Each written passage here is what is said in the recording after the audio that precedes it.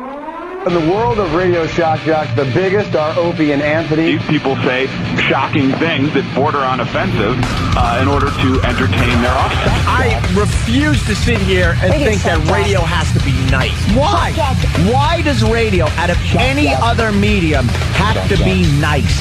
We are being now held to a standard where we have to be nice and make people feel good. Go screw!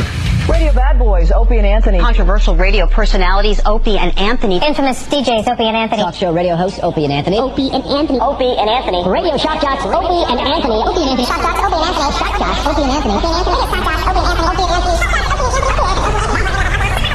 Let's welcome Leslie Nielsen to the Opie and Anthony Show. How do you do? Would you play drunk or stroke? How about you? Okay, stroke. Opie and Anthony. My first time sort of touching a woman, I don't know what words were used. First time you picked a girl's nose, what happened? Her parents come home, so we break it all up, and the dog runs over, and he's just licking my finger. This is where entertainment is going. You're Chris Hansen. I am. Have you seen the show? I thought you were real funny on Opie and Anthony. Oh, you listen to me on Opie and Anthony? Wow. That's a plug you don't really want. Unbelievable. But enough of this palaver. Let's get the show on the road. How was everybody's weekend? Wow. Jeez, that's the right at the beginning of the show, high energy. Someone's alarm was going off, and I went, What the hell? Who the whatsies? Hi. Good morning. Welcome to the Opie and Anthony Show. We begin a new week. Yeah, what's going to happen this week? Mondays. Oh, sorry, Jimmy. Yeah, you look back on a week of radio and you realize, wow, we actually do a lot of stuff. Yeah. A lot of stuff. And what will we do this week? We don't even know. Not a clue. That's the beauty of this show. We don't even know what we're going to end up doing. But by the end of the week, we're going to be surprised too. Like, wow. Oh, wow. Look at that. We had some highlights. That was a week of radio, wasn't it? I think the question is, what won't we do this week? Oh, Jimmy. Naughty. Naughty. Phone number 877-212-018. Also, O&ARadio.com for all the visual things we talk about on this fine radio show. Mm-hmm. So how was everyone's weekend? Jimmy, how was Michigan? It was good. I did a college Friday, which was nice, and then I did a gig in Pontiac Saturday, which was, if you can still smoke in Michigan gigs. Pontiac, you know what that stands for?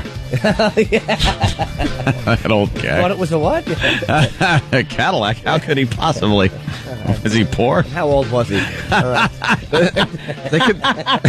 They could still smoke in Pontiac, Michigan, though. Yeah, in this. That's all they got left, though. I mean, they can't take smoking away from those people. It's right by Flint, where Michael Moore did that documentary. That's what I'm getting at. There's nothing going on. They're not going to take their smoking away from these poor people. And me and Kenny tried to drive through it on the way. I'm like, let's go through Flint. And he's like, why? Because he never saw Roger and me. So I'm like, let's just drive through it. And it was really nothing. I mean, it wasn't like the... Oh, so that's where he got his knowledge from this morning. He goes, did he give you a tidbit? He goes, Jimmy and I were in Pontiac, Michigan, and we were really close to that place where that guy did that documentary thing.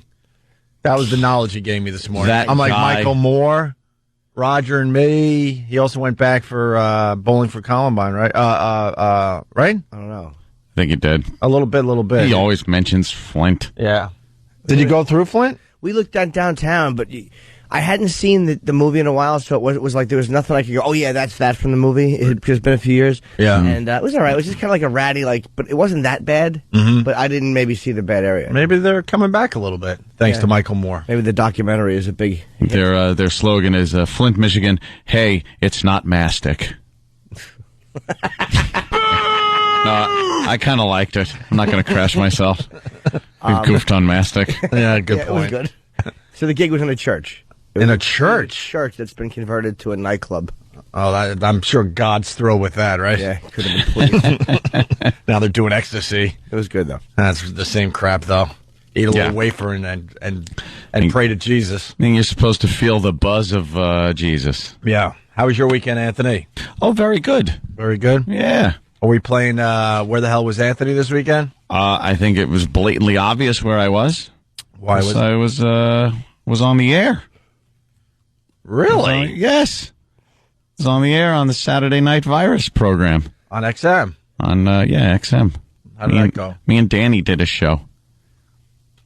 We did a little program. We did the drunk show. We decided we were just going to hang out, not give any advance notice or anything like that, Right. not plug it or anything, and just get on and start drinking, and then just talk about stuff. I thought it was cool. It's a lot of fun. Went well, and mission accomplished. We did get drunk. Very drunk. Pretty drunk. I'd say with seasoned drinking veterans as ourselves, I think we need a little more than just 3 hours to really get drunk. Well, you should have drank before. Oh, we did. Oh. But not early enough, I guess. Should have started somewhere around noon. I was thinking might have helped things out. Well, we're going to need some audio clips from the drunk show. Oh. That's obvious. Well, I don't know. I can't even remember what were the highlights. Were there highlights? Who knows? That's what the good thing about the drunk show is. Yeah, see, that's not fair, though. You lower everyone's expectations by saying, well, we're just going to do a drunk show. So then the listener's sitting there going, well, I can't expect too much from a drunk show. Exactly. But then it might be good. It probably was good. Well, I was doing the drunk show for many years when we did Afternoon Drive, so... And now you do the Hangover show, which is quite fun for everybody. I'm a good boy. I was just drinking water. Oh, were you? So it was good, though? Yeah, we had fun. Very cool. A lot of calls on a Saturday night, by the way. By what? A lot of drunks. A lot of drunken people call. So they don't even know if they were listening to a good show. No, not at all. That's the beauty of the drunk show. Maybe we should turn this program into the drunk show. Into the drunk show. Expectations are lowered. The listeners could drink at home. And they go, they're drunk. You can't expect much from these guys. They're hammered. Doesn't really matter what they're saying. Yeah, it was good. Very good. Some nice conversations about parents, things like that, sex talk. Well, now you got to hear some audio. Yeah. Could Danny get a couple clips from the drunk show? I think people would like to hear that. Maybe he could pull a highlight or two. Yeah. Yeah. Cool. I had something, but now I don't remember. The drunk show threw me off, I think. Oh, damn. See? That's all right. Well, actually, an observation. I could go to this. Remember on Friday we had that musician from Ohio? Do you remember? There's a guy. He's trying to make it, and he's kind of he might just make it. His name's Sean Benjamin. I think his website's SeanBenjamin.com, SEAN Benjamin.com. It's also Sean Benjamin on MySpace. So he comes in to check out our show on Friday with this really, really, really hot girlfriend. Yeah. Although they're picking her apart on the message boards. No surprise there. You know, always trying to find the negative. Always trying to find the negative in even the most positive of things. That's what amazes me about these dumb message boards. I'll say something. Yes. Has there been more attractive girls on the show, on television, in movies, walking around the streets? Sure. Of course. And that it comes down to a matter of taste. Right.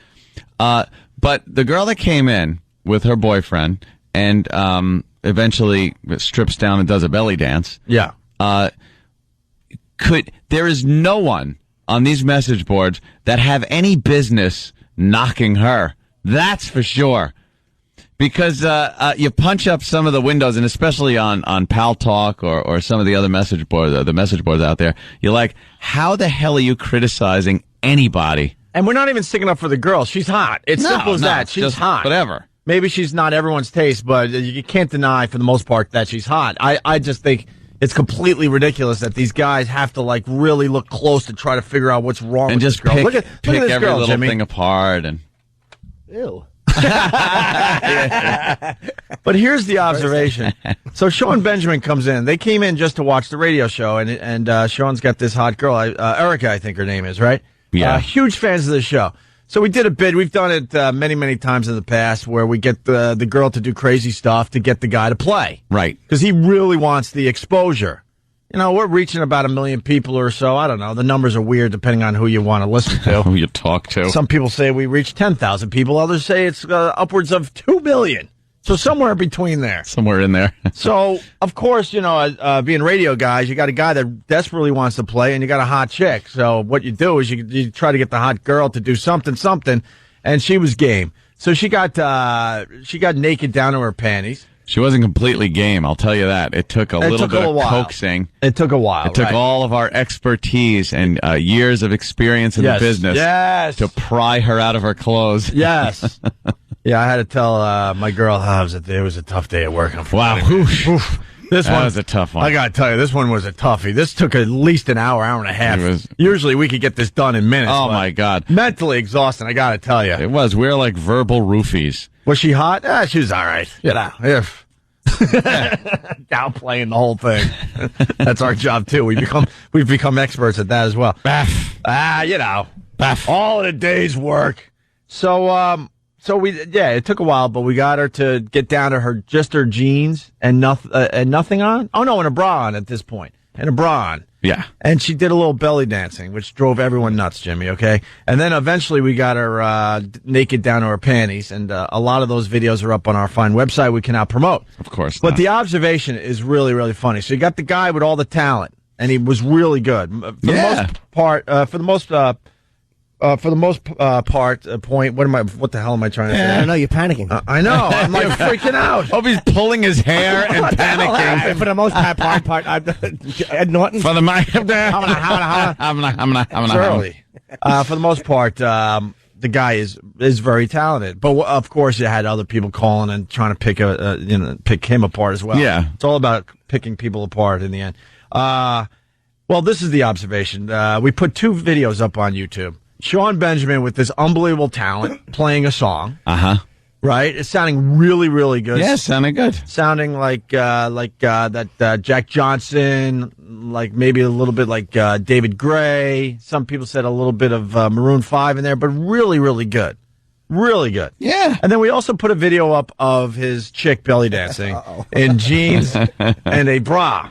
Sean Benjamin got 600 views. 600. His hot chick belly dancing is up to 7,200 views. And that's what I try to tell this company on a weekly basis. Let us bring the girls back to the radio show, and your ratings will go up. That's what people want to hear and see. Because it doesn't matter if you have talent. They just want to hear girls moaning and doing all sorts of crazy stuff. Sean Benjamin, once again, 600 views for a guy that is definitely very talented.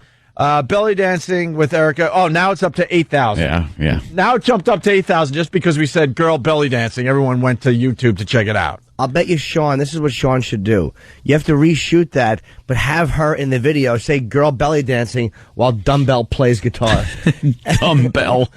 I'm telling you, have her in the video with you. You're so right. We blew it for him. Because we shot the video separately. We're like, okay, if you belly dance, he plays. Mm-hmm. You're right, Jimmy. We should have done it together. He would have got his song out there big time, and we would have got to see her belly dancing anyway. Yeah, because the video it's like pretty silent. Yeah, and she's just kind of belly dancing, and you don't hear any music really. All right, we should do take 2. Sean, come back down to New York with your hot chick.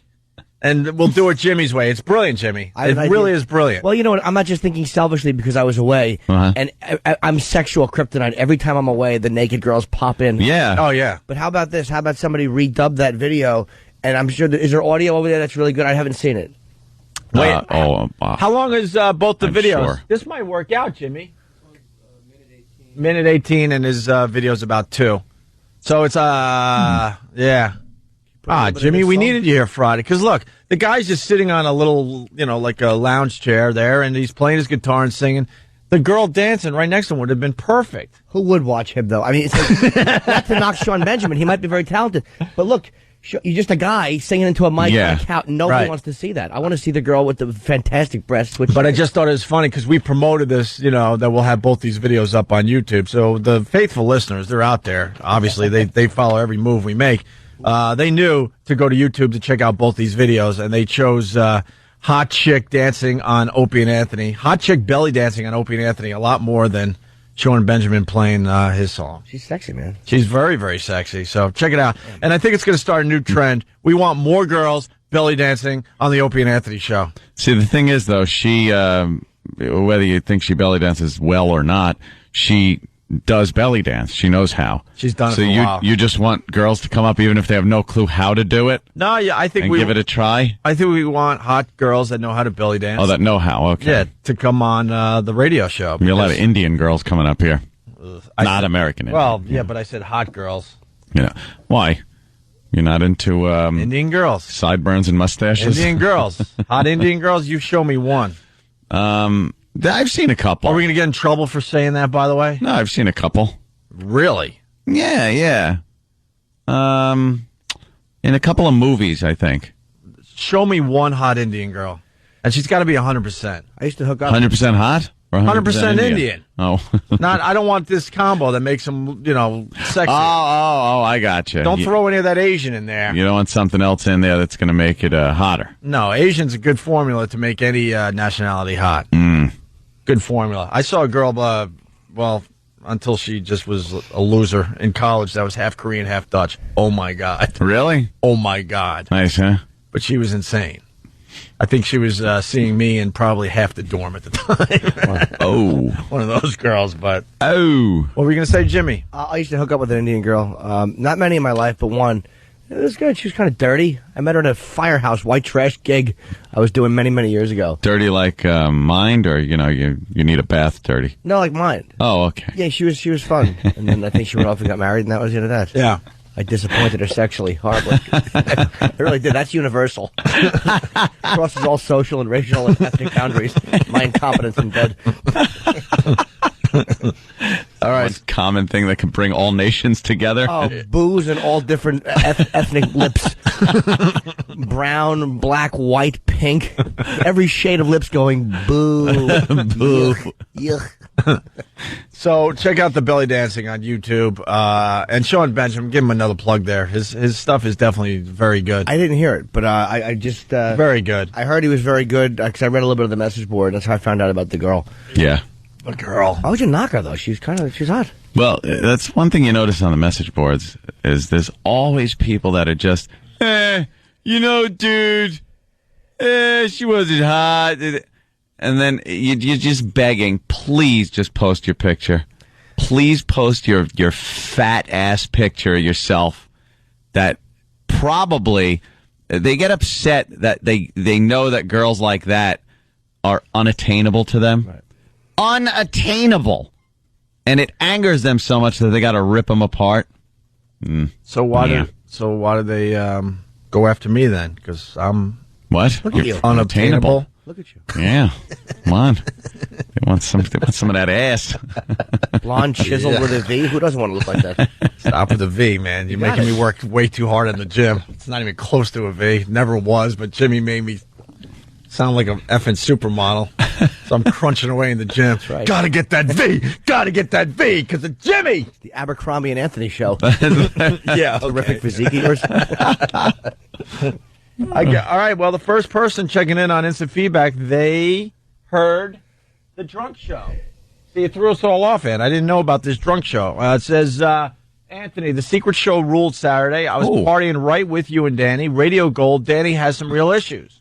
See, yeah. So somebody did hear the drunk show. The drunk show. And what issues does Danny have? Oh, it's something we had touched on our show, I guess, is the mother thing. Mm-hmm. The mother issue. What's that? His relationship with dear old mom. Mommy. Yeah. Uh-huh. So we had talked about that and how uncomfortable some of the situations that your mom gets in. It's a little embarrassing with other gentlemen and things like that. I brought up a few fun facts about the old days with my mom and Sal when he used to come over the house and before they were married. This is going back. Jesus. Why don't we have audio clips from the drunk show? No one knew there was a drunk show. The staff didn't know there was a drunk show? Nope. Can we get clips from it? It was kept completely secret. Why would you keep it secret? Because it was the secret drunk show. So you got to keep it secret. Yeah, but now you started something. You're going to have to do another drunk show soon. I don't know. It might have just been a one-off. We'll see. Well, give me clips of the drunk show. What's wrong with you guys? And completely hammered on the air. Danny hammered on the air talking about mommy issues? Yeah. We got to hear this now. Yeah, it was fun. Any minute now that door's going to open. I didn't know about the drunk show. I'm just finding out. I didn't know. Save!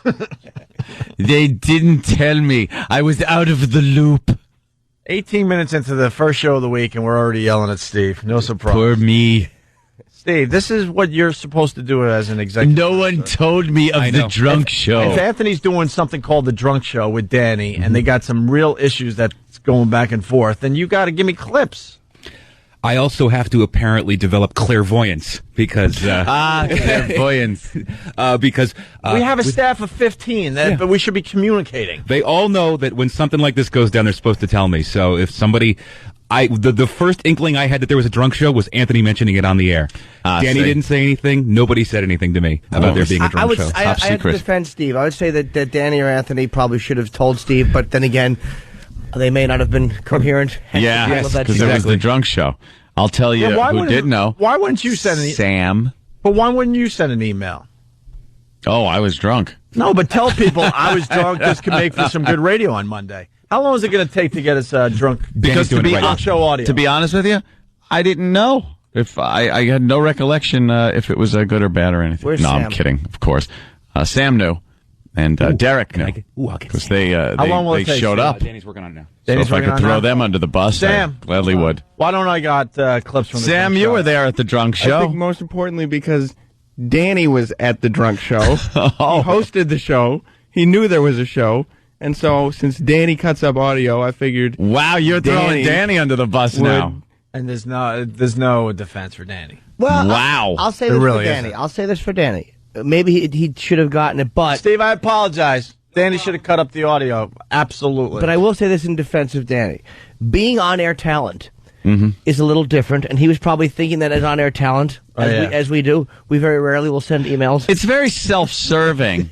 I would say it would be self-serving of Danny to go, hey, look, here's clips of my show on Saturday for you to play on your show. Right. So I'm not even going to say that. But you, on the other hand... But, I mean, if there was a Than and Sam show, I wouldn't expect Danny to take it upon himself to cut up our show. But you wouldn't cut your show up and give some to Opie and go, here, play this. But I would say, well, we have done that. But I would say, hey, Danny, could you cut up my show? Really? And since Danny is my superior... Wait. I'm just waiting for the... interesting, but drunk show exposed the fact that Danny likes to with other guys in the room? Was he talking about that? Oh, wow. Get me audio of the drunk show. There was talk about... Danny, why no audio? His dad had a lot of porno. Yeah. And his friends would come over, and they would take care of the business, in the same room. Not looking at each other. Because it was known that my dad was porno dad, and he was the guy. He had all the tapes everywhere. It's like he didn't even try to hide it or anything. They were just everywhere. 50 to 100 tapes under the bed. So after school, people were like, "What do you want to do?" And it was always, "Let's go to Danny's house, watch porno." So yeah, but see, look. And then there's only one TV. You can't all go to different rooms. See, believe me, I told him it was gay as hell. Oh, thank you. I have definitely watched porn with other guys when I was growing up. But what you don't do is do what he did. You're focusing and making sure you're taking in all info for later. Did you hear the drunk show? What? That's what you said? This is exactly what I was saying. Okay. I did not hear the drunk show, but that's what a heterosexual guy does. Not sit in the same room with a bunch of guys doing that. I remember watching porn and going, oh, boy, I want to. Can't. Other guys. Well, yeah. So I'm thinking, all right, just remember. I remember practically keeping my eyes, wide open, holding them open, going, take in all info right now. Yep. I remember one time when I first saw my first porno was called The Fur Trap, starring Kelly Mint. I saw Fur Trap. Kelly Mint. Yeah, that was her name. She never became, and I think, I want to say Jamie Gill, I forget who the guy was, and my buddy Raja, who lived across the street, his dad had one of those old top-load VCRs. It changed my life. It sent me into his parents' bathroom, but I couldn't do it with him in the room. I was so turned on, I had to go lie on his parents' bath mat. My head was by the toilet of my Indian friend's parents. In the master bedroom bathroom, and I'm laying there with my toes pointed out like Christ on the cross. No, like an infant getting ready to be changed. But Danny apparently just was like, Well, right. No, the thing was, I knew it felt weird when it was brought up at the time, and as gay as it probably is, I still blame my other friends for convincing me and everyone else that it wasn't so bad because they'd be like, "Hey," he's like, "Oh, it's no big deal. It's no big deal. It's no big deal." And I knew, I had like a weird feeling. I knew that it wasn't like this is very weird. Right. What about to be doing this with friends of mine in the same room? What was done with like sanitation? Like, how was that taken care of? Obviously, we knew what the end result of this was going to be. Yeah. So everybody was at their position, prepared. Prepared? Yeah. So nothing soiled the house? Right. Exactly. Because how do you sit on a couch or a chair that one of your buddies are... Dude, it wasn't like we were all sitting on the couch like with our legs crossed and everything. Like it was everybody kind of set up positioning around, a bed. Oh, there was a bed involved. Well, no. So wait. So we'll be back with the Opie and Anthony show. I've heard enough. What? So you couldn't see. Say that again. What? So no one could see. So the bed was like a big blockade. Yeah, exactly. That was the excuse to get the bed in the room. Hey guys, and I brought up the fact that everybody was silent and too. everybody was in their little bunker, and so no one made a sound. Down. Yeah, and everybody. But did everybody? Was it said that this was what we're going to do? No, it just. Like, who was the first one to break that ice? Hey, by the way, I'm going to hunker down behind the bed here. I'd say that's homoerotic, but not gay. Hey, by the way, so what is gay or the funny? difference? Gay or funny? Gay or extremely gay? My vote's extremely gay. Hey, someone is Doug in L.A. writes, Opie, you handsome devil. How is that any different than carrying a marshmallow? I was blindfolded. Oh. So that makes perfect sense. So in my mind, I really thought I was alone in the room. Sure. And there's a way to pull down your pants without exposing what you got going on. And it's not like this was, a weekly or even daily occurrence. Like this was maybe 3 times ever. Wow. And it's 3 times too many, but still. No, we all know if you get to 4, then it's gay. So yeah. So 3, safe. Right under the wire there, Danny. Get out of here. Give me audio of the drunk show. I need to hear audio of the drunk show. All right, we're taking our first break. 877-212-ONA. Also, calling all girls. Calling all girls. Calling all girls. Do that old timer. Calling all girls. Calling all girls. Calling all girls. Calling all girls. We're looking for more belly dancers. We want hot belly dancers. We want fat belly dancers. We want Indian belly dancers. I don't care. Any girls. Calling all girls. We need your bellies. Belly dancers. Calling all belly dancers. An open call to come and show us what you got going on for the Opie and Anthony show. Have any prize for him or anything? Nah. From a DVD? Yeah, we'll promote your YouTube video. Okay. Some of our videos do well from time to time. So. Yeah. Oh, well, we got 3 things in the O&A prize closet. Oh, wow, this is going to be good. Hold on. We got a couple digital cameras. We got a couple video cameras. Get out of here. And 4 $100 gift certificates. Wow. We got 4 things, by the way. What? We also have 2 tickets to my show at Caroline's this week. Oh, no. Ooh. Jimmy's playing Caroline's this weekend. Thursday through Sunday. Get your tickets fast. They're going to sell out. I'll give that to any chick who comes with her boyfriend or whatever. If you're half naked, you'll get 2 tickets anywhere in the showroom to whichever show you want. All right, very good. Well. Running late for our first break here. I got an update on that Red Sox jersey they buried at the new Yankee Stadium. Yeah. And, Red Sox over the Yankees. What month What was is the this? score last night? 8-6? Huh? No. Yeah, but the Red Sox Yankees, that's doesn't matter. It's early in the No, season. of course. Well, they'll blow it. Hate the Yankees. Hate them. The Yankees, I mean. Hate them, I do. The Yankees. Fatso. What? Fatso. That was your turn. Hear what everyone else is talking about. O&A Uncut and Live continuing the show on XM Satellite Radio starting at 9 a.m. Eastern. Visit xmradio.com to subscribe.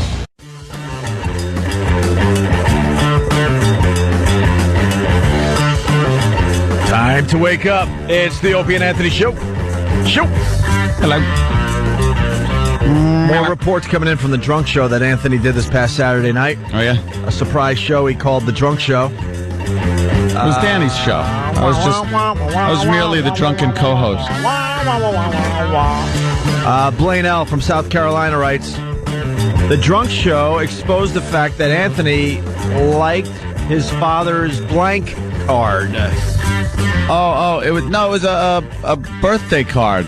Okay. Oh, that's right. I remember this when I was a kid. You know how you rummage through your parents' drawers and stuff at some point when you're a kid? And I found a birthday card that for some reason my father had saved. And it said, Happy Birthday. And then you open it up, and it was like, it said Happy Birthday. And inside it said, You Big. And then the letter P and then R. And it's for the guys. Yeah, got it. I love having to talk like this. It just drives me insane that you can't say it. But it's the same thing as if you took a needle and poked your finger with it. You would be doing the same thing to your finger. I don't think they got it out there, Ant. Yeah, poke. I don't think they got it out there yet. No. Okay. It rhymes with something that the smartest piggy built his house out of. Big crock? I don't think they got it out there. No? Yet. No, not Oh, yet. Jesus Christ, help me. Yeah. Then why did you sign up for another year? That was Angry Typing Guy. Thank you. Good one. Point CC. So what happened? So the card, you open it up. It's a card, you open it up. Pops up and into it your pops face. up, and yeah. It was like a pop-up book. And it used to make me and my brother laugh and laugh. So we look at it and stuff. But that was just one of the things, like, you realize how filthy your parents are, just having stuff like that laying around. And there was the naked pictures of my my stepmother. Nice. That, naked Polaroids, when she was hot. Yeah. And stuff. And that got brought up, and I don't know, a couple of embarrassing things got brought up on the Drunk Show. Well, I'm waiting for audio from the Drunk Show. I can't wait to hear how that sounded. Hey, a lot of controversy. We started this last week. A lot of people are talking about it, especially in Boston and New York. Some construction worker who's a huge Boston Red Sox fan decided to bury a David Ortiz, we're learning now, jersey in the new Yankee Stadium that's going to be ready, next season? Yeah. In the visitors' dugout or something below the visitors' clubhouse? They're saying now that he buried it in something that's going to be a restaurant. Oh, who cares? So, but it's it's part of the stadium, so right. And I guess it was upsetting to some people. Well, and we don't have a war or anything going on, so of course the papers need to find stuff to talk about. Again, front page news. Yeah. Well, the latest on this. They dug up they went out of their way and dug up the jersey. Yeah. I thought this guy was lying, like, let's make believe we did this, get a little, a little exposure for yourself. But the guy actually did it. And they, front page of the Post, Hex, no. Stadium curse lifted as Sox shirts yanked.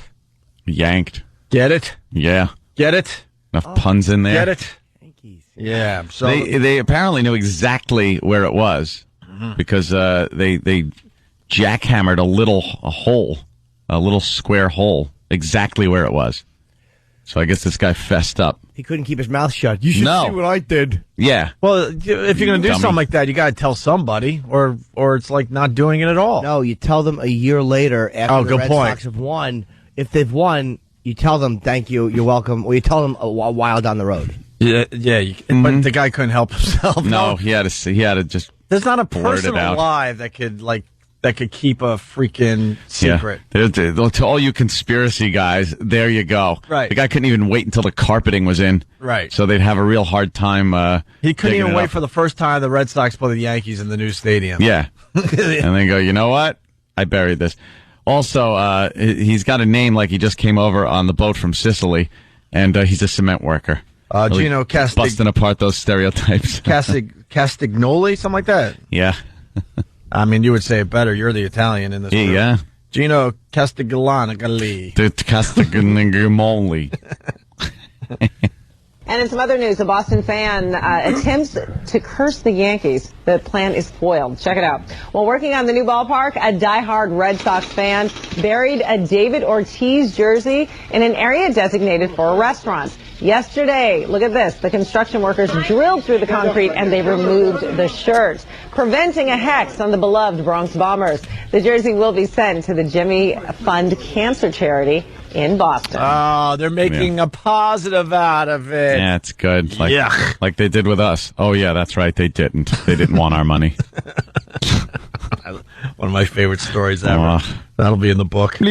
No, we'd rather have cancer kids die than take money from the Opie and Anthony show. Yeah. Well, thanks. It's a bad image. But what about the image of a dying child? Right. We've learned so much doing this radio show over the years. Learned so much. I always thought growing up, if you had a charity, you would take money from Hitler himself for your charity. Well, because you need all the money you could get, right? Yeah. Not in our case. They actually said no to free money to help cancer kids. That amazes me. And when that trickles down, that affected somebody somewhere. Somebody somewhere didn't get something. Because they didn't want Opie and Anthony money. Yeah, didn't want our This was back in the day when money. We put out a CD, which is about 10 years old now, when we were up in Boston. Yeah. And we thought, I swear to God, every once in a while we try to do the right thing. We're like, you know what? Why don't we throw a little money out of charity? It would be nice. Yeah. It'll be nice. And we went from charity to charity to charity. Now, one of them wanted our money. And I mean, we've told the story a million times, but then finally we got the what was the official name of these people? It was the African American Vietnam Veterans Association in Boston. People. There's two of those guys up or there. Something. Yeah. It's like two. That's who finally took our free money. Yeah. After the Jimmy Fund and the rest of them said no to us. All of them. Back in the day. Anyway, the reason we played the news version of that story we just told, because now they come back and they have that little banter. Oh, right. Listen to the banter. The Jimmy Fund will auction it off and will take a act that was a very, very bad act and turn it into something beautiful. For somebody to abuse the privilege is really bad, and he's going to have to be held accountable. Held accountable. This is serious business for Yankee fans. This hex thing is a very big deal. How did he get in there, though, to bury the shirt? He was a constructor. Oh, my God. How did he get in there to bury the shirt? You first of all, you told the story when it originally happened. She doesn't even listen to her own news. No. As she's saying it. It's a very big deal. How did he get in there, though, to bury the shirt? He was a construction worker on like a day. He was like a day laborer that day. Remember? He went and buried it. But they were saying that he's so silly. I was going to say the other word, but he was so silly because he buried it in the wrong spot. He didn't even bury it in the right spot. He buried it in a restaurant. Well, what they other found word? it. That's the good news. That's stupid? right. Was it stupid? And maybe that was the only place he could bury it. But wait. Could that anchor guy not say stupid? Well, I almost said the other word. The other word. The C word, because he was looking at her. I gotta explain sports to a broad. I like the fact the guy buried it. Why not? Of course, absolutely. It's a lot worse than what they normally, not as bad as what they normally bury in the stadiums. You always hear about body parts and mob hits. This dummy is just burying a jersey to have good-natured. Have a little fun. Good-natured, witchcraft, black magic. And he cut a chicken's throat and bled it out all over the restaurant floor. Hey, Dave in Maryland, what's up? Hey, how you doing, guys? Good, man. Hey. Hey, my wife and I were in studio last year. I play with the Washington, D.C. Generals. It's a nonprofit charity football team, cops and firefighters. Last year we came up and played the Garbage Men. We came up and sat in XM. I guess you don't remember. Anyway, this Saturday we're playing the NYPD in New York, and last year you guys told me to call in during this show so you could promote it in there. It's a total charity-driven league where we donate money to various charities, and it's full-contact football, cops and firefighters and correctional officers and stuff, and just hoping to do what I could to promote the game. Where's the game? It's in Brooklyn at the Polytechnic Preparatory Day School. At least you picked a nice, easy place to remember. It rolls right off the tongue. Right. Yeah. Polytechnic. The NYPD did. Okay. All right. Is it football? Baseball? Football. Full contact. It says on the screen it's baseball. Okay. All right. Very cool, man. Good luck to you guys. When's the game? It's Saturday at 1 o'clock. 1 o'clock. All right, man. Thank you. What a good gimmick that guy's got. Because you could just call up and say, remember when I was in and you said I could plug this? And we don't remember, so we just let him do the plug. Well, I'm kind of mad because the NYPD and the fire department, they had their annual hockey game out there on Long Island. Yeah. Missed it. That is the one to watch. Out at the Coliseum? These guys going out in hockey. That's the one. Yeah. Well, I'm sure football gets pretty crazy, too. Yeah, they hate each other. It's great. But, wow, hockey with the NYPD and the fire department. Yeah. Oh, I'm so pissed I missed that game. Let's say hi to John. More reports coming in from the drunk show that Anthony did secretly this past Saturday night. What's up, John? Well, I've noticed that Anthony is glazing over one story from the weekend, about a certain battery-operated device that his mother owned that he may have used for his own well-being. Ooh, this guy knows how to do regular radio. I like it. Wow. You call any time. Look at you. You call all the time. Oh. So how can we make this one? Sorry that I don't remember John in New York. Maybe you should get a nickname there, John. No, go ahead. I'm just wondering why Anthony has failed to mention that story. Well, I forgot about it, but What's you that bring it story? up, and it's just an awful story of guilt and shame, a lot of shame involved in that one. And a lot of rubbing alcohol. There was a rubbing alcohol. There was a device, let's say, as I was rummaging through, and it wasn't something shaped like a part of anyone's anatomy. It was a very square mechanical device with different attachments that went on. That one looked like a suction cup. One looked like it had a bunch of little needly things on it. Another one was just a ball device thing, and it was a back massager. It was a back massager. A back massager. And so I decided in my youth that it would probably it'd probably feel good. Did you cram it up against your face and go, someone's been massaging catfish?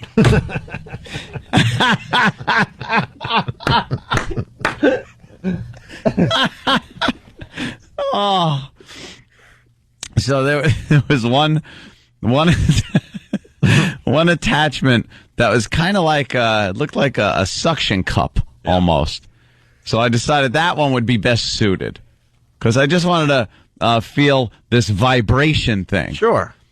But beforehand, I used like a half a bottle of rubbing alcohol and just doused the whole thing because even in my young mind, I thought what this might have been used for.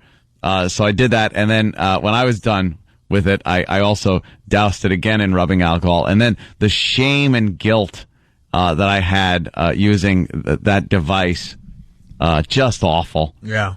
Just horrid. What, you had still shame? there. Why would you have shame? Because you're using the same device that your mom probably used. Who cares? Who cares? You use the rubbing alcohol. Yeah, but it doesn't matter. It's still the same.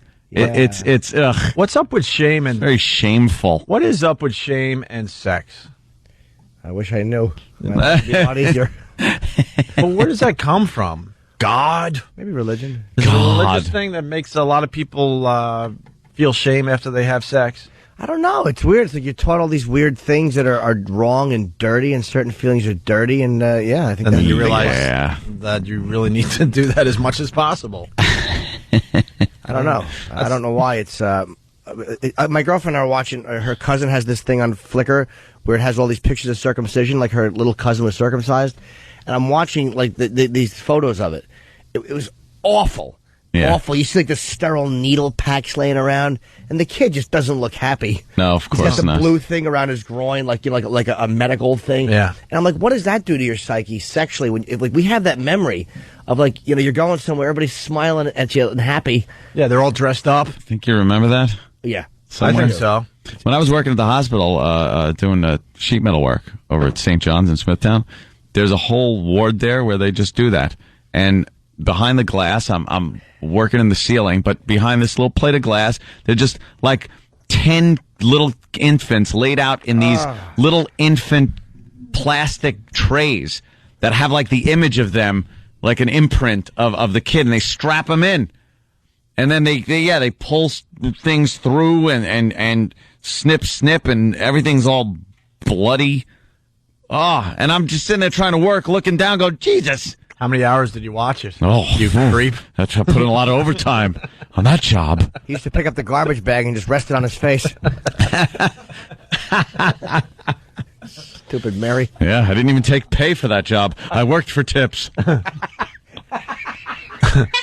Waka waka. Funny. Yeah. We got Lydia checking in. Well, Lydia, Oceanside, psychologist, psychiatrist, whack job. I don't know. What do we call you again? Good morning, guys. Hi, Lydia. Hi. I see that Anthony's mutual massage with his mom is probably what caused him to be such a gun-toting, arsenal-living, security detail kind of guy. Lydia, why are you putting it like mutual massage? It was not a mutual massage. Yeah. That sounds like we're hanging out together, mutually massaging each other. Anthony's mom used it in the morning. Anthony used it in the afternoon. I don't even know when anyone was using this, except me. I came home from school. No one was home. No one was going to be home for a while. And as a kid, that's the best time. Right. When you have the whole house to yourself. Right. Nice of you to put it back in time for your mom, though. All right. Thank you, Lydia. Lydia listens to this show just to study us and try to figure us out. Good right? luck. Exactly, guys. All right. Bye, Lydia. Hey, Craig from Waltham. I love this one. Most children don't form memories before age 2. Really? Is that what a 2-year-old told you? How do you know? He'll never remember. How do you know? There was a time they thought leeches could help out in the medical field. I'm not buying that your memory starts at 2 years old. No? No. I don't remember anything, though. Like, consciously. Are you saying there's some kind of subconscious memory? I think you take everything in as soon as you're born. The second you take that first breath? Probably while you're in the womb, probably. Yeah? You're taking a lot of stuff in already.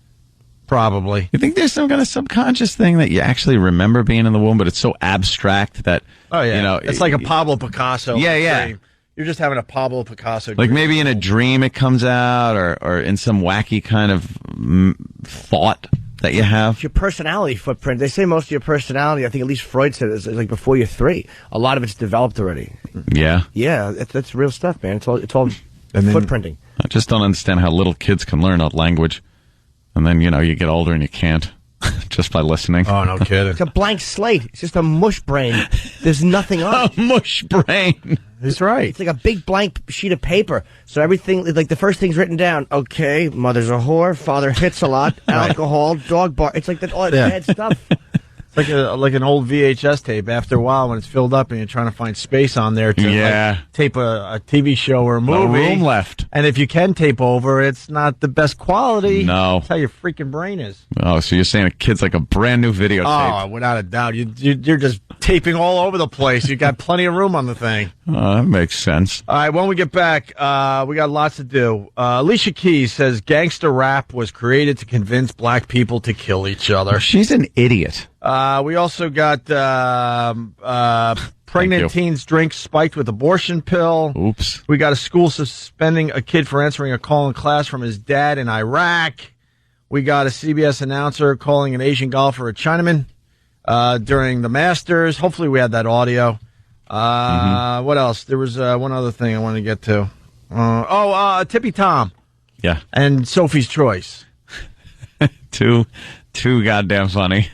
Probably one of the funniest videos I've seen in a while that we've hysterical that we have put up on all the websites. We'll get into that next as well. Opie and Anthony. The instant feedback is very active today. A bunch of people calling me stupid because they say that leeches do help in the medical community. Really? Where? I know it possibly helped, a couple hundred years ago? Or maybe 100 years ago, I don't know. I don't remember getting a prescription for leeches. Yeah. Well, leeches, here it is. What's your address? You sign this. You're checking out the Opie and Anthony show. Now I got to find out if leeches are still helping people. More things coming out about the drunk show you did Saturday. Really? The surprise drunk show you did with Danny this past Saturday night. It's a secret. A secret drunk show. Blaine L. from South Carolina. Drunk show exposed the fact that Keith the cop throws Ant's toothbrushes away. What's that about? There was a toothbrush missing over the weekend from my house. And I assumed that somehow it had gotten inadvertently thrown away. And the only person that's ever in there, aside from the gaggle of maids that comes in every week, of maids, is Keith. the maids that come in. No, when you said the gaggle, I wasn't expecting to say maids after that. The maids. And a toothbrush was conspicuously missing. Yeah. Yeah. Also, Drunk Show exposed the fact that Keith the Cop and Ann are sweet mates. Don't make it sound like that. Well, that's what Blaine L. is writing. Keith, he keeps odd hours, and he's helping out with my house. Him and his lovely wife are taking care of doing a lot of work around my house. Not them personally. But Keith has his own room at this point. Yeah, now it's kind of the point where Keith has his own room, and on one of the remotes I have for the sound system around the house, one of the rooms is labeled the Keith the Cop Suite. It's now his room. He took the TV that I play my Xbox on that was in the dining room. Yeah. Well, the Xbox is now hooked up to the living room television. Yeah. And Keith wasted no time grabbing the flat screen and bringing it up into his room. That's why you don't need to carry a gun around your house. He's not there all the time. You have a cop living with you. No, I don't. Almost full time at this point. Oh, no. He's not there all the time. His wife's a beard at this point for you two. Look, honey, you have to stay here because Anthony's got a reputation. They can't know that I'm actually staying here full time. It's really creeping me out, your relationship with Keith. Yeah, and Stephen S. from Bayshore writes that Keith has the toothbrush up on eBay. Is that true, or is that Steve trying to be funny? I don't know. I thought Keith would give the toothbrush back and then show the picture of him holding the toothbrush in a very precarious spot, like that's urban legends. Because that's what roommates do, just get a little silly with each other. What are you going to do? Frank from Long Island, what's up? Hey, good morning, guys. Good morning. The leech thing. Leeches secrete something that helps the children. that helps them suck up the blood. So, like, if you get a... So, on Friday, we had Tippy Tom in. No, what was Thursday, right? Thursday we had Tippy Tom in. Thursday, yes. Is our homeless friend. And we were doing all sorts of things with Tippy Tom, all sorts of outrageous things. And the videos are up on YouTube and Break.com and our website. But the one thing Tippy Tom did on Thursday that's getting a lot of attention, you would think the other things we did with him would get a lot of attention. Twisted stuff. But the one thing people are talking about more than anything else Tippy Tom did last Thursday, we found out that Tippy Tom gets really sad when he watches Sophie's Choice. Sophie's Choice is probably the saddest thing in his life, and his life is the saddest thing in his life.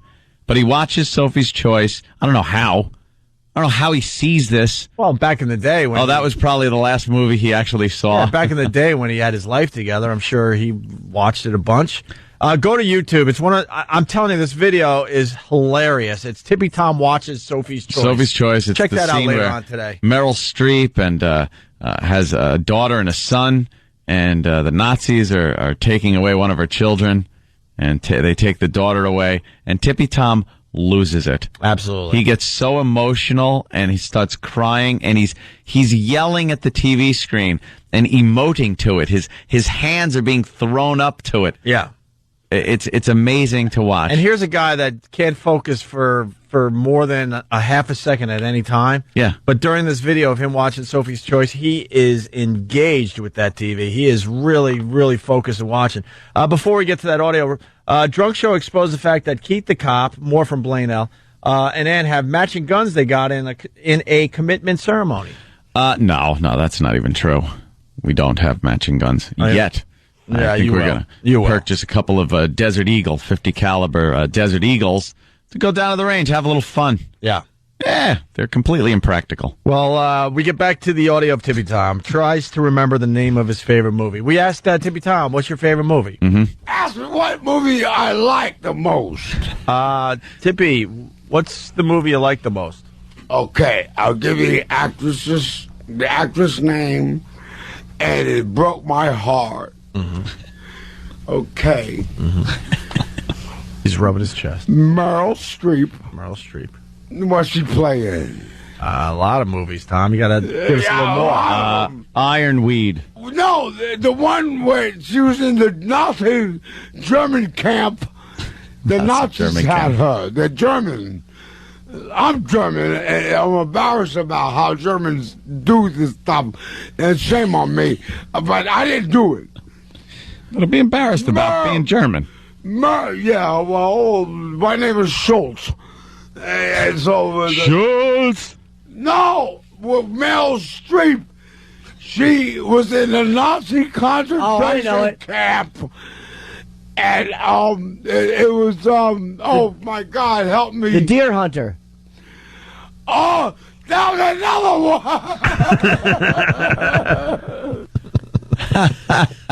one. Guy's a classic. Wow, was he sad? Oh, well, it continues here. What movie is he talking about? Meryl Streep, come on, you know. Sophie's Choice. Sophie's Choice. Know what the movie was about? What was it about? She had 2 children. 2 children. And the Nazis took her and they said, you can't go with both of them. You know who she gave up? Oh. Her girl, the daughter. They kept the boy. That was Sophie's Choice. How'd you be a mom and have to do that? Why you gonna give up? In Nazi Germany, that's how they were. You only have one kid. How emotional he's getting. Terrible, terrible thing. What happened to the other kid? I don't know. But what I know is that Sophie, Meryl Streep, gave up her daughter to save her son. And then Jimmy came up with a great idea. He goes, we got to get this freaking movie and have him watch it. So we could see what kind of reaction he would have to actually watching the movie for us. Mm-hmm. This next clip, he talks about how bad the Nazis were. So you don't like the Nazis, right? Really? I love the Nazis. They're great. Psycho. Yeah, I really like them guys. Yeah, right. I can't wait to hang out with them. Out of here. Oh, Jesus. Guess he doesn't like the Nazis. No. And then he translates the German portion of the ending. Is this now we're finally got to the point where he's watching Sophie's Choice, I think? I hope so. Great idea by Jimmy. Listen to this. All right, listen to the movie. No, he's a handsome man. Tom, listen to the movie. Here we go. Ich bin streng katholisch. We're watching the version dubbed in German. I swear to This is not the English version. No, he's Come and see here. That Nazi son of a bitch. Look, I'm German. And I don't like what they did. What did they do, Tom? Because no one people. speaks German here. They kill people. I You might as well speak stop German. it. No one can understand it. I'm not from Germany. I'm from America. Right. Can I point out what an ass I am? Because apparently that's the Well, that's why somebody put that clip in to kind of rub it into you, you know. Yeah, but that's... Because there's nothing in that clip worth replaying. Yeah. But Jimmy got really annoyed because we finally got Sophie's Choice so Tippy Tom could watch it, and it's German. Yeah. So Jimmy's thinking the guy screwed up behind the scenes and got the German version of Sophie's Choice, right? Or just took it out, took it from the computer where we couldn't play the audio on the air. Right. It just took it and dubbed it. Right. I'd never seen the movie, obviously. Right. That scene is in German, no matter how you look at it. Right? Anthony's choice was to not watch the movie. Yeah. That's right. Tom's choice between the bottle and everything else.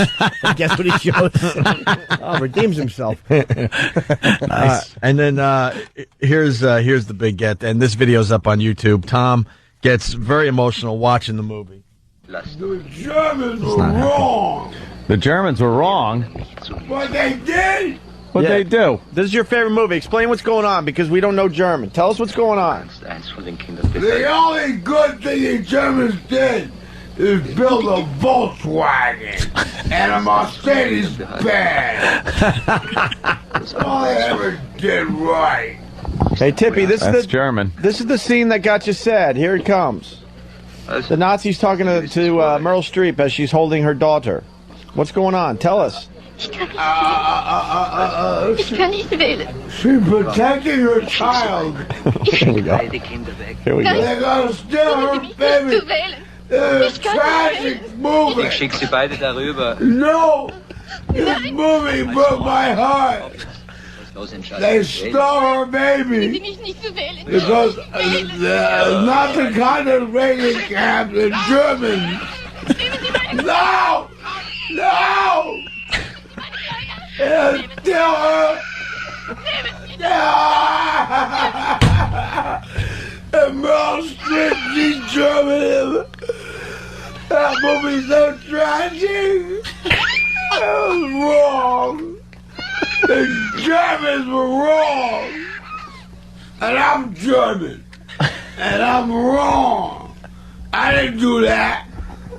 I would never do that. That was your people, though. Yeah, you know. Well, I was raised that way, but I'm not that way. Unbelievable. What? That was actually me and Ann on the drunk show. No, wrong. You were wrong to you. No, Mom's sexual. No, goodbye. You shouldn't have used that thing. You were wrong. Why would you do that with other men in the room? You can't if there's a bed hiding and he's still there. That's wrong. That's wrong. I believed you. Oh, God. Why are you so upset? I don't get it. Yeah, you got so upset Why are you watching so that upset? clip. There's tears in your eyes. It's wrong. In those times, things were different, I guess. You ain't gonna pull that now. Why'd they take the baby, though? The little baby got taken. Oh, look, she's... Oh, no. Look, here's the scene. This is what bothers you? Yes! It's still her baby. That's wrong. No. Hey, I go fight. Yeah? Fight those Nazis? I will. That's a funny movie, right? Did you laugh when you watched that movie? That's funny. I like movies, And that's like a light switch. Yeah, that's how the video ends. Go to YouTube. Tippy Tom watches Sophie's Choice. It's a pretty good watch, and we'll get that link on onaradio.com later today or later this morning. Oh, is he upset? That girl screaming. It's the reaction he gets from every child as he bothers their parents for money. Right. Scream. A smelly panhandler. We could add to the Tippy Tom storyline today. We talked about this as well, and Danny found this. I haven't heard this in probably 5 or 6 years. There was a time we attempted to clean up Tippy Tom. Yep.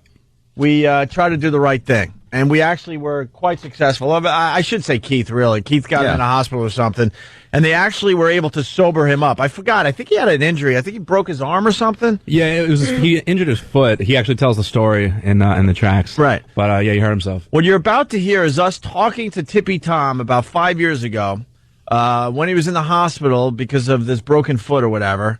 And he's completely sober. And I swear to you, the voice you're about to hear is the exact same voice that you just heard of the guy watching Sophie's Choice. Same guy. Tippy Tom sober in a hospital.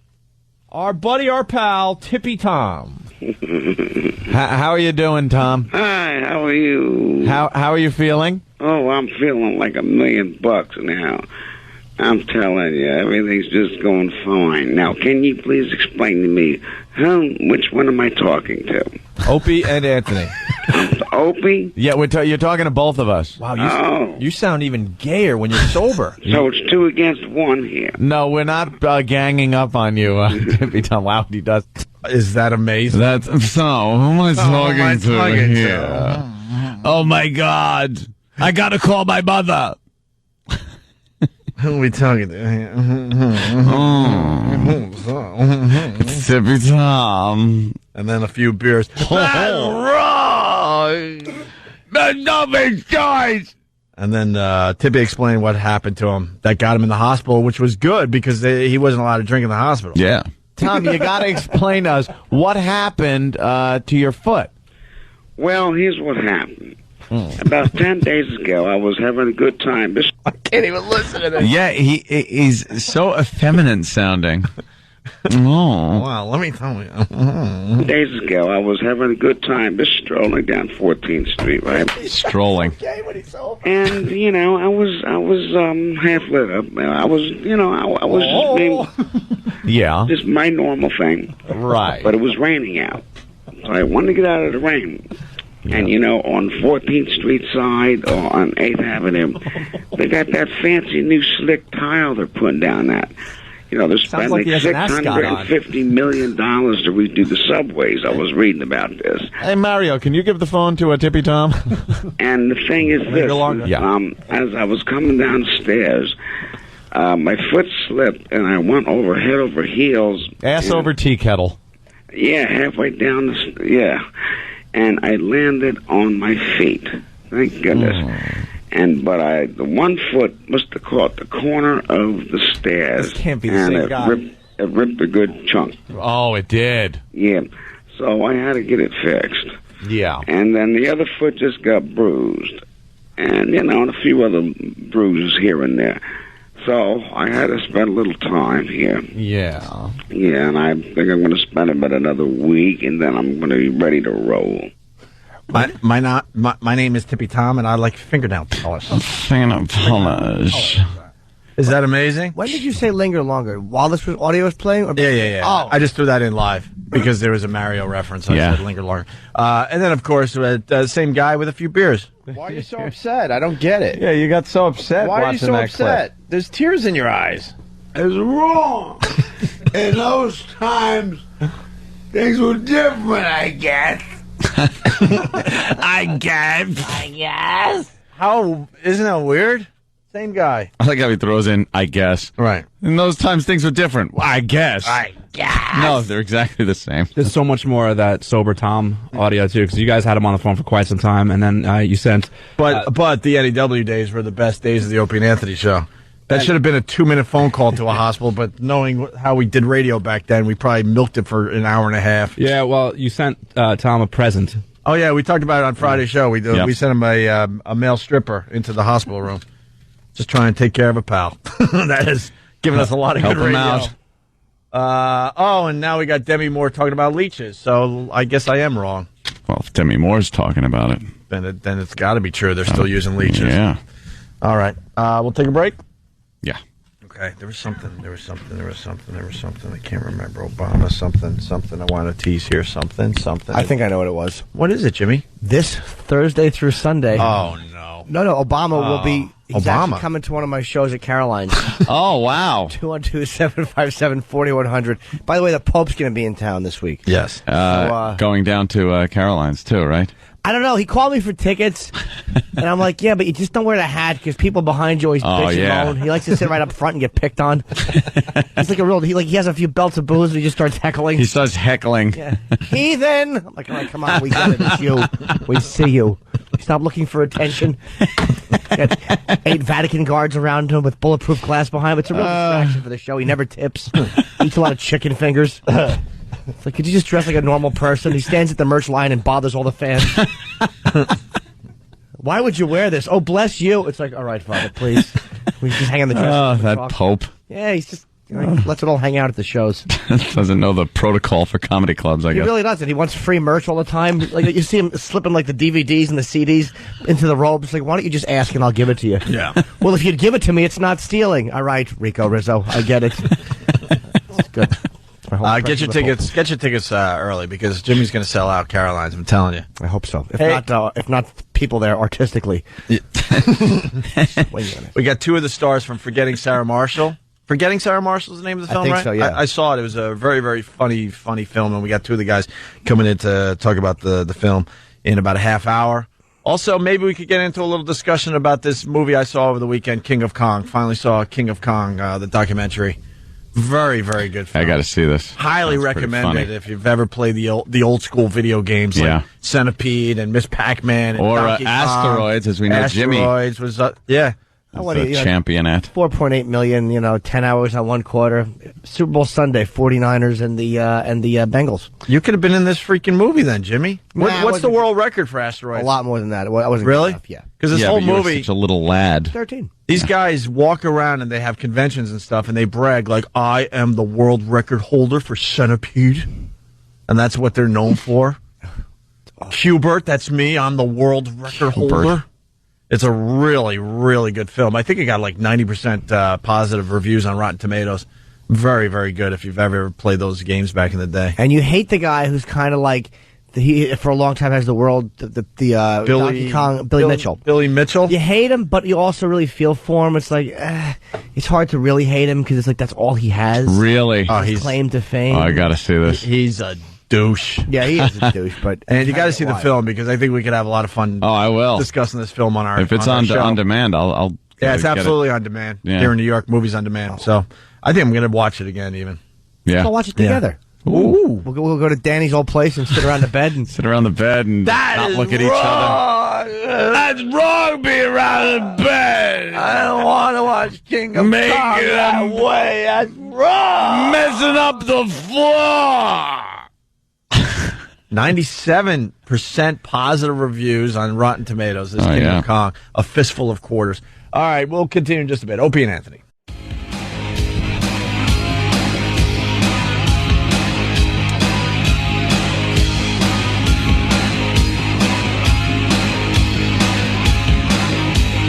Opie, Anthony, little Jim Norton. You listening. Vanessa, what's up? Hey, you guys are having fun over there, aren't you? Mm-hmm. Yeah. Oh, yeah. I'm driving. I've been listening to you guys most of the night, actually. You're driving a 10 Sierra?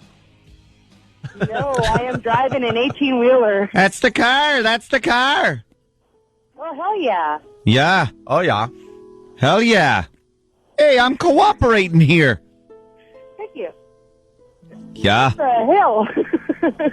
So what are you hauling? What are you hauling there, Vanessa? I have no idea, to be honest. Well, you don't know what's in your truck? Why don't you Have know? a manifest? Aren't they supposed to tell you? Because it's a high-value load. They don't let you know. They don't let you know. What's a high-value load? I don't know. A high-value load is something that's very expensive, and they don't want you to know what it is. Yeah, well, write your own joke. No, it's trucker term. All right. Yeah. So when you're hauling a high-value load, they don't want you to know what it is? Exactly. Well, are they worried that you're gonna drive erratically and spill the high-value load? Yeah. Well, this phone call is terrific, I Vanessa. turned on my radio. Are they worried that you're gonna? Are they gonna worry that you're gonna like the truck is gonna open? Is it a dump truck? Are they worried that you're gonna dump the load? They don't want us to have an accident in the load. Oh, okay. Yeah, you don't want to have an accident with a high-value load. Yeah, I guess not. What a waste that would be. Yeah, it really would be. Mm-hmm, mm-hmm. I mean, you don't want your furniture spread all across the road. Right. Mm-hmm. Wow. Vanessa, why are you calling the show? I called originally because you guys were doing the spanking songs, or the wacka song, whatever they're called. You guys had me laughing so hard, I'm crying. Yeah. We're going to have audio from the surprise drunk show you did this past Saturday night in just a minute or two here. It's a Radisson, so you know it's good. Yeah. But we got this first. There has been no physical contact, but clearly some strange behavior by someone here on the south side, behavior that has come to the attention of Pittsburgh police. According to police, on at least 3 occasions, a man in a white car has pulled up next to a woman in this area, complimenting her appearance. But then his conversation steps over the line. He asks the woman if she is wearing nylons. Twice the women have simply walked away. But one time the man followed the woman to where she worked, and he was seen hiding behind a pillar. He finally left, though, when the woman spotted him. The man police are looking for is described as white, about 30 years old, with a stocky build and average height. He was driving a white car. The investigation tonight is continuing. If he wasn't black, they would have just described his clothing and height. Yeah. I like that when it's white people that they give the race. Right. And anytime it's non-white people, they never give the race. But that's also a very obvious white crime. Oh, yeah. Of course. Black guy ain't doing that type of crime. No. We do the weird stuff, man. That's a creep right there. Why hiding behind a pillar as she goes to work? Just over peeking nylons? Out. Nylons. Where's he from? Brought my best gal back some nylons from Europe. Yeah. All right, well, we don't have much on that. Just a creep in the news, really. Another creep. I think thigh highs are really sexy, but I don't get the fetish to just know. I don't know. Thigh highs, there's almost something like she's acknowledging she's kind of slutty if she wears them, I guess. Thigh highs? Yeah. Is that what he liked? Nylons, I think, are thigh highs. I don't think a pantyhose.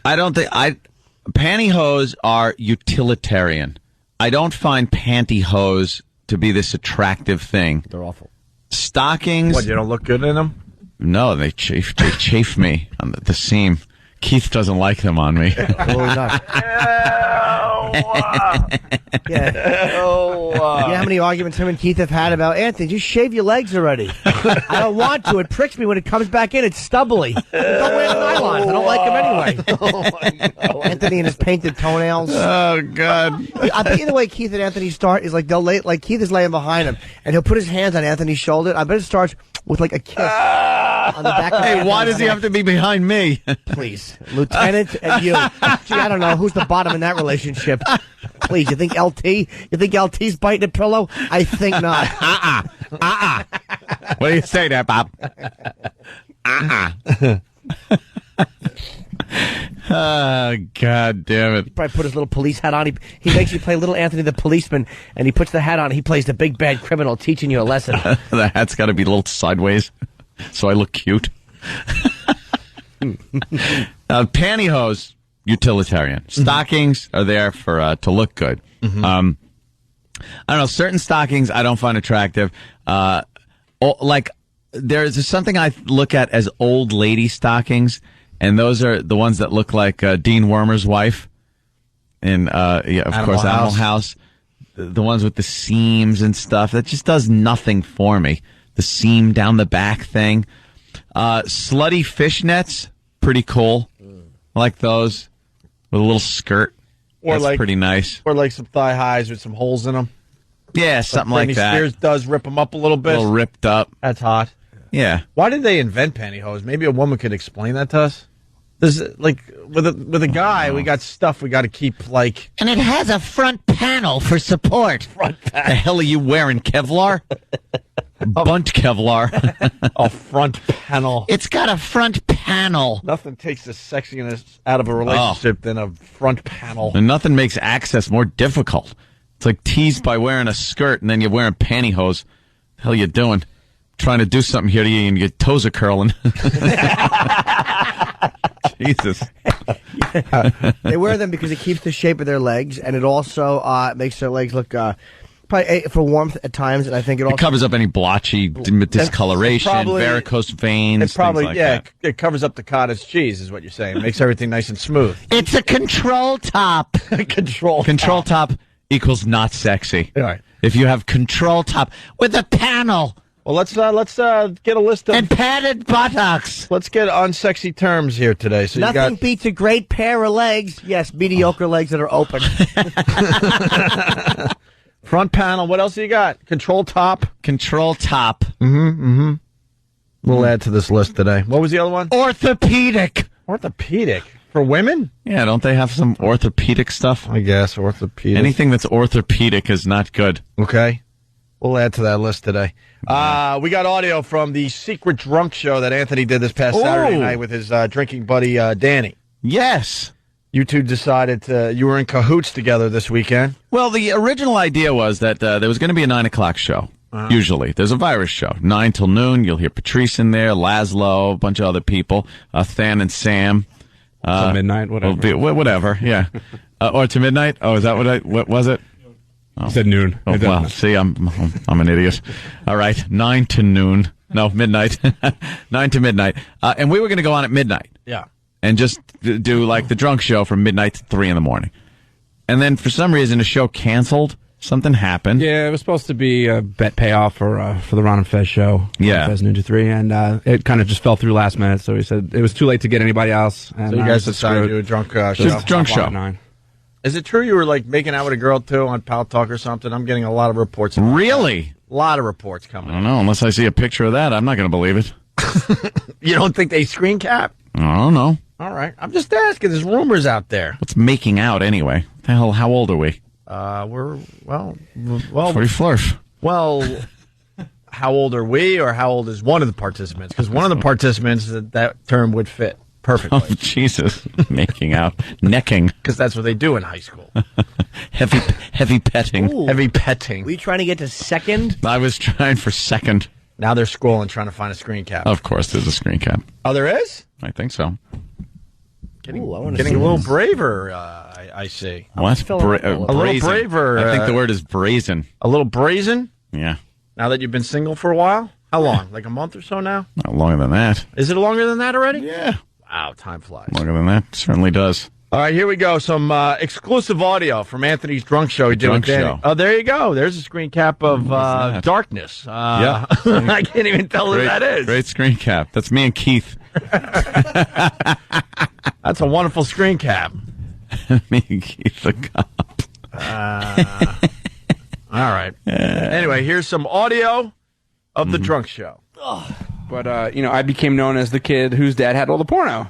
Nice. So the kids, everybody, they Popular want to kid, man. They'd all want to come over to my house, but the problem was they'd all want to, watch me throwing a porno and, How do you can't in front of your friends? They figured out. They figured out how to do it with any kind of privacy or. See, that's something I never could do. It was kind of picture you're at you picture that you're playing Texas Hold'em and everyone's at the table, right? But you're at the table. You're concentrating on your own hand. Am I looking at your? No. No. Are you looking at mine? No. So what's the problem? Oh my God! You guys got this every weekend. Drunk Show. You guys got this every weekend. I just cursing around. We just get hammered and talk about anything. I don't know if it's noticeable to the average listener, but it's so noticeable that you are effing hammered. Yeah, Anthony, I've been with him for so long, you can never tell when he's drunk. I had a pretty good buzz on.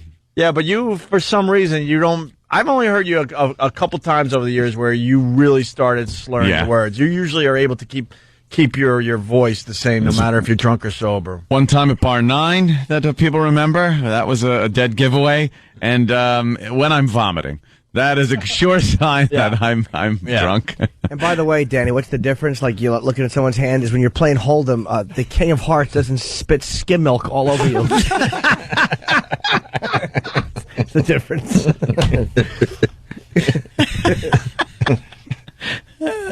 Am I looking at your? No. No. Are you looking at mine? No. So what's the problem? Oh my God, these guys are wasted. Holy.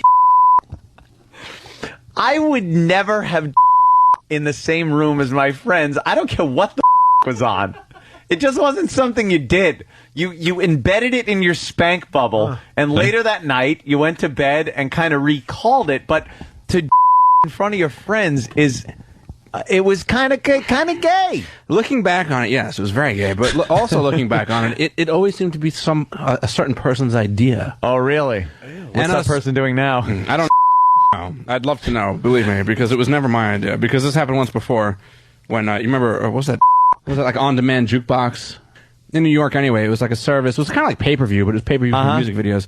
And you could call in and you could get a video, whatever. So we three of us, we ordered Shoop from, what was it? Get the out of here. Dude, they had some nice asses in that video. Ugh. And like gay people, we sat there and to Shoop?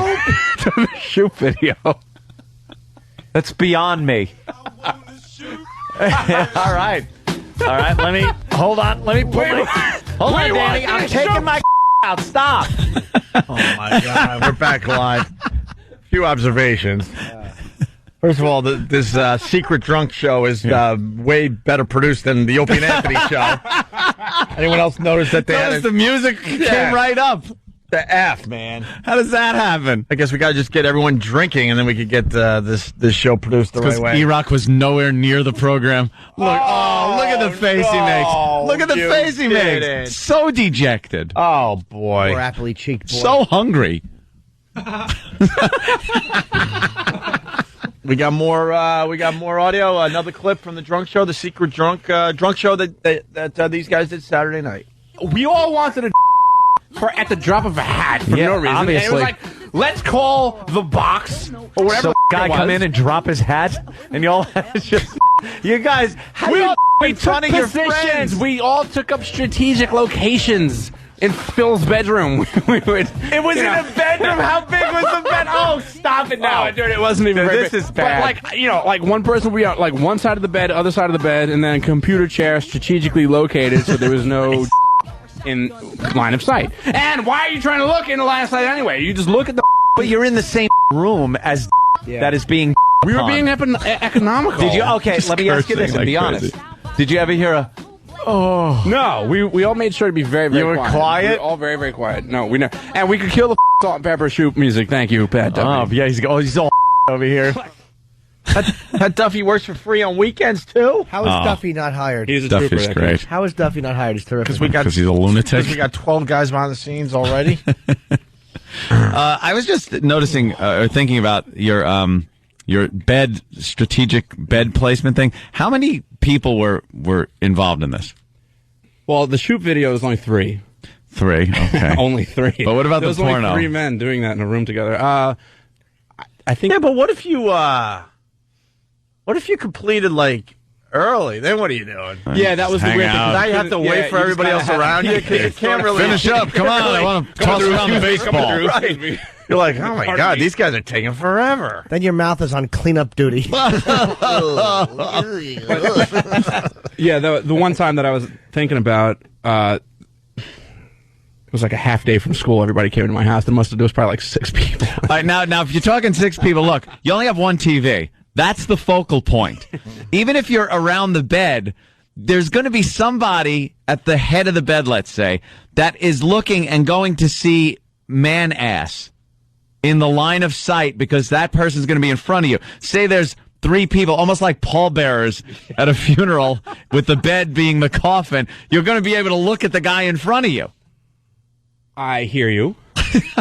And I guess if that was your preference, you could take peeks and look. Let me ask you, somebody at one point did something inappropriate. There must have been one moment where somebody, their eyes diverted, something creeped somebody out at one point. There's no way for that to happen where somebody at one point doesn't go, ugh, did you see what so-and-so did? I mean, I just remember being creeped out just because it was happening, and it was just like, this is not what's supposed to be happening. And 6 people are not all going to just do this friggin' Belgian monk silent. You know what? Somebody had to go at some point. No one did that. Someone had to go. One guy agreeing to the rules, but just near the end, just loses his effing mind right in front of all the other guys. Oh, God, guys! I can't help myself. Oh, guys! That is wrong. That's so wrong. One guy couldn't keep his mouth shut. Wrong. Why? Oh, I do believe we have audio from Danny's room. All right.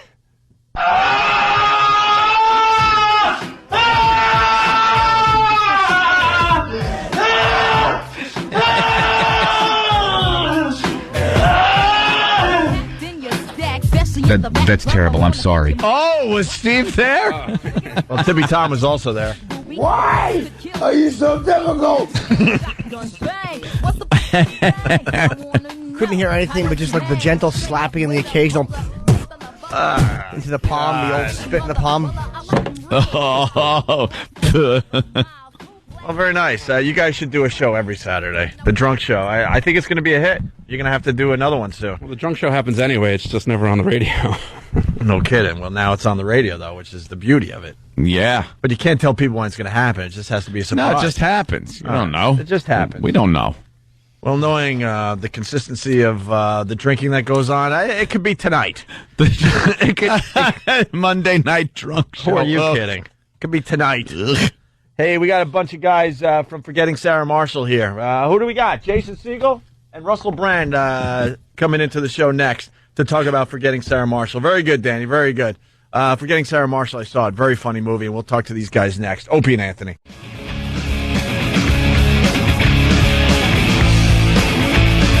You're checking out the Opie and Anthony show.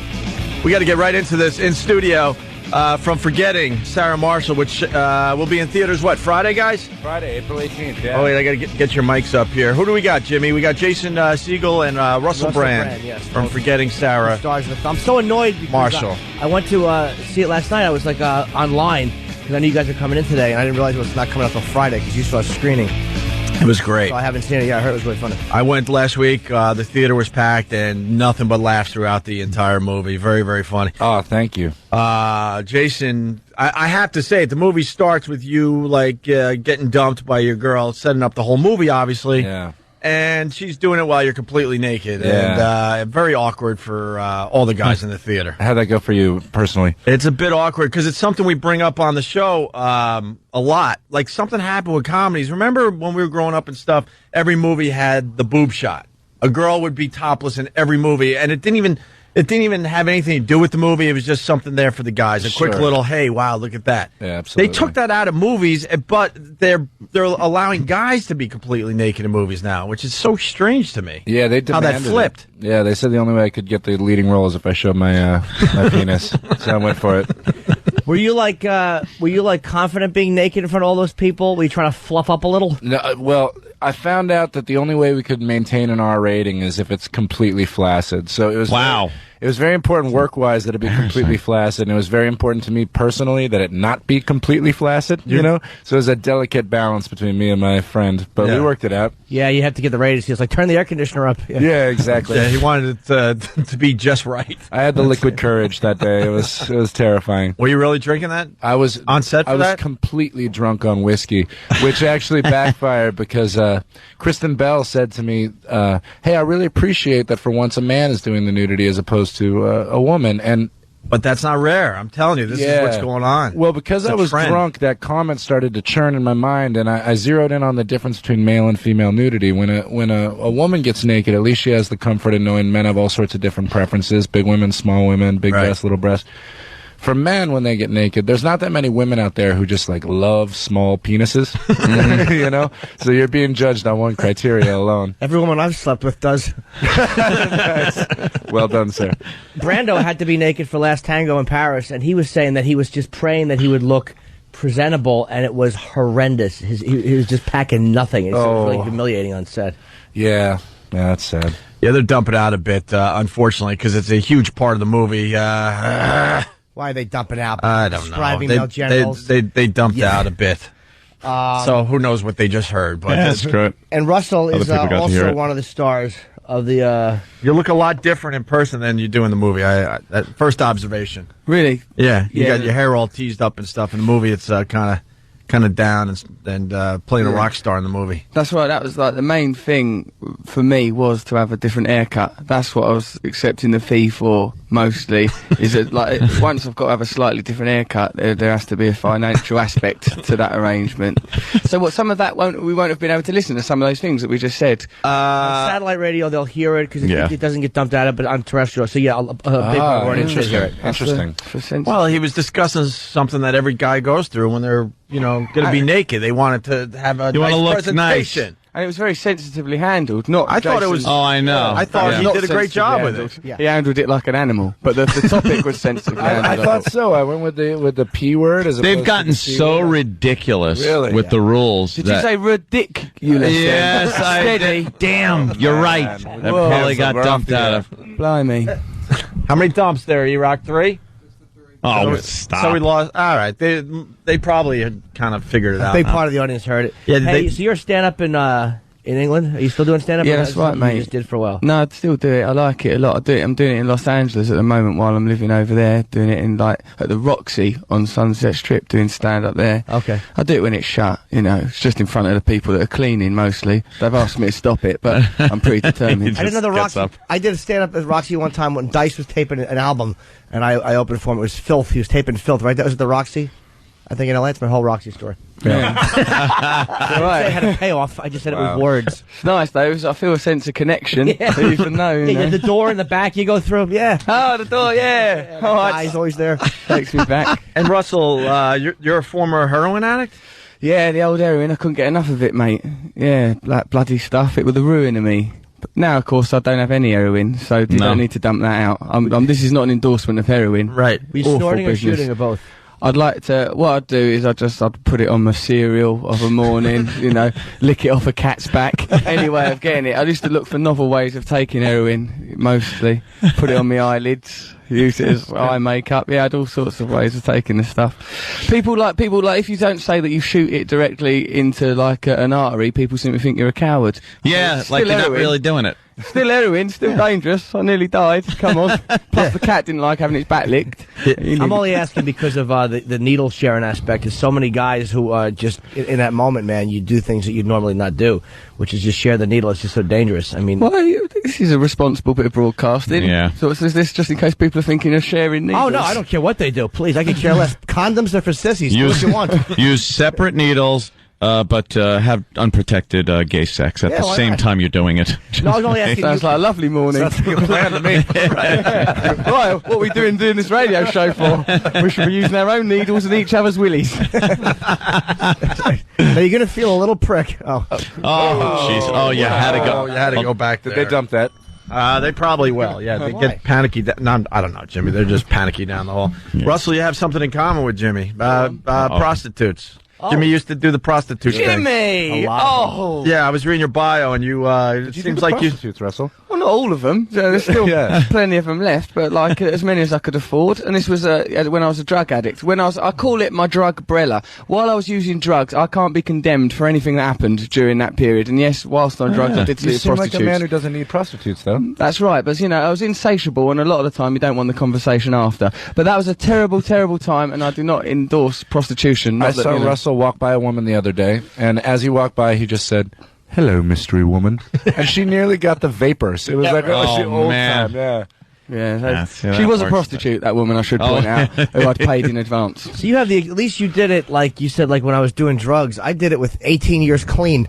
I was getting hookers. At least he stopped. He's like, you know what? The drug days are behind me. It's time to be a good person. You carried on after 18 years clean. You carried on with the prostitutes. Oh, yeah. I got sober when I was 18, so it was like I did a whole bunch of them. Nice. Started at 19 or 20. Yeah. How clean can you be, though, with all those prostitutes, Surprisingly, I've never caught anything. I've caught nothing. Makes me think that God's watching out for you, Jimmy. No, either that or when I do, it's going to be a doozy. I think you've gotten everything. They just all kicked each other's ass inside your body. Yeah, I got like AIDS is fighting chlamydia. It just killed everything. Wins in that battle. AIDS I think AIDS I've seen it a chlamydia. million times.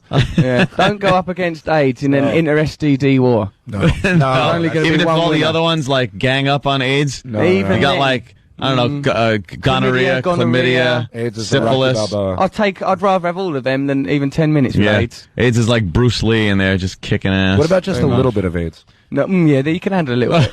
Just in the mouth. Just a little taste. Just a little mouth Touch of AIDS. Touch of AIDS.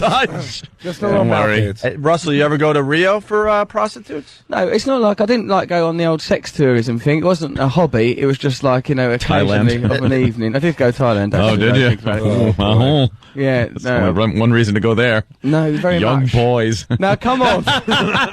Now, I draw the line there. I've come here in good faith as an Englishman. All of those sex workers I exploited were female. No, okay, God I will bless. say that.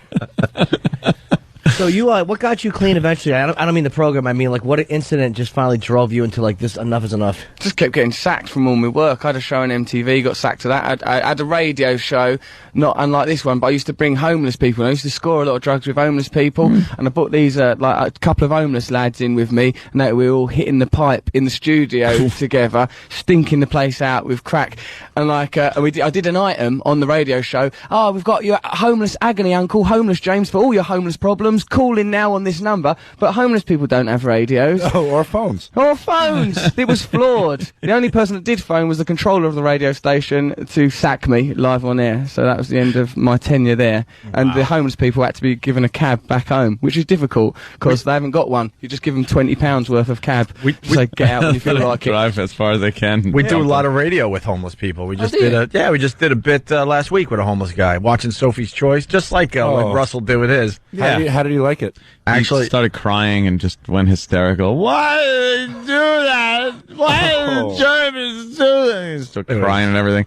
It was sad and hysterical at the same time. Well, he was reviewing Sophie's Choice. Yeah. I would watch him as a movie reviewer. Oh, absolutely. That might be the bit we do with this guy. So I suppose you can't make it a regular item because you won't be able to find him again. Yeah. No, we find him from time to time. We're always searching for this guy. He's amazing. But how did you get fired from MTV? I was reading. Oh, well, that was a little bit irresponsible, and remember, this took place whilst on crack and heroin, but on September the 12th, 2001, I came to work inappropriately attired in what can only be described as a Bin Laden-esque costume.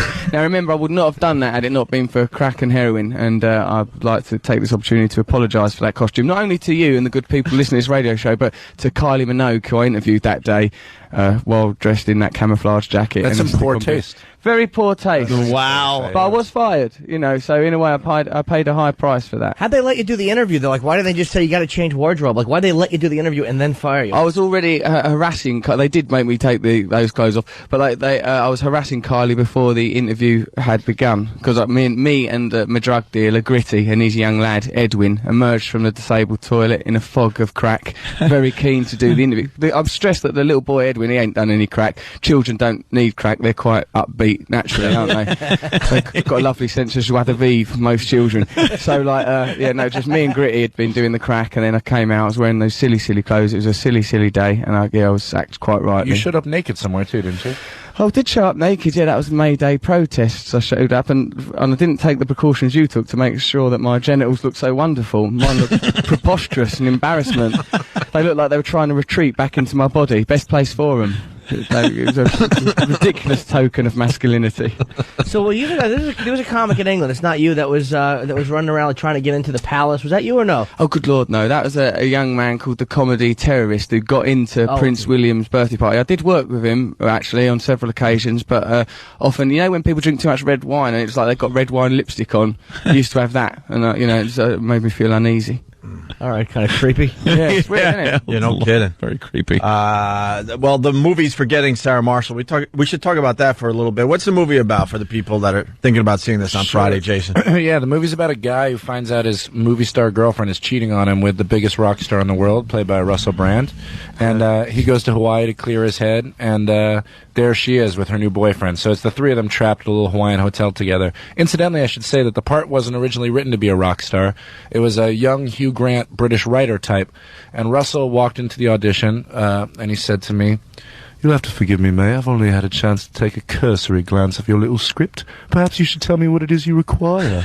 And I was dressed as Osama Bin Laden as well. Oh, yeah. I was very lucky to get that part. I think he did it as an act of charity. I rewrote it that day for Russell because I knew I wanted to work with him. But yeah, I think the movie's hilarious. It's for men and women alike. You know, the problem with romantic comedies is you know what's going to happen right when you walk in. The guy's going to fall in love with the girl despite some obstacles.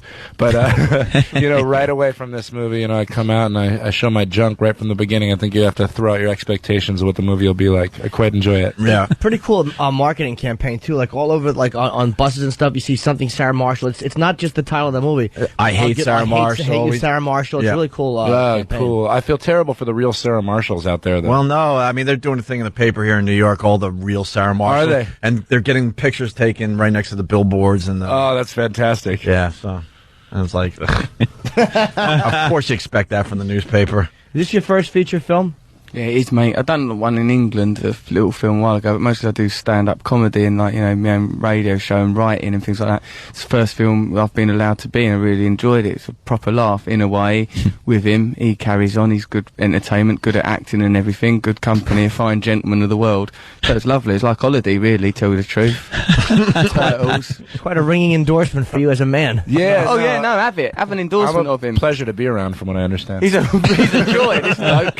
My heterosexuality went out the window the first week of filming. I didn't act on it, of course. I just drew pictures. Oh, we kissed at one point. Oh, yeah, no, there was some kissing. Yeah, kissing. All right. Yeah. What balls to walk... I'm sorry, again. I was saying, I'm glad you didn't go with the Hugh Grant type of character. Yeah, it would have been a very boring movie. I have never been able to sit through one of his movies. Yeah. Just, like, it's boring.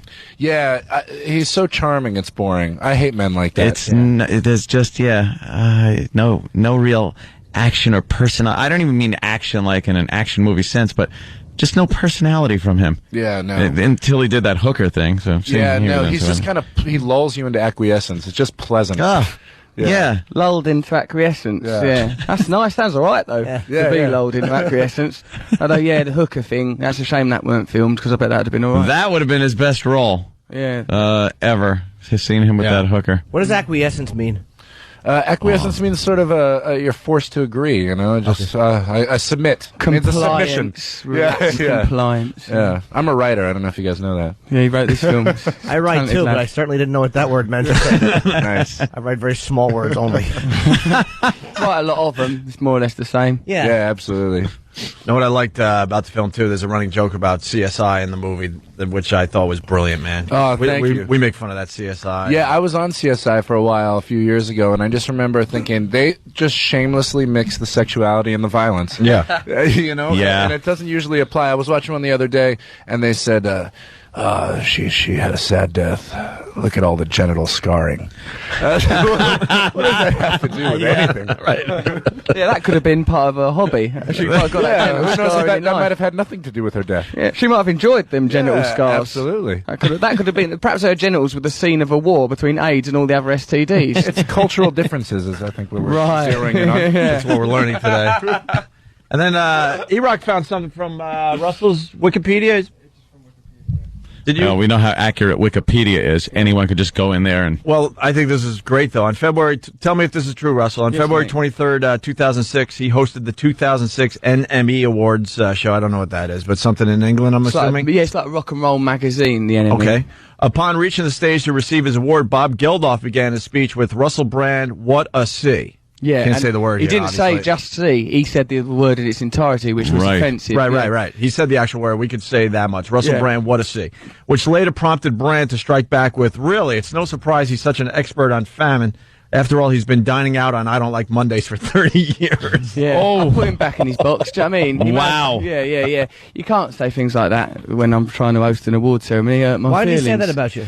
I don't know, maybe just a personal dislike, but also I think a lot of people with teenage daughters can be very, defensive. Oh, it was a preemptive okay. I hadn't done anything. Yeah, but, Were you thinking about it? you're probably... Yeah, I'd imagined it, but when I'd imagined it, I'd always assumed there would be an engagement, There was always a ring on my finger in the fantasy. Wait, who's Bob Geldof? I know the name. He's Oh out my of the God. Boomtown Rats. And Did you just say who's Bob Geldof? Yeah, I don't know who he is. I Don't Like Sir Mondays. Bob Geldof? The song I Don't Like Mondays. Who's heard that? Put together Live Aid? Don't know him. I don't know him. I know the name. I just don't know exactly who he is. Honest to God. Wow. That one's a weird one. That is a little odd that you don't know who he is. Don't know who he is. Yeah. Wouldn't know him if he walked in the room. Well, Yeah, you good probably job, would. because he'd only probably come in here to call me a C word. So it'd be good if someone snubbed him.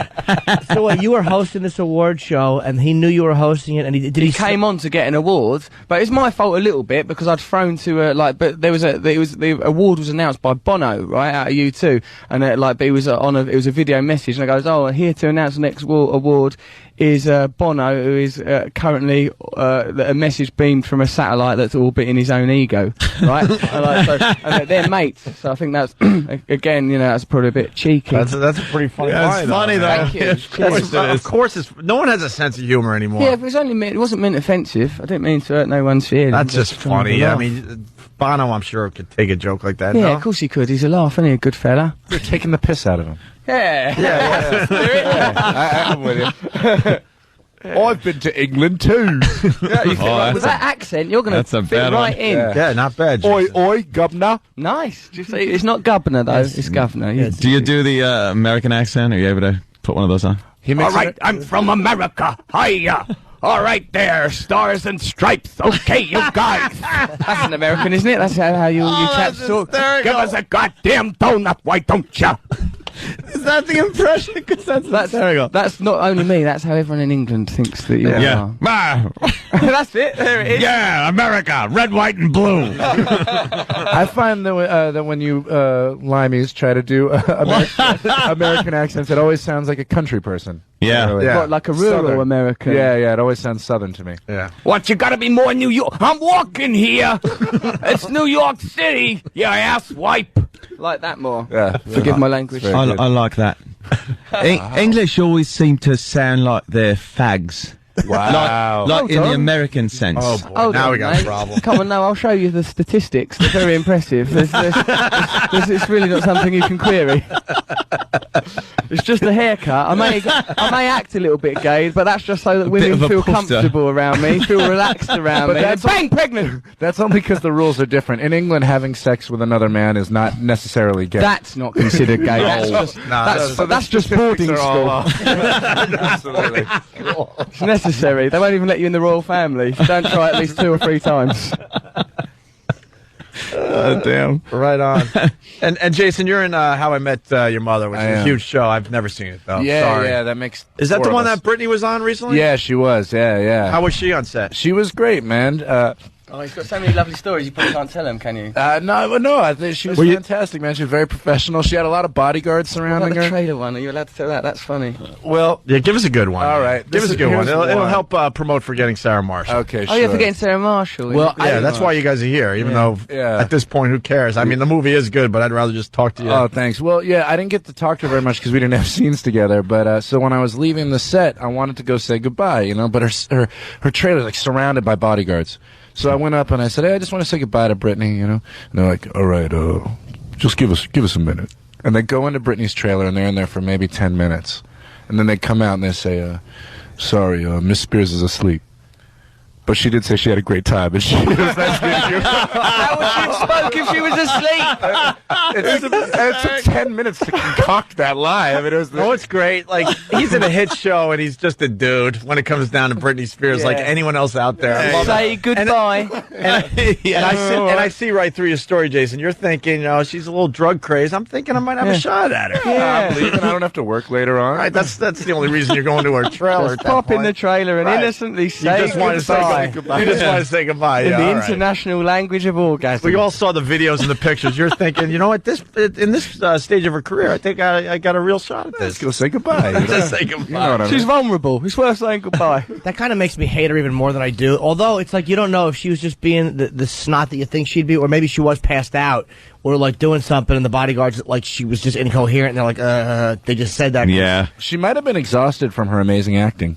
That's all I'm going to say. Just to not say goodbye to somebody on the show. They gave her props, but I didn't see it, so I can't even comment, unfortunately. Oh, amazing acting, huh? You thought it was bad, huh? Good stuff. Jason's saying that her acting was horrible. No, she came in very prepared and was fantastic, honest to God. Fox and CBS, she was amazing. Do we have any clips of that? Has it aired yet? It aired a few weeks ago. She was just in another little accident. No, was she? Yeah, she rear-ended somebody again, not looking, as she was driving on the freeway. It was a fender bender. Russell rear-ended somebody. In our country, rear-ended has very different connotations. If you do it by accident, you end up in prison. And then when you're in prison, it happens to you. Yeah, well, we all know about that. Or in a movie together. Very much, yeah. But it's those long Hawaiian nights. And Jason, you've been kicking around Hollywood for a while, or? Yeah, about 10 years, man. 10 years? The pavement. This is, it's finally all coming together. But 21 to 25 were dark years, man. You saw the movie. It ends with like a lavish Dracula puppet musical. Yes. That was not written for the movie. Around like 24 years old, I was completely out of work, and I thought the way I would jumpstart my career was to write a lavish Dracula puppet musical. And finally, Judd Apatow, I played it for him, and he said, dude, trust me, don't ever play this for anybody, ever. Really? Yeah, so I saved it for the movie, thank God. It was the best advice I ever got. It's well done in the movie. Thanks, man. Yeah, Judd came up to me when this movie got made, because he's been trying to cast me for 10 years with varying degrees of success, but usually very little. And he came up to me when the movie got made. He put his arm around me. He said, I want you to know I'm really proud of you, Jace. Because if I were you 3 years ago, I would have blown my brains out. It's like, why did you vote of confidence? hang in there as long as you did, right? Yeah. And then I was reading, like, you have a place behind Chateau. Yeah, stumbling distance. It's dangerous. Chateau Marmont. Yeah, where Belushi died. Yeah, they deliver room service to my house. Really? Yeah, which is ridiculous. Well, I was reading, I think, Entertainment Weekly last night, and they were saying that you like walking around your house naked, and the neighbors all get a. What's up with this? This nude thing with you? I don't know, man. I just kind of like it. Is that a fair answer? supposedly he walks around nude, and the neighbors just. At least you get to puff up a little bit. Yeah, well, at here's what home. happened is more comfortable. Your home field advantage. I have this upper patio with a bed outside, and I love to sleep there. But I don't like to sleep with fabric between my thighs, so I like to be naked, And so I'm up there naked constantly. And finally, I was at the hotel having some food, and a guy came up to me. He's like, "Hey, I just wanted to introduce myself. I'm your upstairs neighbor. I see you up there all the time." And it was very casual about it, but then it dawned on me I'm only up there naked. And he was incredibly friendly. Wow. Yeah. Oh. He bought my burger. Yeah. Very nice. Very nice. So the movie's Forgetting Sarah Marshall. It's in theaters Friday. I don't even know why you guys are promoting. It's going to be a huge hit. The marketing campaign's great, and I think you guys are going to do great. And you can also get the soundtrack. It's in stores and on iTunes tomorrow. Is it really? Yeah. Oh, that's exciting. I wrote some of the music on that, and Russell sang some of the music. Yeah. And Russell, we run a channel on XM. We would play a few of your podcasts, man. Oh, fantastic. I hear your podcasts are always up there on iTunes. Yeah, it's normally the number one podcast in Europe. It does really well. Wow. Yeah, it's on iTunes UK. Yeah. Are you still doing new shows, or? Yeah. Do everyone. Last one I've done, Morrissey out of the Smiths came on it. Seth Rogen from Knocked Up came on it, and Adam Green out of Mouldy Peaches came on it as well. So it's like, get a good guess. You're going to come on it, aren't you, Jason? I am. That's the plan. Perhaps we could team up and become like sister shows or brother shows. I don't know how you'd prefer it. Yeah. Depends on your persuasion. I'm picking up that you guys are all gay. Right? Completely. It sounds like you do the same type of radio we do. You Yeah, fit in yeah, good yeah. with us, man. You're Just the crazy sort of stuff. lucky to be allowed to do it. It seems there's a scant deal of professionalism going on in here. Oh, I've yeah. noticed. People staggering around. It's a miracle. It's allowed. None. The hardest part of the job is getting up in the morning to do it, and Once then you've mastered that, you get a paycheck and laugh and hope they don't take it back and realize what you're doing for a living. unbelievable, really, isn't it? Stealing their money, really. Yeah. Congratulations. I know we're heading toward a break, but you mentioned the Dracula thing. I got to give him a little taste here. Oh. It's getting kind of hard to believe things are going to get better. I've been drowning too long to believe that the tide's going to... I was writing this, honestly, years ago with no sense of irony whatsoever. That's wow. Yeah. That's really. That's why I need to hear now that I know that, because I thought you wrote this for the film because No, it man. works perfect in this comedy. But now knowing that you did this as a serious thing, Oh, it was deadly serious. I played it for Judd, and he was laughing, and I turned to Don't laugh Yeah, at my no, I words. was really personally dude, this is my Inagata Davida, man. It's good that he was trying to write a musical from the perspective of Dracula at all. Like, I don't know why you went on that journey, Jason, of trying to voice it's about Dracula's voice. eternal love. You wouldn't But understand. why is Dracula all so romantic and everything? It's really Oh, unusual. he's got a lot of time on his And then with the voice, like it's got to sound like this. He couldn't just sing the song. That's the Sesame Street Dracula's voice. Yeah, that's exactly it. Oh, because you The guys all Count. know how the real Dracula talks. It'd be more sinister. Yeah, a little more sinister, right? Oh, if he's sinister, it tips the hat. He has to woo you with a childlike voice. Actually, Bring you back this to the musical lair. could work, I think. Let's get Yeah. behind Jason Segel's new musical, For God's Dracula. sakes, thank you. I see it let's on get- Broadway. And let's Oh, I get mean- back to this though. It's worth it. It's about a minute. That the tide's going to turn. And I've been I like it when living you too get hard to believe things are going to get easier now. Yeah, that was my Gary Oldman I'm still tribute. trying to shake off the pain, the lessons I've Here it comes. Here's where it gets angry. Okay. And if I see Van Helsing, I swear to the Lord I will slay him. Oh. You sound like an old Jew. Oy vey. I know you, you murderer. Sell! When he is decapitated. His head on my My favorite bit's coming up right now. I will let this world know. Yeah, I really kill him with the ending here. This is comedy. Listen to this. You. Bring it down. This is big comedy.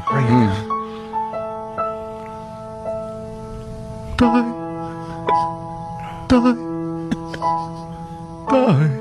Get ready. Wait for it. I can't. Oh, the tragedy. Oh, that's he wants to. He wants to die, but but imagine that. sadly he because tells us you get your heart broken, but you have he to live for can't. eternity. Come Yeah. on. With heartbreak. Jason, you sure you weren't on the heroin back then? wow. Wow. Heroin wasn't my drug of choice. Let it be known though, as far as Forgetting Sarah Marshall, it's great. Thank but you. knowing very that you much. wrote that as a serious piece really makes me happy. Yeah, that is. That makes my back hurt. Fair enough. I'll make your back hurt. That's just a fret. Well, there you go. We have to Great. take a break, but Jason Segel, Russell, it's been a pleasure. Thanks for having us. It took a while, but I think Jason's going to be a huge star now in Hollywood. This geez, movie is thank going you to so be much. your breakout project. It's pretty obvious. And which means we'll never see you again. So have a great life. I will be back anytime you'll have me. No, Jack Black said the same thing. I could give you a whole list of people. Yeah. Green Day said it back in the day. Well, then they don't come back. No, it's an ongoing joke with us. We get you guys on the way up and on the way down. Right. Oh, see you then. Yes. See you in 5 years, buddy. Yeah, see you in 5 years, right. All right, we got to take a break. Forgetting Sarah Marshall in theaters Friday. Thanks, guys. Thank you. Thanks, man.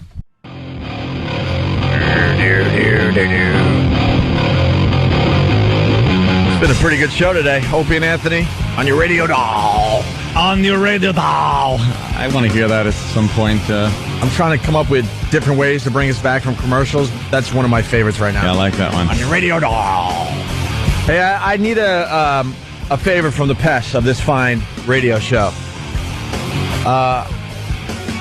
I want to be taken out of the Rochester Radio Madness competition. Really? Absolutely. I think it's the thing to do. We're on in Rochester in the middle of, I don't know, we're on a weird time, like 2 to 5, which is just a horrible time to listen to a radio show. But that's what slot we got up there in Rochester. And the local paper's doing, like, their March Madness bracket thing. Ooh. I know it's April, but they're doing it, they're doing a radio competition. And we've done very, very well. We kicked Rover's ass big time. It wasn't even close. We took out Terry Clifford and her gang. Wow. We did? And what they did was they put us up against my mentor, Brother Weeze. I would not be doing radio if it wasn't for Brother Weeze. I have no desire to win a competition against Brother Weeze. None whatsoever. So I want the Pest to take us out and vote for Brother Weeze all the way at this point. It's the right thing to do. Yeah? Especially because he's sitting out a no-compete. He signed a horrible no-compete up there in Rochester. He can't do a live radio show until like October of this year or something crazy like that. Jesus. Yeah, he's in a tough position right now. He can't even do radio, which he loves. So he's sitting out waiting. And I just want the Pest to just take us out of this competition. Vote for Weeze all the way at this point, please. All right? And if you don't want to vote for Weeze... No! Come on, just give me this one. I have no desire to win a dumb radio competition, whether it's up against Brother Weeze or anyone else. All right?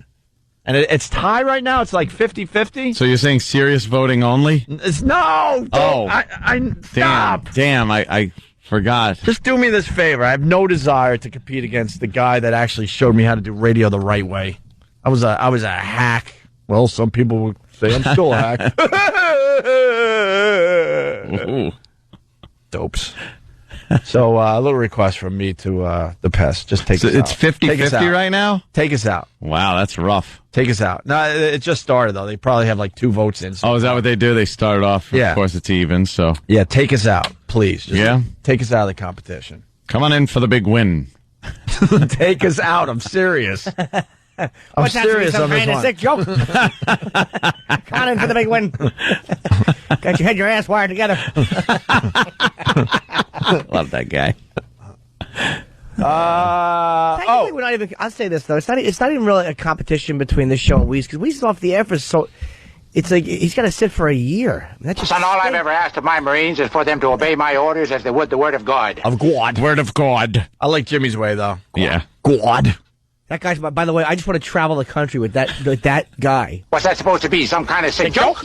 No, I mean it. All I would do is say inappropriate things for him to say that to me. Don't you love your country? Yes, sir. Then how about getting with the program?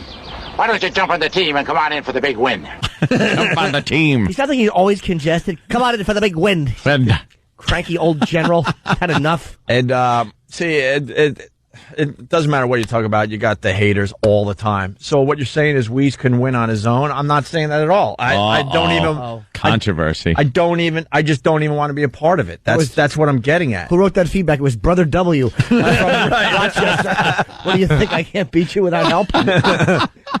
If he had a show, it wouldn't even be close, to be honest with you. But he's sitting out. He's got to be a sales guy for like 6 to 8 months because he's not allowed to. It's just an awful situation that he's in. Does he get paid though? How can they ask you to sit without paying? Honestly, I don't think he does, Jimmy. I don't think he does. It's these no competes in radio are a complete joke. They rule. They run your life, and in this case, they're going to run his life for. I think the last show he did was in December. He's been off the air about 4 months already. And I don't think he gets to go on until at least October or November. Illegal in some states. Well, that's what I've been trying to tell him. But right now he's just kind of selling and waiting until he can go back on the radio. Waited with bated breath to see if he wins this competition, I'm sure. Just take us out, seriously. It's just stupid. I don't want to be a part of it. I really don't. He's the man. Hey, belly dancers, we want more. He'd want you to win, probably. Huh? Deep down, he wants you to win. Actually, I learned a lot from the guy. He doesn't care about these type of competitions either. It's but I'm sure deep down he probably says, but I want everybody to vote for Opie. Like, that's my kid. Yeah. I'm saying like that's my kid. He probably would say that. He has a very maternal. So I think you should adhere to Weeze's wishes. Shut up! I'm serious. What would Brother Weeze want? He's not competitive with Opie. Exactly. I love you. He would want. Please. Tess, I don't ask for much. Please. I love you all. You know that. I just make jokes when I beat you up. Take us out. And I want it to be bad. I want it to be like 92 to 8%. Oh, but that will make us look stupid, though. Who cares? Who cares? And then let him win the thing. He'll get some publicity in Rochester, and so be it. It's not about the competition. I don't want it. I just don't want to be part of it. Belly dancers. That's what I want to be part of. How about this? Can they have him win 51 to 49? No. I don't mind coming in second to Weeze. 51 to 49. But you don't want to look bad either. That's good. Just be careful with the voting because it could teeter-totter either way. No, I want. That makes Weeze look bad. If he beats us 92 to 8, that makes it look like this is my protege. But that's 8. That's fine, but that's the point I want to make. I don't want that he's an awful teacher. Yeah, I don't want to be part of this. I say a 50. Yeah, I'm showing respect for someone that gave me a great life. By giving him charity? Yeah. No! I don't think the man would like that. I say 51 to 49. I don't mind losing.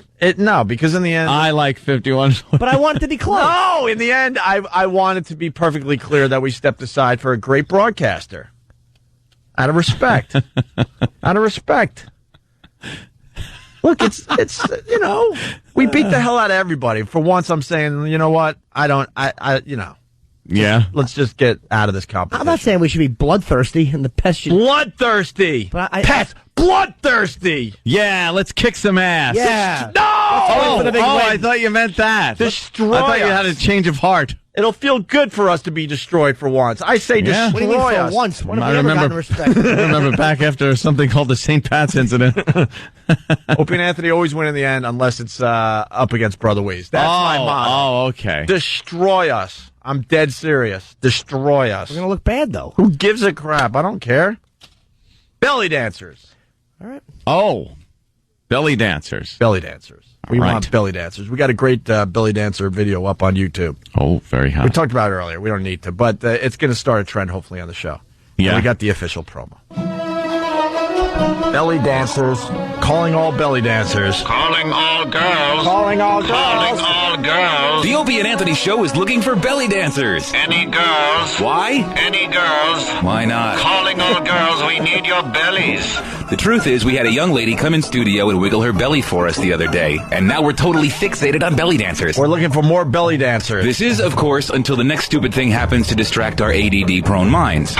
We want hot belly dancers. We want fat belly dancers. We want Indian belly dancers. I don't care. Blonde, tall, dark, and small, and fat girls, too. Waddle on over and shake that cupcake-filled torso of yours.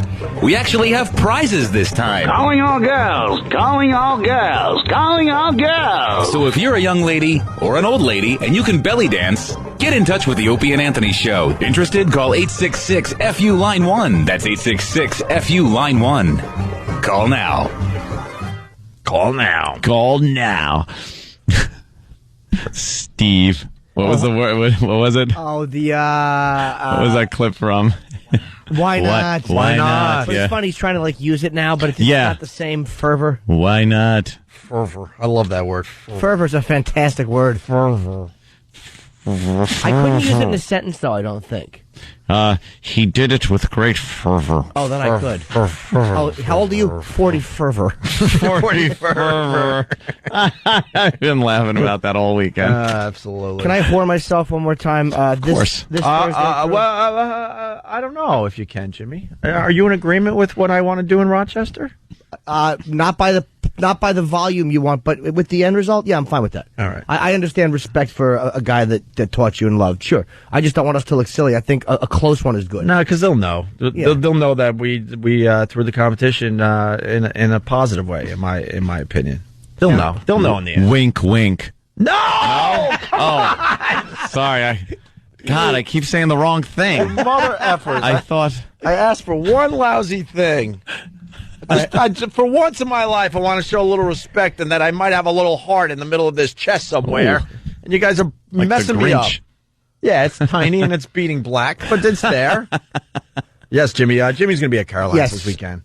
Tonight through, Thursday through Sunday. Thursday, Friday, Saturday, the 17th through 20th, 212-757-4100. I'm doing 2 shows a night, Friday and Saturday. Wow. 1 Thursday, 1 Sunday. It's all new material, not the HBO special. I'm going to show up. At, good, man. One of those shows. Good. Guaranteed. I'm figuring out the day, but I will absolutely be down at one of Jimmy's shows. And I bet that there's going to be 2 seats reserved, and I'll bet the other one is going to be for the bodyguard, wink nudge, Keith. And I'll bet you I bet you're going to be canoodling. Keith and Anthony were seen canoodling behind the curtain. Yeah. I don't think we canoodle. It's going to look like a girl, but trust me, that's Keith in a wig. Absolutely. Although he does do my laundry. Of course he does. It's really odd. Why is he doing your laundry? Well, because he feels sorry for you. He's got some. That's terrific. The guy feels sorry for you. He might feel sorry for me. I don't know. I think I toss him pretty good buck to kind of hang out and take care of the business end of things, because I got a lot of people coming over for the house construction, stuff like that. Yeah. And decorating and things. Yeah. And he spends a lot of time over there doing that. So I make sure I take care of the Keith financially. And then I come in there and go, oh my God, look, all my pants are hung up and my shirts are folded. That's creepy, man. It really is creepy, but I'm not complaining. You got to lay down the rules in your gay relationship. It can't be. I wouldn't call it a gay relationship, to tell you the truth. You got to lay the rules down. Look, I'm lonely, so look, this is what I'm doing. But when you start hanging my laundry, that's getting a little creepy. It's not so much a lonely thing. It's a lazy thing. I know I'd be terrible with doing laundry. I would have to hire a maid that, I have a service that comes in and cleans, but they don't do laundry. So I'd have to get like an Alice from the Brady Bunch to do it. My cleaning lady, when she comes in, right to the washing machine. She washes the entire time she's cleaning the house. Puts herself against it and puts some sneakers in there for an uneven load. You know what it is? Here's why Keith does Anthony's laundry. Keith has a man sock fetish. What he'll do is, while he's washing, he'll put one of Anthony's sweatier socks on his face like Snuffleupagus. And walk around the house. I bet you you'll notice, why are there little holes in the side of my socks? Because he puts string there and ties them around his head like he's a surgeon with an elephant's trunk. And he likes your sweaty socks. I don't think so, Jimmy. That's my guess. You got a guess or a theory, and then that's fine, but I don't think that's what's going on. Yeah. And there's a cool article I'm going to say on page 39 of the Post. I love Dr. Z, Victoria Zrock. She's in the paper today? Yeah, there's a great interview with her. She's a Penthouse columnist, and she wrote a book, and I'm just kind of fascinated with her, because she's like genuinely sexy, but really, she's like a real PhD, which she's just not a dumb stripper. She's really hot, and I'd like to see her succeed more. All right. I think she's on her way. You guys want to end with a fun story? Yes. We've done a lot on the show today. Let's end with a fun story today. Fun story coming up. Hold on.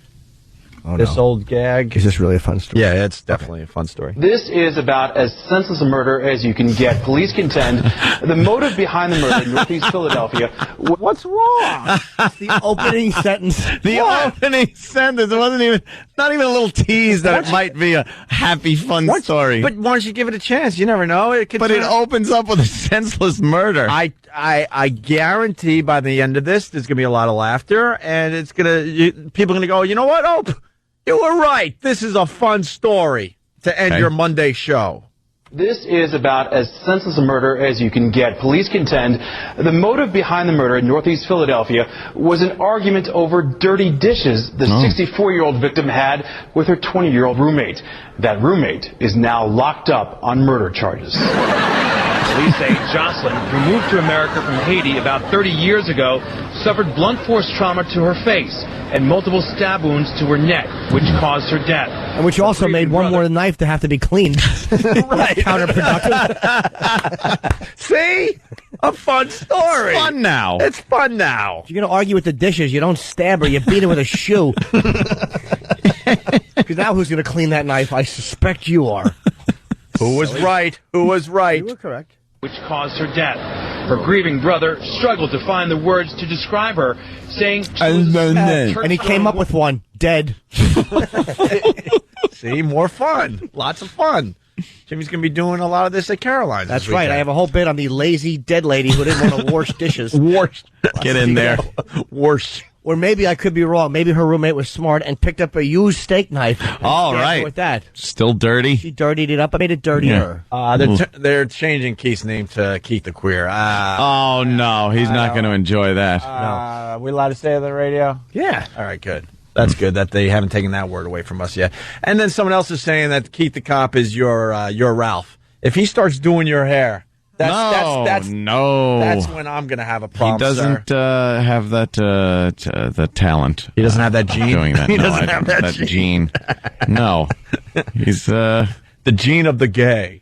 He's he's takes care of business. Does he only rub your head? Let me ask you. When you're taking like you're sitting in the tub like Scarface, fly pelicans, and he's sitting behind you outside the tub, just kind of like rubbing suds into your hair and probably just talking about life and theorizing. No, and he listens to you as you sip wine. I could tell you with complete confidence that has never happened. How do you know? How do I know? You've passed out a few times. Passed out? You never know what's going on while you're passed out. I have never had any type of pass out or blackout that I don't remember any type of gay relationship. Yeah, but that's the beauty of passing out. The beauty of passing out is... It absolutely erases all memories. I was pretty drunk in that treehouse, and I know I faked sleeping. Did you and Keith ever start talking, and then you pass out, and you wake up and go, gee, I must have sat in Alfredo sauce. We got to finish this story because we're running out of time, unfortunately. Kyle asked, this whole Keith and Anthony thing is going to take on a life of its own. Keith, you're going to have to put this in the wash. Yeah. And get me to a hospital for stitching. For stitching. Kyle asked from Indiana writes, you know what, Ope? This is a fun story. Yes. And he emphasized he is. Here's the rest of it. Struggled to find the words to describe her, saying she was a sweet, church-going woman who would help anyone. She doesn't deserve Unless there were dishes involved. Then the lazy bitch just stood there and took a plate to the side of the face. Sorry. I know a lot of people from Northeast. I don't see this thing going on usually. No. Oh. Deserved up. Homicide detectives arrested Jocelyn's roommate, 20-year-old Jerry Jean, in connection to the murder. Jean, who just moved in a few weeks ago. Another name coming in for Keith. I know we're trying to get to the end of this story, John from Virginia writes, Keith the Top. All right, let's get back to the end of this story. Top. That is great. Keith the Top. Who just moved in a few weeks ago, stayed in a separate locked room in the home on the 5900 block of Hasbrook Avenue. And again, sadly tonight, police say the motive behind that murder was an argument the roommate had with Desai over some dirty dishes. Yeah. Yeah, take care of those dishes. Yeah. Get one upside your head. All right, we got to get out of here. You have been listening to the #1 radio show in Rochester. Right. And vote accordingly. You guys 51-49. No, I'll agree with that. With you. I want to get smeared. Yeah? Yeah. Invite Keith over. All right, we got to go over to XM. Guys, good start to another week of radio. Yes. Thanks for checking us out today. See you next door.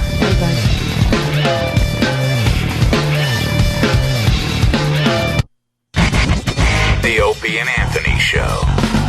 XM 202. Hey, what's up? Bob Kelly. I'm going to be coming to the Addison Improv, one of my favorite clubs. April 24th through the 27th. Addison Improv. Texas, baby. 972-404-8501. For tickets, again, 972-404-8501. Call now. Or go to theimprov.com.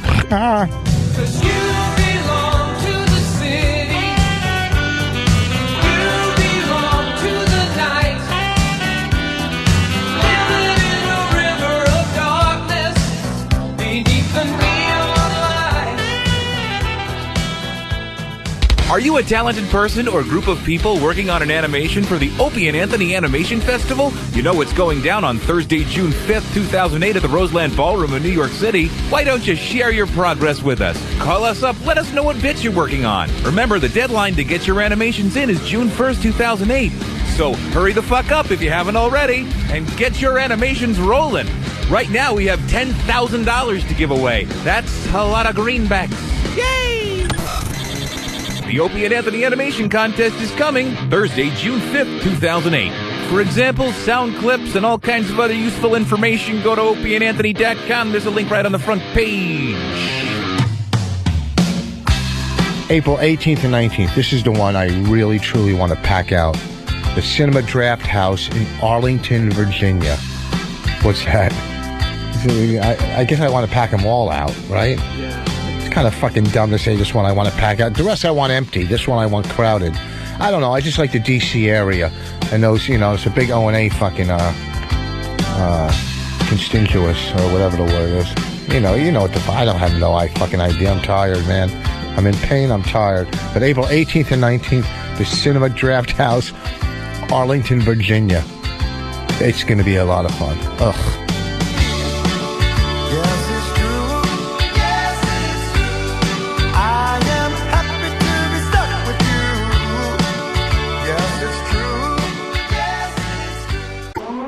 In the world of Radio Shock Jock, the biggest are Opie and Anthony. These people say shocking things that border on offensive in order to entertain their audience. I refuse to sit here and think that radio has to be nice. Why? Why does radio, out of any other medium, have to be nice? We are being now held to a standard where we have to be nice and make people feel good. Go screw! Radio Bad Boys, Opie and Anthony. Controversial radio personalities, Opie and Anthony. Infamous DJs, Opie and Anthony. Talk show radio hosts, Opie and Anthony. Opie and Anthony. Opie and Anthony. Radio Shock Jocks, Opie and Anthony. Opie and Anthony. Shock Jocks, Opie and Anthony. Shock Jocks, Opie and Anthony. Opie and Anthony. Shock Jocks, Opie and Anthony. Opie and Anthony. Shock Jocks, Opie and Anthony. What? Hold on. Whose fault was that delay? No. Oh, is it? What do you mean, cracked open, humiliated? What do you mean right in front of me? When you just end like that, I had to type Dude, I looked at you and went, boom, like go. That was sloppy. If you had to say a celebrity that you most resemble, who would you say? Jodie Foster? If she ate the real Jodie Foster. Silence of the Hams. This is where entertainment is going. I do not touch that. The only things that may touch that is toilet paper and baby wipes. I am right now. Holy, oh my God. They are sick freaks. How close did you get to having relations with the dog? You have to put oven mitts on all the German Shepherds so they don't scratch Marjo. It's time for people to understand these are words. If you don't like them, turn the dial. But enough of this palaver. Let's get the show on the road. Good morning, everybody. The show is on the road. How was your weekend? Keith the Top. Yeah, that one's gonna sink in. That's nicely. a nice one. So, what does Keith do for you? Oh my God! Now that it's out in the open, what's wrong, Jimmy? Fucking Marilyn Monroe. They got footage of her sucking a guy's cock. Yeah, I know. Suck his cuck? Yeah, we didn't get to that on the other side. Oh, we could talk about it here. That's for sure.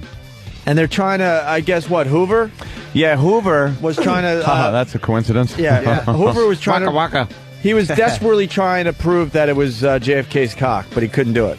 Right? Yeah. That's what I got from the article this morning. It was, Yeah, what's the details, Jimmy, for everybody? We'll get back to Keith the Top in a minute. No, don't worry about that. It's an illicit That ain't copy. going anywhere. An illicit copy of the steamy, still FBI classified reel. It's 15 minutes of 16mm footage in which the original blonde bombshell performs oral sex on an unidentified man. It sold for $1.5 million, which I think it actually probably made more. And the footage appears to have been shot in the 50s. It came to light in the 60s, and like you said, Edgar Hoover tried to prove that it was JFK or Robert. It's a silent black and white. It shows her on her knees in front of a man whose face is just out of the shot. He never moves into the shot, indicating that he knew the camera was there. But Monroe never looks at the lens, said Morgan, who saw the footage. So this guy was getting his dick sucked by Marilyn Monroe, and fucking she didn't know it. Even back then, they had like Yeah, back then. And it's a silent thing, so he probably had a record or something. This is turning me the fuck on. And it probably, like, where did he hide it? Yeah, how did he... To hear... And big loud camera in the washing machine, like that big hole you see in the washing machine. That's the lens of the camera. There's a guy in there that has to crank the camera. Right. Wow, they were like, need more film. Well, we all heard, Otto when he brings in his old school camera. Yeah. That's the same camera. How are you getting away with loud hidden footage? Didn't that kind of turn you on, though? Dude, I'm turned on right now because it goes...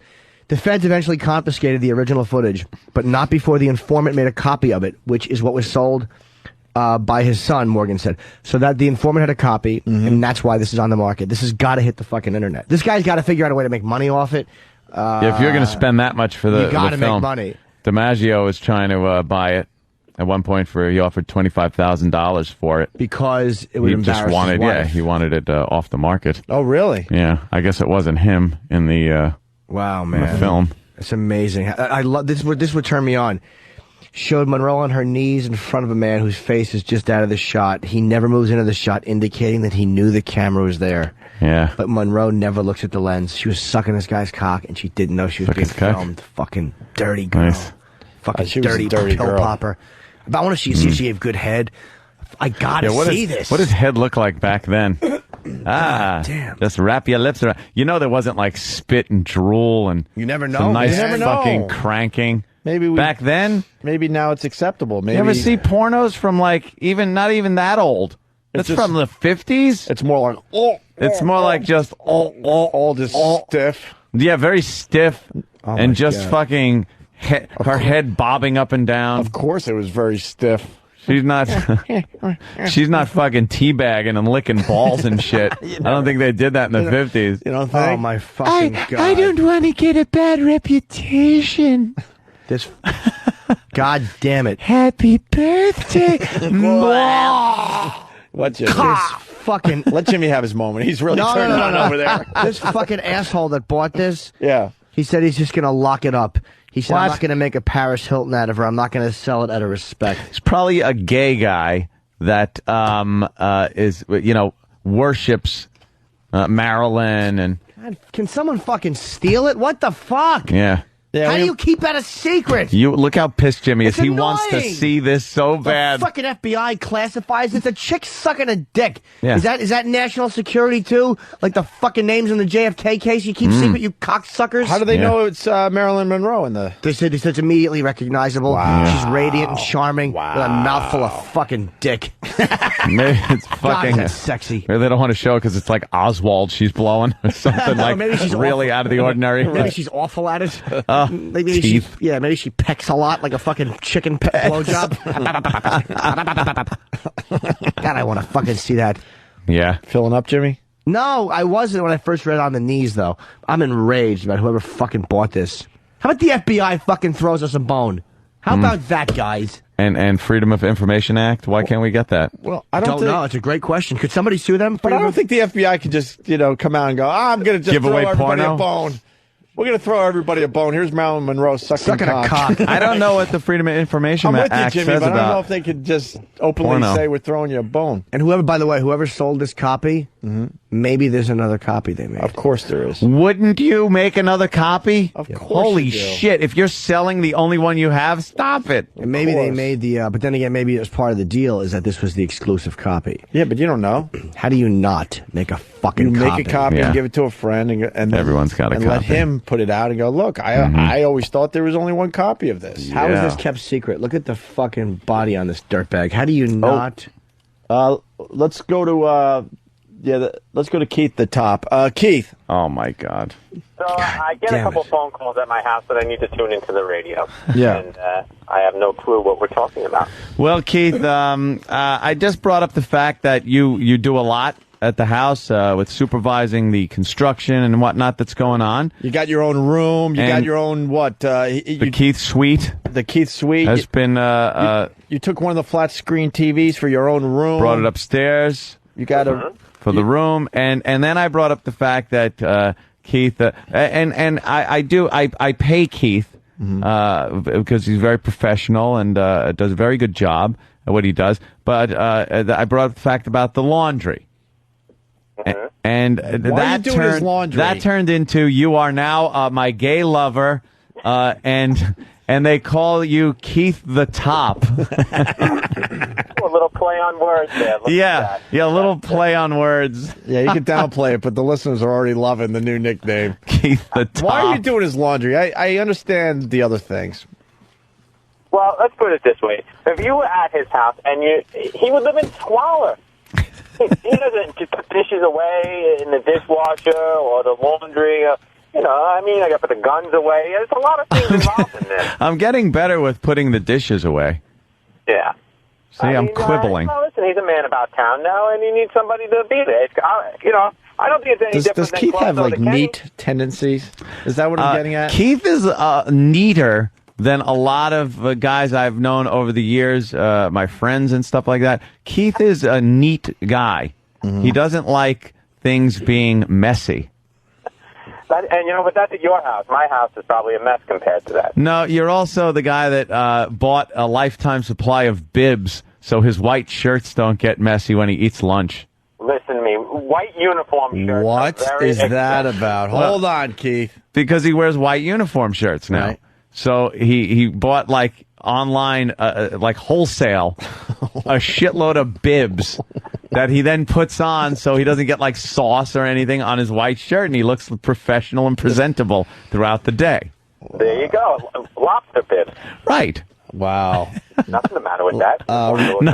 Nothing the matter with that. Ricky M. from Massachusetts, and is turning his house into the Playgirl Mansion. No, it's not the Playgirl Mansion. Bunch of assholes. Hey, Keith, did you throw a toothbrush out or something? No, I did not throw the toothbrush out. No, I know that a certain person thinks in a jealous rage I threw the toothbrush away, but I did not throw the jealous rage. No, there was just a toothbrush missing. And I was just wondering where it went because I couldn't imagine because the toothpaste was still there. Right. Like there's my toothpaste and there's another tube of toothpaste. Oh my God. And the toothpaste was there, but the toothbrush was gone. And I was just wondering, where the toothbrush went. Because then it looks like, you got to watch those things. Right. At this point, you should have like a disposable toothbrush dispenser. Just a dispenser in my house? Is that what I need? I know why he did it. Tampons. Yeah, you should have like tampons dispenser and toothbrush dispenser. So Keith's going to take a Cialis and then put a little toothpaste on the tip and say, you know what, we're out of toothbrushes. Why don't you brush your teeth with this, radio boy? Well, I did notice that one of the maids was Jamaican, and I think that she might have stuffed it up her ass and then took the toothbrush and put it back into like the bottom drawer after she took photographs of it. And taking pictures, and then wait, and then I'll get the pictures, and right. Yeah. Right. I actually did that with my own toothbrush. It's very heterosexual. And yes. even New York State knows that now. After I got your call. Oh God, what he did with the frigate! I forgot about that. He's a fucking asshole. Go ahead, Keith. Explain what you did. I had to take the cars to get the insurance pictures taken. Yeah. So what? Insurance pictures. Once you get new insurance for vehicles, you got to have them photograph the cars. Oh, okay. Make sure there's no previous damage. Sure. There was one of those Indian guys behind the counter, and he makes me sign the bottom, and it says on the bottom, signature, and then if not owner, relationship to owner. So I put heterosexual life mate. You put heterosexual life mate on the bottom of this fucking official form that's going to go to the insurance company. Why would you write that? When I saw that, The Egyptian guy didn't even, he had no clue. I was looking for a laugh out of the fella, but, he didn't know. Oh, what a laugh. It'll get down in Albany when it finally reaches there. Oh, yeah. You asshole. Keith, you got your own room now? Yeah, of course. Yeah. The Keith, 42-inch flat panel. Thank you, Tom Giussano. I appreciate it. Panasonic. that was the plasma TVs that we got. Yeah, I It's remember. the one I used to play Xbox on in the dining room. And he took it for himself. Yeah. Dragged it upstairs. The second it was disconnected, I see him just traipsing up the stairs, carrying the flat screen up to his room. You know he's going to pretty much own your house eventually. He's moving in. He's moving in slowly but surely. He's moving in. The Mormons and Howard Hughes. All of a sudden he's going to have his wife there, his kids. He's going to take over the place. Oh, I see already. There's I go in and EverQuest is fully loaded up on my computer and re-updated. I hadn't played the game in a long time. So he's, putting his necessary software on the computer. Oh, my God. Unbelievable. Well, I look at it this way. With all the money you're spending and the pool that you're doing in the backyard and everything, you're not going to be home anyway. You're going to be jet-setting around the country. So I'm now going to have a summer home for my family. Yeah, this is what he's doing. I know that there's some ulterior motive here. So if I'm winging around during the summer months, like the Stones, wing on over to London and jam with the Stones. Keith is going to be at the house with his family, using the pool and everything. It's going to be virtually his house. Well, you see, once I have a bedroom, I'm going to start getting mail sent there, and after 90 days, I establish residency. So when you finally do, go a little overboard and something happens, I could just say I live there, and then now it's mine. And you take possession. If I go away too long, the locks will be changed. I'll go, this is my house, and they'll go, no, look, he's been getting mail here. Anthony, drowned victim from Jersey. He brings up a very good point on instant feedback. Yes? He writes, get a prenup this time, Ant. I think a prenup is in order for you, too. How do you approach an officer with a prenup? Shit. All right. Well, Keith, I don't see how it's any different than someone else making coffee in the morning and doing everything else that they do. Oh! I think that's a jab at Kenny. But Keith, he wouldn't do my laundry. He would. Yeah, he probably would. He would. He probably would. You're right. Kenny? You think Kenny would do our laundry, Jimmy? Don't say our laundry. He only does professional stuff for me. For you, he would beat your fucking underpants on a rock. He would. Like the olden days. I don't even know how the washer or dryer works. I do my own laundry. I like it. It's cathartic. I have a little washer dryer in my kitchen. Yeah, it really is. I like to. It's stupid, but you throw it on, and then later you start folding clothes. I feel healthy and normal when I'm doing it. It takes a few minutes. I can't stand fucking doing laundry because Why? I used to have to go to the laundromat with bags and bags of laundry because I didn't do them for forever until I was wearing fucking plaid and stripes and I'm wearing fucking like what are those things called? Forget it. What? The moment's past. The what? Knickers. I was wearing knickers. Plaid knickers.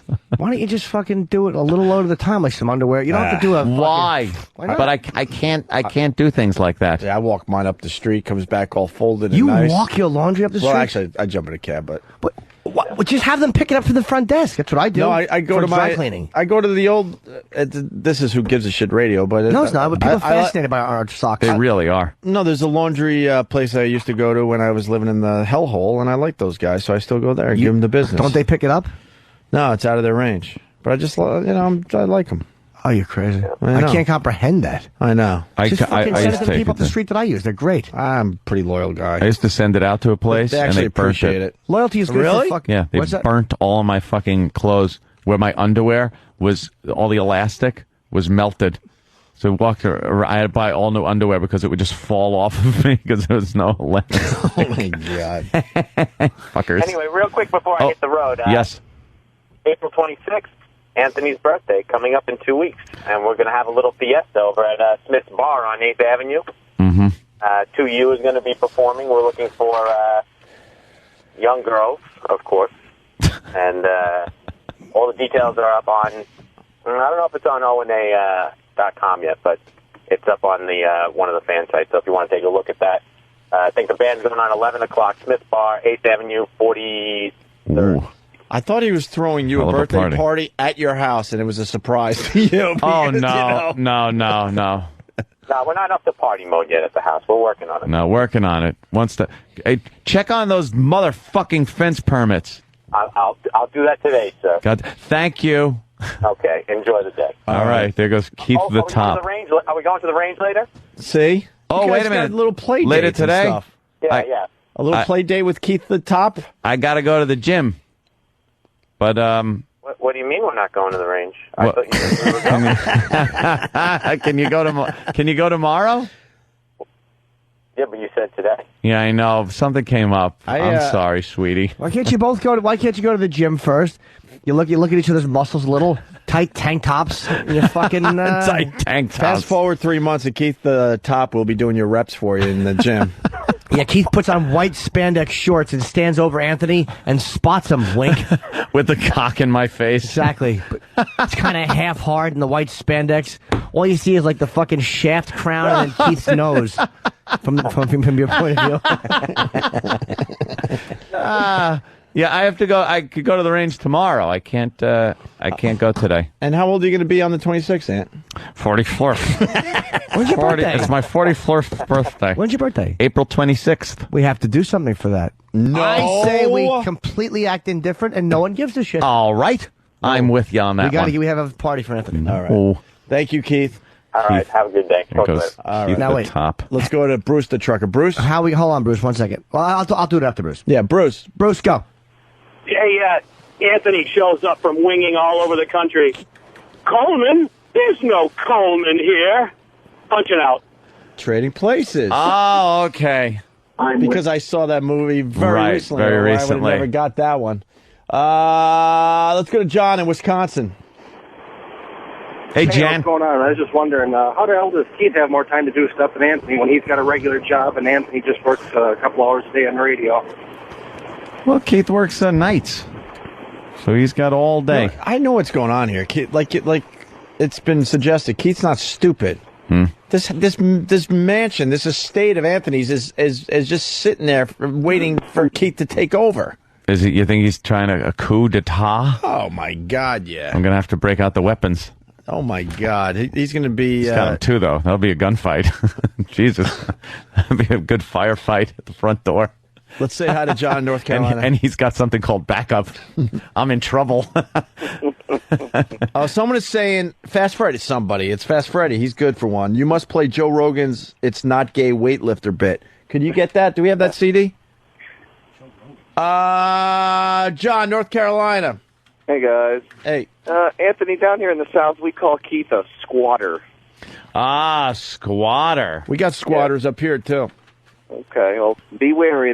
They take over real fast and spread like cockroaches. What's the deal in New York? This is an actual thing. If you could squat into a residence for a certain amount of time, it's actually your place. Yeah, I don't know what the whole thing is on that, but yeah, apparently if a building's abandoned or you're the resident of, oh, you got something, Than? I'm getting information as we speak. Get Than. Yeah, Than will have the info. So Yeah. all right, He gets info pretty quickly. Yes. We have to talk about Obama and Hillary. They're going at it. Oh, I fucking hate her guts. I hate her fucking guts. Why do you hate her, Jimmy? Because she sucks. Just a phoney, or Just we got harping something on new? fucking miscues that he says. Yeah. And you fucking bitch, you lied about a fucking war zone, you fucking twat. And now she's harping on him having a misstep. What a career fucking politician what's the she is. misstep? I don't know. Did he use the word bitter? Yeah, he should never apologize for that. He's probably right. And just the way she's fucking...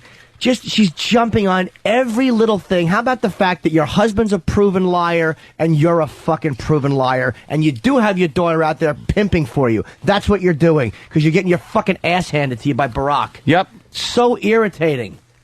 It's one word that's causing a lot of headaches for Barack Obama. Uh-oh. At a recent campaign event, he said small-town voters who have lost their jobs are bitter and cling to guns or religion. In Pennsylvania last night, Obama said his comments were clumsy, but not meant to be demeaning to families hurting financially. And he lashed out at Hillary Clinton. Shame on her. She knows better. she's running around talking about how this is an insult to sportsmen. How she values the Second Amendment. She's talking like she's Annie Oakley. Good for him. Oh, he's just destroying her. He should, because she's a complete... Maybe he said the wrong thing, but he didn't lie about landing in an active a firefight and fucking get called out on it and then go, I misspoke. Misremembered or misspoke. Fucking liar. God, I hate her. Yeah, she's just a load of shit. She stinks. I don't understand why that's a bad comment by Obama. I'm confused. Can someone walk me through this? I'll say it because I think it's implying that... What did he say? That they're He said that they're all white trash who should probably fuck their own daughters. Paraphrasing. What did he say? It was... that people are bitter. Small towns. Small town America are bitter, and that's why they're clinging to religion and guns. Implying that those are not sincere things, that they're reactions to things not going the way they want, as opposed to, again, their religion because they want to be religious, or they believe in the Second Amendment. He's implying that they're reactions, like kind of demeaning the reason that they value those things, which in a way it was stupid to say. It's a dumb comment. It really is stupid. Yeah. But her then getting on it, and somebody asked her, all right, Hillary, when was the last time you were in church or fired a weapon? Since you're, defending or bashing Barack on this and defending people that are gun owners and churchgoers, and she goes, "That isn't relative to this this subject." It's like, no. Why didn't she answer?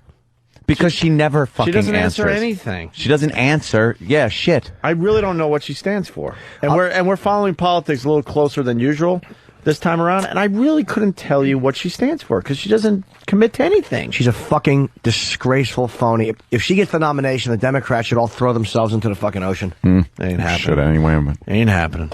But the Clinton campaign seized on Obama's words, calling them out of touch, elitist, and patronizing. Because honestly, how do we expect people to listen to us if we don't hear them and we don't respect their values and their way of life?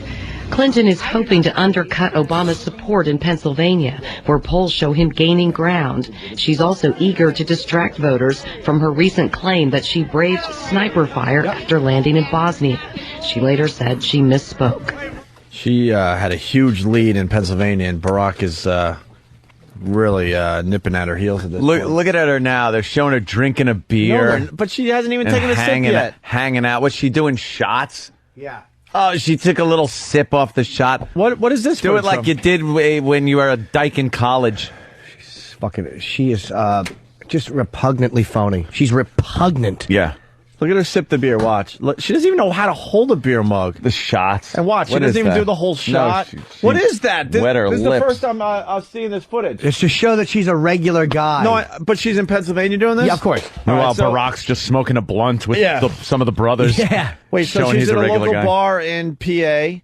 They're showing her do barely a sip of, what was it? It looked like whiskey, right? Yeah. Mm-hmm. And she's still sipping the whiskey, and now she's just holding the beer mug. I mean, there's nothing out of the beer mug. Once again, the same level through the whole footage. Watch. Looking like she's going to sip.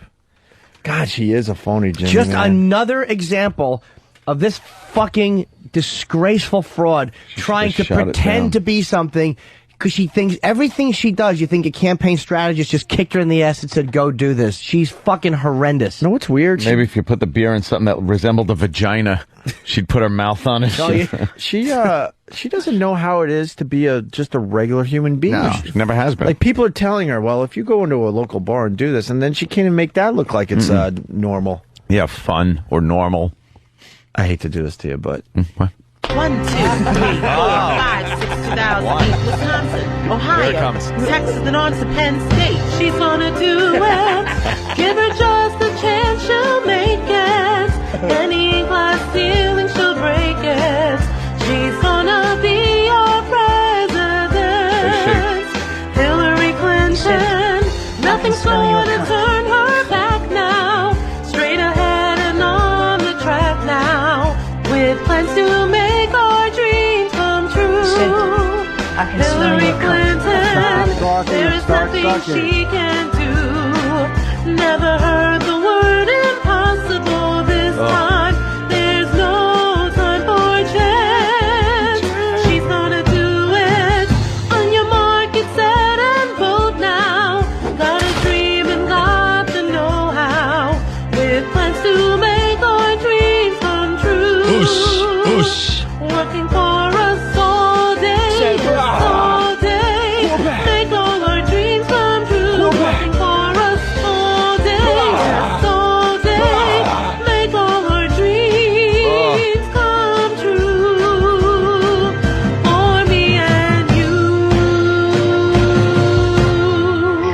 bubble-headed booby.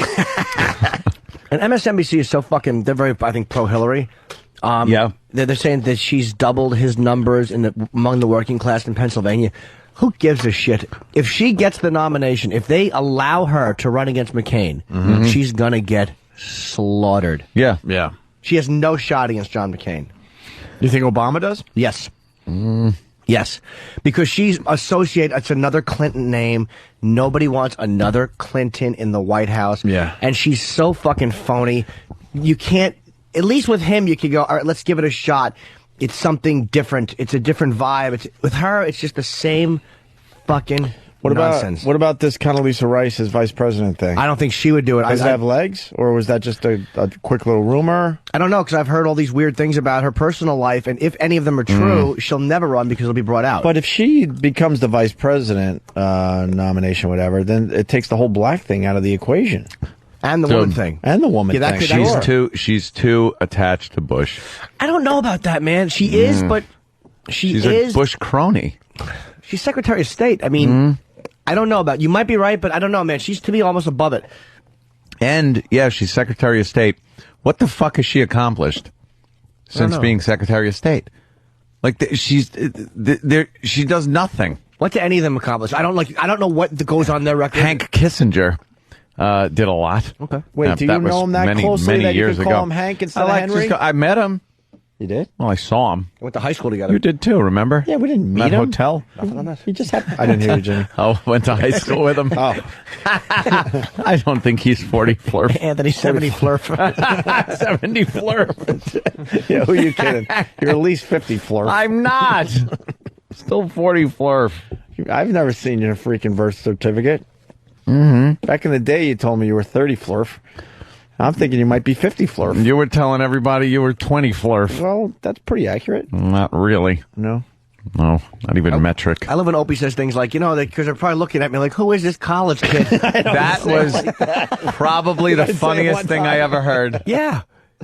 I do hear a lot more sirs lately, which is kind of bumming me out. I would hear a sir just every once in a while, but that's pretty much every time I do something. Thank you, sir. Thank you, sir. Oh. Hey, mister. Yeah.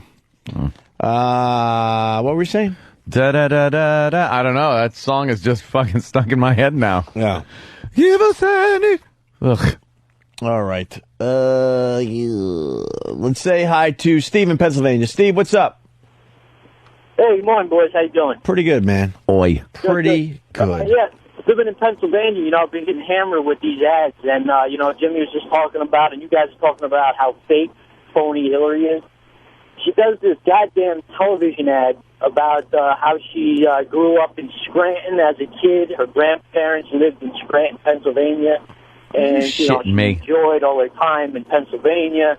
Meanwhile, when she was, with the president and during, the 8 years of the presidency, it was all about Arkansas. They were from Arkansas. I never heard a goddamn thing about Pennsylvania. A little town called Hope. Well, then she talked about being from Chicago, I remember, too. She's a fucking... Where the hell is she from? How do people... Cunt, yeah, look, she really is a phony. I mean, I don't know how anybody... Well, she bamboozled everybody in New York State, man.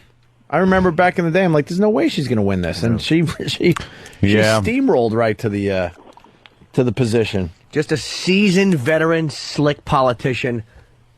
Right. All right, Steve. Thank you, sir. I really can't stomach her. Let's go back to... She's from everywhere. It's amazing. I know. Yankee hat, a Cub hat, a Met hat. Hi, guys. Hi, guys.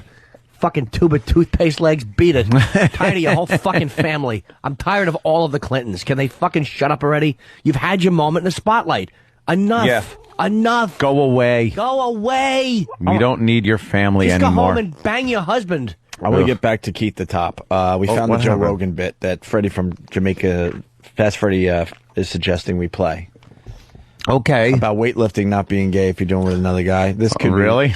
Let's give it a shot. I want to hear. Keep our mics open, though. This isn't just a bit to go to break. We'll jump in here.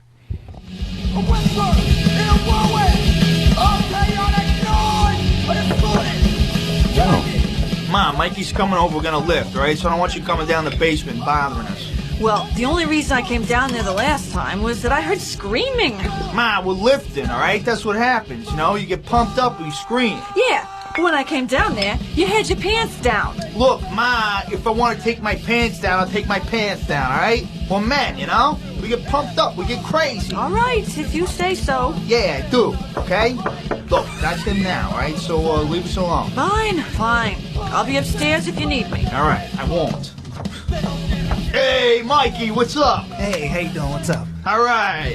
Hey, you ready to lift? Yeah, let's do it. All right, let's get pumped. Oh, no. All right, what do you want to do? Want to do some chest, do some benching? Nah, I gotta do legs. Maybe some squats. Why? Well, Angie says I got a flat ass, so... What? Fuck that bitch. She said that? Yeah. Man, fuck her. You got a great ass. You really think so? Yeah, man. Don't fucking listen to her. Look, turn around. Let me see your ass. Oh, man, that's a great ass. Yeah? Yeah, it's round and muscular. Let me see. Take your pants down so I can really see it. Okay. So, what do you think? Mikey, that is a great ass. I wouldn't lie to you.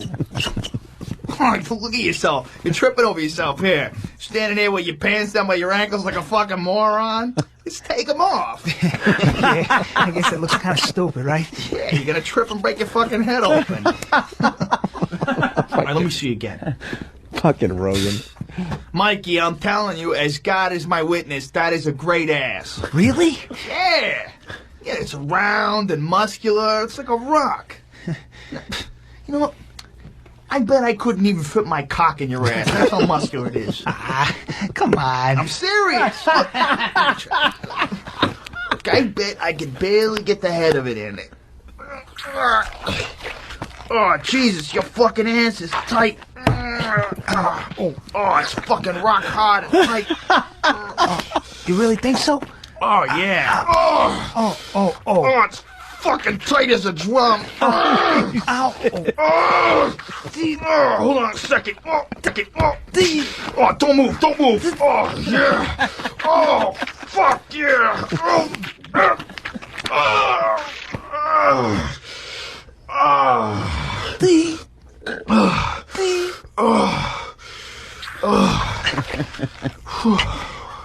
I wrote this bit. What the hell? What? Man, you just fucked me in the ass. Yeah, but I'm not gay or nothing. I know that, but what are other people gonna think? Well, they're not gonna find out. Well, what if they do? Look, you and I are the only ones who know. We're not gonna tell anybody. Well, what if I accidentally tell someone? Well, don't. Well, what if it slips out? I don't want people thinking that I'm a fag. Look, Mikey, it's not gonna slip out. But, well, what if it does? All right, look, I'll tell you what. I'll make a deal. If you try really hard and promise not to let it slip out, I'll suck your cock. Okay. How fucking creepy was it to hear Rogan saying that? Yeah, right. Rogan is fucking too good of a negotiator in that to not have been fucking replaying this from memory. Rogan brutalized someone's asshole one time. Yeah. Just for the goof. Yeah, hey, come on.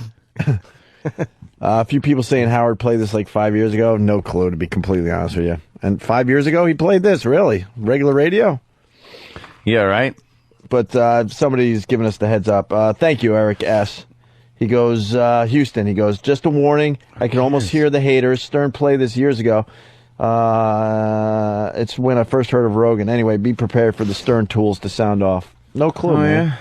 What? Who? All right. I didn't hear anything. You think the Artie thing is for real? Speaking of Howard? I don't know. I don't know what to make of that. What do you think, Jimmy? Whether it's real or not. I think it was completely real. I don't know if I hope that he's not off the show for his sake because it's a great gig for him. Yeah, I think he might still be, absolutely that was real. I think it's completely real, and I think it's brilliant on Stern's part, to be honest with you, because they're on vacation. They got people talking, and he's not going anywhere. They're even saying that it's up to the company or something, whether Artie's going to be fired or not. Stop. Yeah. It's not up to the company. It's up to Howard. And Howard, if he leaves. And Howard knows how great this is for the radio show. It was very compelling audio. I mean, we got it. You want to hear it? I do, and it also made me feel kind of bad for Artie, man. Like I mean, we all fucking. our demons and shit, you know, and you fucking... Seems like the fight was over nothing, really. Over just dumb stuff, right? But I met his assistant. Is he a cool guy? He seemed fine to me. I mean, it was very brief. It was at the, we did that benefit for Jerry Red Wilson, and me and Artie usually go back to back because we both get up early. So we're both in the same area at the same time when it's, like by the stage or whatever. So it was his assistant I met, and he seemed very cool, but whatever their relationship is, I don't know. They weren't arguing when I saw them. The latest, they got on a plane together to Amsterdam. I read that over the weekend or something. So maybe that's a good sign. But here's the audio in case you missed it. Actually, they pulled it from Sirius, I believe. Oh, yeah? They pulled the replay. Oh, I wonder why. That's what I heard. I don't know. But here it is. Artie getting mad at his assistant Teddy over money, and it gets physical. And it's great radio, and you got to admit, it's great radio. Except for stupid Robin trying to stop just an amazing radio that's going on. I think she was trying to stop a fight. Yeah, but you'd let the fight happen. No one's going to get hurt. Oh. No one really gets hurt in fights unless you start using you pick up chairs or something. Yeah, knives. A few bruises. Artie, I got to take umbrage with you for one thing. Howard, you're being wrong. Can I tell you why I'm right? You're coddling him. No, I'm not. I'm going to tell you something. Whatever. All right, hear my point of view. It really fucked up, man. No, I hate you, Ted. Yeah. Hey, no, Artie, stop it. Artie, stop it. Teddy. Stop it. We got to take people inside this. Howard sounds legit, no, but... As a radio guy, you're like, fucking A, this is cool shit. Yeah. This is going to be talked about. Yeah, but he's smart. He's probably thinking about getting sued. It's his show. Of course, you can't have violence in the studio. It's like, we goof around, we act like assholes, but it's almost like we've never had real physical violence. That's scary when that shit happens in front of you, man. Because what if a guy gets his fucking neck broken or his leg? Right. It's a major. There's a merger going through. Nobody wants physical. It's just an argument. Whatever. It's merger. Yeah. You don't need that because there's going to be evidence all over the studio, Sam. They found 2 of Artie's whiskey hairs. Whiskey, I meant to say whiskers. I meant to say whiskers, but I tripped on it, Sam. Whiskey hairs? What the fuck is a whiskey hair? I don't know, Sam. I meant to say beard whiskers, but it slipped out because I was looking 2 lines ahead. You certainly were. I stink and I don't like me. I should shut up.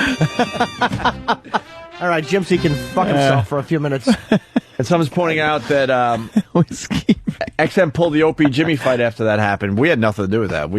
Jimmy and I both said, fuck it. It happened. Let it fucking replay. I don't know why they pulled that back in the day, a couple years ago. Do you know why? That was an ELO decision. I don't know why. He had said it would have, I think he said something to the effect of, it takes away from the feel of camaraderie of the show, or something where it wouldn't have. It makes people feel bad. Yeah. And I didn't even know they pulled it because I just started getting phone calls. I'm like, what? They're fucking pulling that? Did you let it go? It's embarrassing and stuff, and there's a few scars you get to see. But and then you called up Jimmy and said, hey, fuckface, they pulled the show. Yeah. And I forget how I would have responded because I've never actually heard the whole fight. You said, oh, did they, sociopath? Did I say that? Whatever. That happened. I have no desire to hear it again myself. And I just went, it happened. Oh, shit. Oh, shut up. That was funny in hindsight. I didn't know much about Anthony back then, but when me and Opie were arguing, Ant was just kind of looking at the monitor. Well, yeah, because that was the spaghetti running down the wall. And spoon. Yeah, that was just. Here's let's go back to the Artie fight. Artie, Artie, stop it. Artie, stop it. Teddy. Stop it. Artie, no. Artie. Go. Now, close the door. Jesus Christ, you people are crazy. Steal my fucking money, Ted. Oh, wait a second. Wow. I can't tell. Why are you bringing this up? I don't know. They can't hold No, Artie, stop it. Jesus Christ. Whoa. What the F is going on here? F? She don't curse? Ew. I don't know. That was real, though, man. You gotta say it was dude, real, but you just saw fucking something that was potentially scary. Even though it probably didn't go that far, because I've heard it didn't go fucking too far. It was more like microphones getting banged around, and it sounds like if you jump up and 2 people scuffle briefly, it sounds like a fucking major brawl. Yeah, because of the mics getting knocked around. But I hope he doesn't leave the show, man. Tell him to go home. Yeah. That ain't cool with me. No. Well, I mean, you know he can't deal with this No, stuff. I don't. He's yelling at Teddy. He hates Teddy right now. I'm flabbergasted. And when Teddy started bringing up... I was just Robin, like, first of all, you calm down. Number one, I'm going to tell you something. right. I'm not an Artie expert, no more than you are. But I The said, fact why are is- you bringing this up? I did say that at a certain point. Why am I bringing it up? I'm bringing it up because Artie and Teddy were fighting in the hall, and I was curious as to what was going on. That's it. Wow, yeah, that sounded totally legit as far as the brawl goes. But it's not going to lead to Artie quitting the show. No fucking way. I don't think so. But it would be a quitting of the show. He's not getting fired. I bet you they make him or suggest he goes to like anger management or some shit like that. Because I heard him and his assistant are still together. Like they went to Amsterdam together. So they probably made up. It's like friends have that shit. Yep. I'm an out-of-control person. All right, then you can't be here. If you can't control throwing things I at resign. people, I'm sorry. I can't do it anymore. then I accept. Art, it's a terrible thing, but you can't throw things at people. I here. love you, Howard. I love you, too. I don't know why you have to throw things at people. I can't guarantee I'm not going to do that again. But you've got to. It's not fair. No one who works here wants to be thrown, get stuff thrown. I understand. I'm not a good person, Howard. Yes, you are. I'm Stop not. with that. I got to leave, buddy. All right. I got to leave. Okay. Fair enough. I love you. I love you, too. I love you. And that's how it ended. Yep. What's he going through these days? I don't know, Jesus man. Christ. I don't know. Like I Gained said, 1,000 pounds. He's a fucking mess.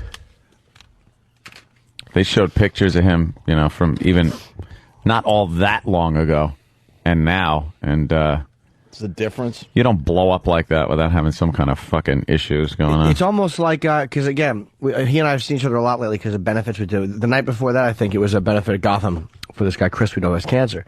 And, seemed to be jovial, and whatever happened after that, between that and the next morning. It seems like almost like a guy who's getting ready, hopefully, to fucking clean up. Like you go through these weird Really? times where your addiction is going so crazy or that behavior is going so crazy, and then you all of a sudden either something really bad happens to you, or you just fucking stop. You throw in the towel and you fucking you clean up. Which is it's almost like it's got to get really bad before it gets okay. Right. So sometimes you see somebody spiraling a little bit. It's good because then they're gonna get sick and tired of it. And then you wonder who's going to win, like get help or die when it gets this bad. You know what I mean? I don't know if he does drugs. I mean, I don't know. People always say, well, he does this and that. I don't know. I mean, I hope it's just a fucking a bad patch. But you hate to watch somebody fucking struggling like that. It's like you get a great gig and life is good. Puddle AIDS. We didn't ask Nick DiPaolo because he had nothing on this. Stop. Why didn't you ask Nick DiPaolo about Artie? We actually did off mic, and he told us he really didn't have much on he didn't this. know anything. So that's why we didn't bring it up on the air. Thanks. All right. So that's pretty interesting, but good for Howard. It's a nice little cliffhanger as you go on vacation. Artie's not going anywhere. No fucking way. Nah, I don't think so. No fucking way. He's I made think he's that got show. one of those tempers that kind of just flare up like that, and right. And then he realizes what's good for him. Yeah. Why would you want to leave the gig? I mean, he has the fans love it. It's just there'd be no reason. You know what I mean? Unless there's some behind the scenes shit that we have no idea what. But yep. All right. It doesn't seem like it's Gonna take a break and get into some other things. CNN reports on Rick rolling. Yes. The Rick Ashley thing. Yeah. Do they even know what they're talking about on CNN? Do they understand the internet? No. And like meat spin Not Larry type stuff? King, that's for sure. I don't think it was Larry King, unfortunately. That would have been funny as hell. What about Rick rolling and meat spin? How important is getting that cock going in a circular pattern when you go to meat spin? Did you see me in Lemon Party?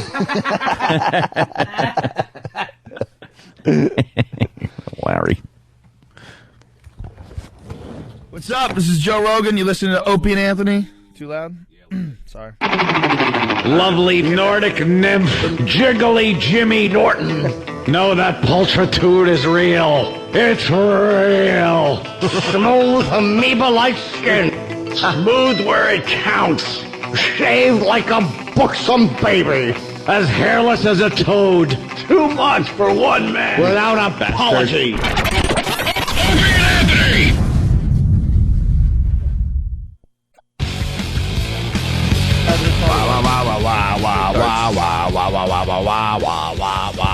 retarded one. Retards. Trying to figure out what we want to do. We got a bunch of things. We're trying to get one more clip of audio from the surprise drunk show that Anthony did with Danny. What a treat that was. We're going to try to get one more clip of that on before we get out of here today.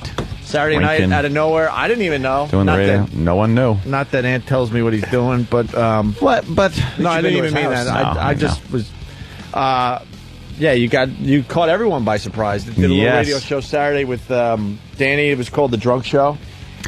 Laszlo had a little bit of production. Maybe we could play that. Can you find that? Laszlo did a little production for the beginning of it, an intro for the show. That means you knew like days in advance. No, Laszlo was quick on that. Bam, bam, he threw it together. I did know probably about a week. A week? Yeah. You didn't want to be part of the drunk show? I kept it quiet. It had to be quiet. It was the secret drunk show. You didn't want me. No one knew. But that's all right. But you weren't part of the secret drunk show. I know. You're part of the Opie and Anthony show. But see... Secret drunk show. Secret drunk show, but the drunk so what guys. You're saying is I can't keep a secret? No, I wasn't telling anybody. I didn't tell anybody. But there were a lot of guests on your drunk show. Who? Laszlo. Well, Laszlo knew because he made production. Big Kev, I think. No, Big Kev didn't know. Is that Laszlo's production? Yeah. Are your feelings hurt? Are your feelings a little bit hurt? Yeah, a little bit. What? They shouldn't be.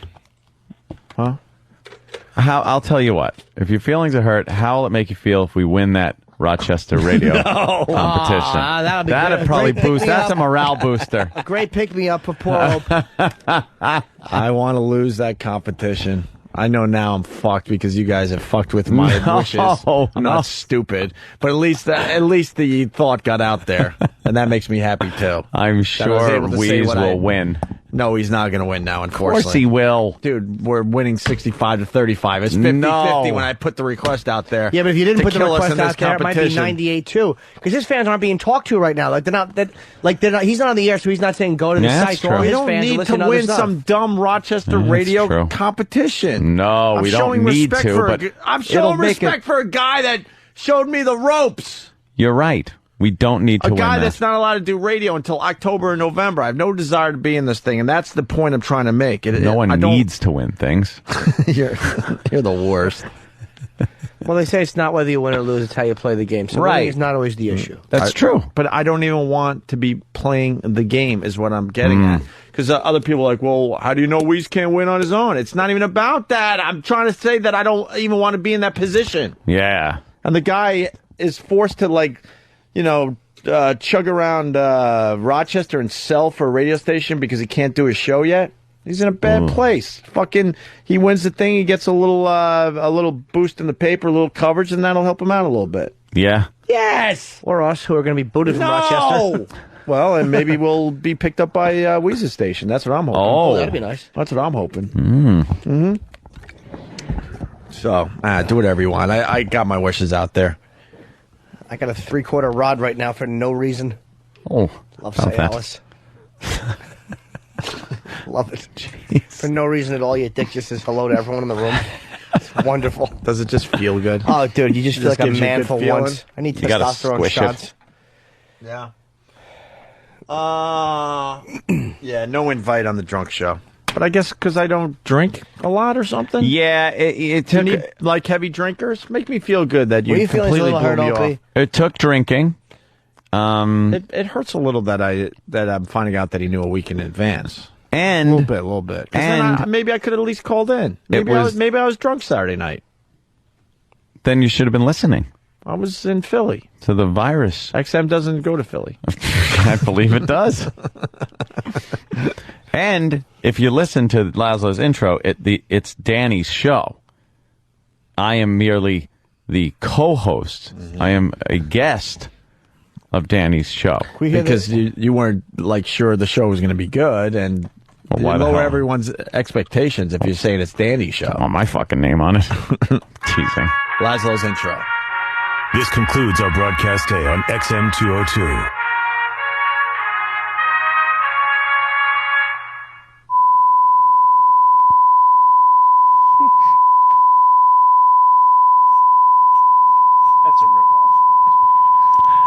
Oh, Dan's not happy. Wait, boy. Dan, what's going on? Oh, what happened, Dan? Oh, now we're getting Now there's a into battle. something. I did like that bit when Sam and I did it on the Sam show. Oh! And I know you didn't, and I love Laszlo. I mean, you probably just didn't know that we had also done that. You did that? We said that's the end, because we were fucking Let with... it be known, if a fight starts on this show, we ain't breaking it up. No, man. kill each other. Yeah, kill each other. Because that's when Pat we were... Duffy needs a gig. I'll throw weapons out there for everybody. Fuck yeah. That's the difference between us and that show.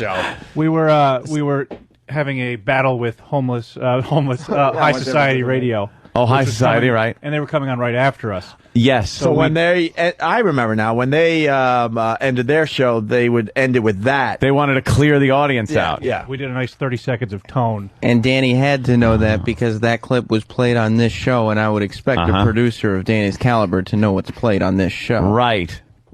And you guys thought of the whole tone thing? Well, Where to did use that it come in that from? particular application. What application? To end, Starting a show? End the broadcast Oh, day. how about starting a show? It's the same thing. Is it? Yeah. Yeah, it's a... I don't know. It's different time. Why isn't Danny coming in here to talk about this? To fake the end of a broadcast day? Yeah, but that's different. The beginning of the show, the end of the show. Why don't you just complain to the fucking TV stations that have been doing it since 1940? Because they actually were ending the broadcast day. Oh, It was a pretend end of the broadcast day. Here comes Danny. Oh. Wow, Danny. Well, apparently we're rip-offs, and Laszlo's a douchebag, and Well, that's not what we said. Well, That's pretty much what you said. I'm paraphrasing. Because Ant's just the co-host. I'm not saying you're a douchebag at all. Oh, thank you, It's not your Sam. show, like you said. Well, I didn't even think about that until you guys just brought it up. But I didn't make the production either. So Because that's what it's Laszlo's so doing. forgettable when you did it. Yeah. That's why. I mean, I didn't think to remember it. And I'm sure Laszlo just didn't realize that we'd done that before. Because I love Laszlo. Probably. He made our intro, so I'm not going to make Laszlo is a very busy guy with GTA coming up, and you know. So he made your intro and he made Danny's intro. Yes. So like maybe he and familiar with your show. let's be honest here. If we're going to be honest, Ant and I did this bit back at NEW when we were done with our NEW broadcast. Oh my God! We told everybody that this ends the broadcast day, and we encouraged people to go to what I think Z100 or something. I think like a Q104 or something like that. So we hated everybody else at the station. Yeah. We actually shut down the station And as well. we with dead air and suggested stuff. Yeah. We suggested that they just shut down the transmitter. Huh? And play a tone. And Don Imus at the end of his FAN show would always say this concludes the entertainment portion of live today. Yeah. And encourage people. I think it's just something radio guys do. It's a little wacky. Yeah. All right, can we get back to the Laszlo intro? All right. Hope the tone isn't Anything the same else? note either. Yeah, it's an A. It's an A, yeah. Okay, It's an A? Sorry. See, if you went with a B, it would be all right. Shit. C. Oh, well, of course. It's a glitch. Buying this shit. Oh, the heart's beating back. Good fucking production, though. Laszlo's great. Why does he do production for the Opie and Anthony show? All right. This is it. Ground zero. Would you like to say a few words to mark the occasion? I'm gonna hide this tape when I'm finished. If none of us make it, at least there'll be some kind of record. Just when you thought you were going to hear another crappy Saturday night show, it's The Secret Show. Two men, a studio filled with liquor, and easy women with one goal: to see if it's possible to do and finish a radio show shit-faced. And now, your host, Danny the Drunk, and Anthony the Alcoholic. The Secret Show. Come on, let's go down to the basement. Let's go down, you and me together. Then you'll know who you really are. No! There it is. It's the big intro. That was the intro? And then it's like, hey, how you doing? Been drinking. All right. I'm doing a secret show. Wait, I'm doing a secret show. You can't do a secret show and say you're doing a secret show. Oh, sure, it won't be a That secret. doesn't work. Oh. You can now do I might be doing a secret the show. known show. Oh. Foiled. Now Saturdays are just going to be full of us doing shows. Fuck yeah. There's going to be no room for anyone else. These motherfuckers have a whole fucking week of the show, and they're taking our fucking Saturdays. Angry phone calls from Patrice asking why he has to wait 7 weeks to do a show. Hey, well, what the fuck are these guys? Well, take a day off, motherfucker. Patrice, Anthony wants to do a show on Saturday. Yeah. No, got motherfuckers on all week. Well, let him do it Sunday. All right, you guys do the secret show. I'm doing the surprise show. Surprise show? I'm doing a surprise show. All right, that's Jimmy? different than a secret show. Are you going to do a surprise show? I don't know when it is. I might be working. You can't take Jimmy. I don't want to take Jimmy. You can't. If we're all going out there on for our the own, surprise show, like the Beatles did, then I'm doing it. You can't take Jimmy for the surprise show. You got to pick. Want Jimmy. You got to pick from. No offense, Jimmy. I'm taking. All right. You got to pick from the crowd. Me and E-Rock. You and E-Rock, goddamn, please do a show with E-Rock. Especially drunk when Eric just snaps and oh yeah, the surprise will be if he's alive at the end of it. The drunk thing choke him. The drunk thing is your thing. Oh. Yeah, so I'll do something else. The surprise show. Fast Freddy suggests Opie and Eric should do the Spuds and Flatso show. Where's my fudgy wudgy bars? Oh, Flatso ate him. Flatso. Surprise show might have to wait until July. No. Oh, you don't think this is like a fucking comedy club? How about this? We are like fucking, you know. We're like Chris Rock walking in. First of all, go Colin's fuck yourself. getting bumped. First of all, go fuck yourself. Second of all, we could say goodbye at 11. I wait for Anthony to hit the elevator. I walk back and guess Surprise! What? Surprise!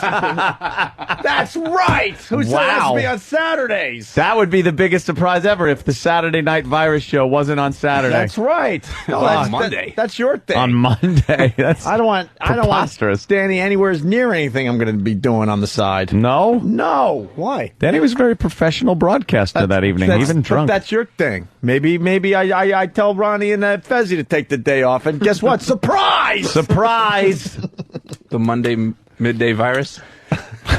No, it's not even going to be part of the virus series.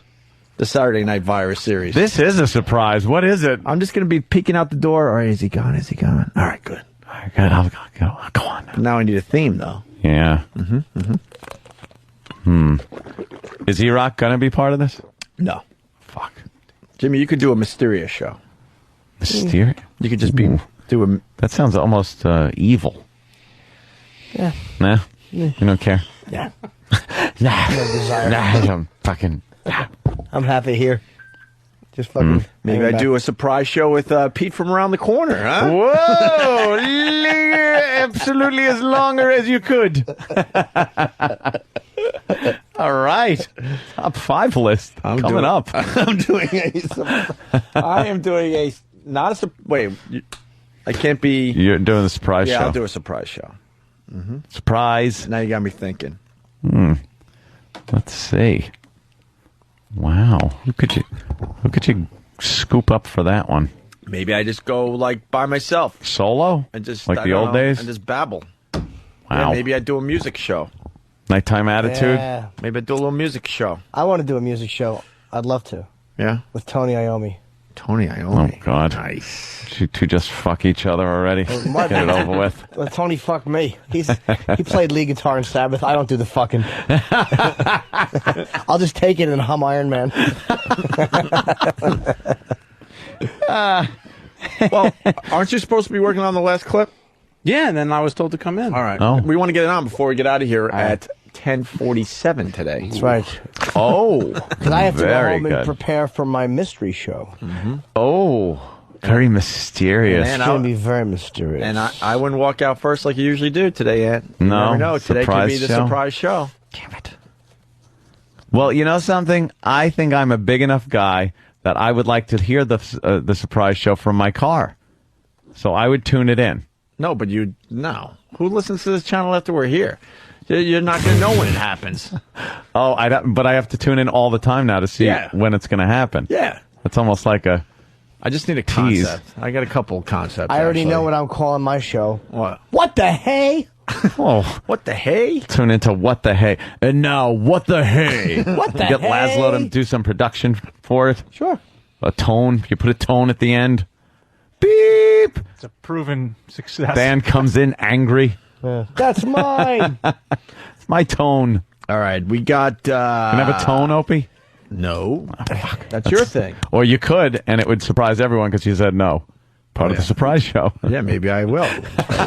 I think you ought to do a drunk show where you get loaded and E-Rock gets loaded. Wow. I think that would be very fun. That'd be good. I would like to see E-Rock more productive than he is. Yes, just drunk. Last time I got drunk, really drunk, was on vacation, and I was telling my girl that she needs to quit drinking as I'm drinking my face off. Oh, boy, you didn't do that. And she wasn't even drunk. I'm not a good drunk like Anthony. Were you, I was gone. I had some of those dumb vacation fucking rum punch things, and they caught up with me. And then she saved me from falling over. We were at a really fancy restaurant. Falling over? Dude, we were at a fancy restaurant. I don't don't want you breaking a hip before you say I do.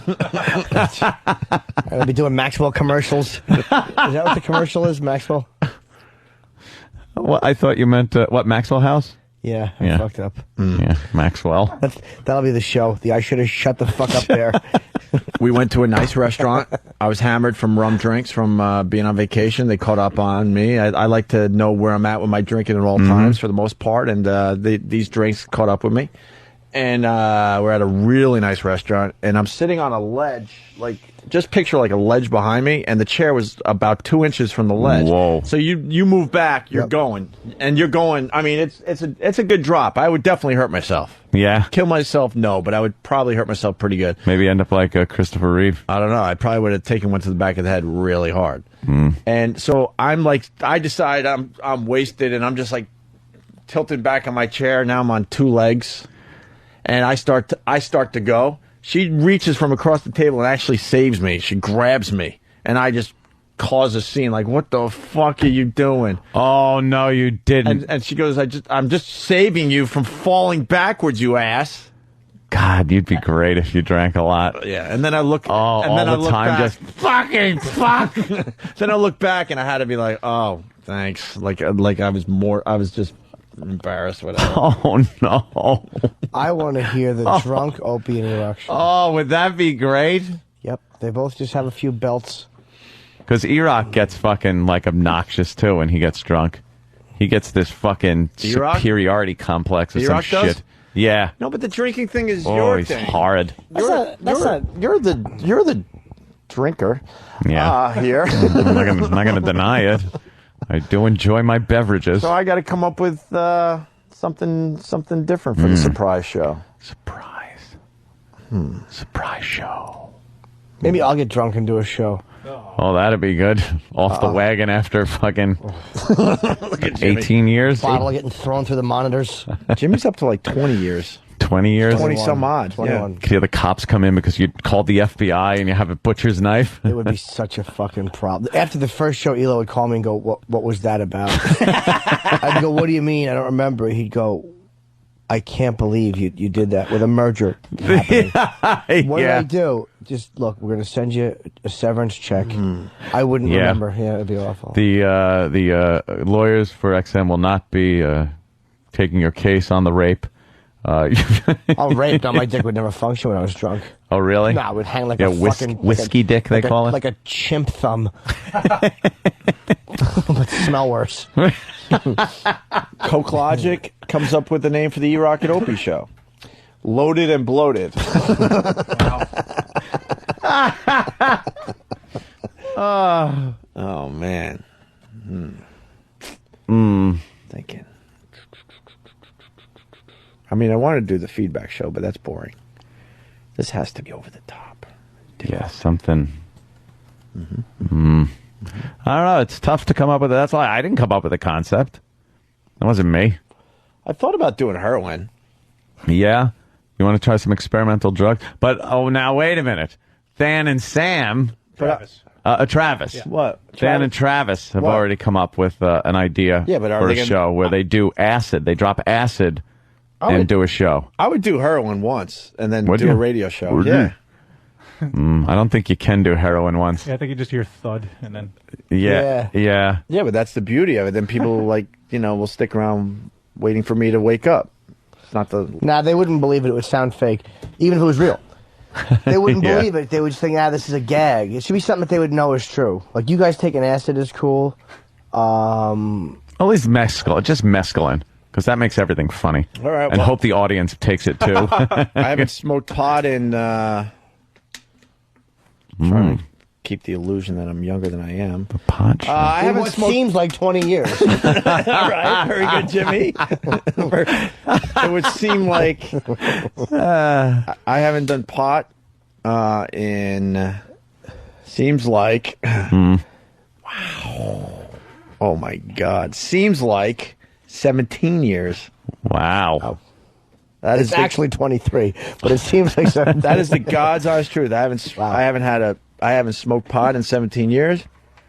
Haven't done coke. Haven't had pot or coke in my body. I haven't had a drink or a drug in my... And then at the end, he would end his shows, Voss end his shows with... And something about no drug could compare to the high when my little girls tell me they love me. It was some... No, he fucking didn't ever say that. When my little girls tell me... It was some ending where when he walked off, I wanted to take fucking those giant Exorcist 3 garden shears and just decapitate him when he walked by.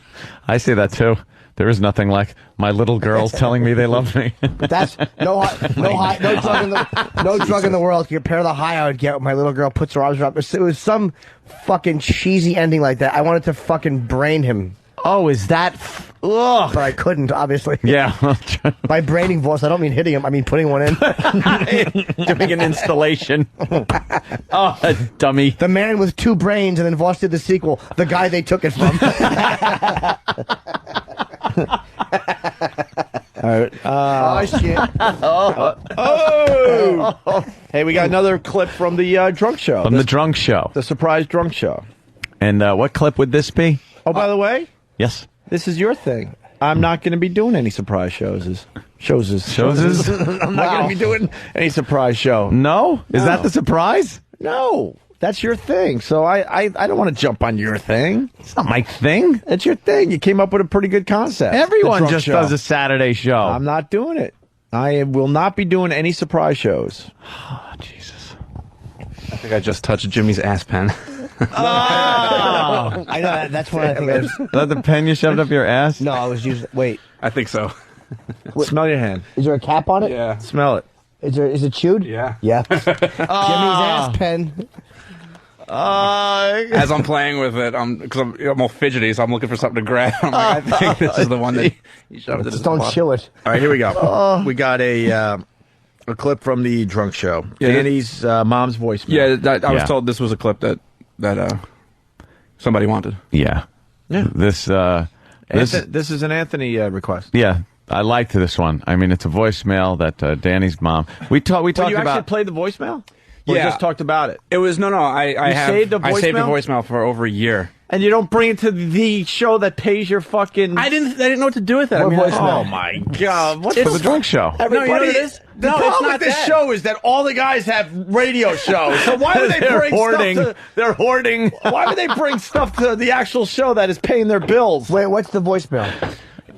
You had this for a year. We could have About- made something out of this. Maybe, but I never wanted to hand it in being like, oh, look at me. I want airtime. Play my stuff. You know what I'm saying? Like, it just would have been No weird one to hand in listens. No like one that. listens Saturday. Don't worry. What's the show? No What one is it? listens. We have the voicemail? Growing. Yeah, it's in the track. Growing. But What the fuck?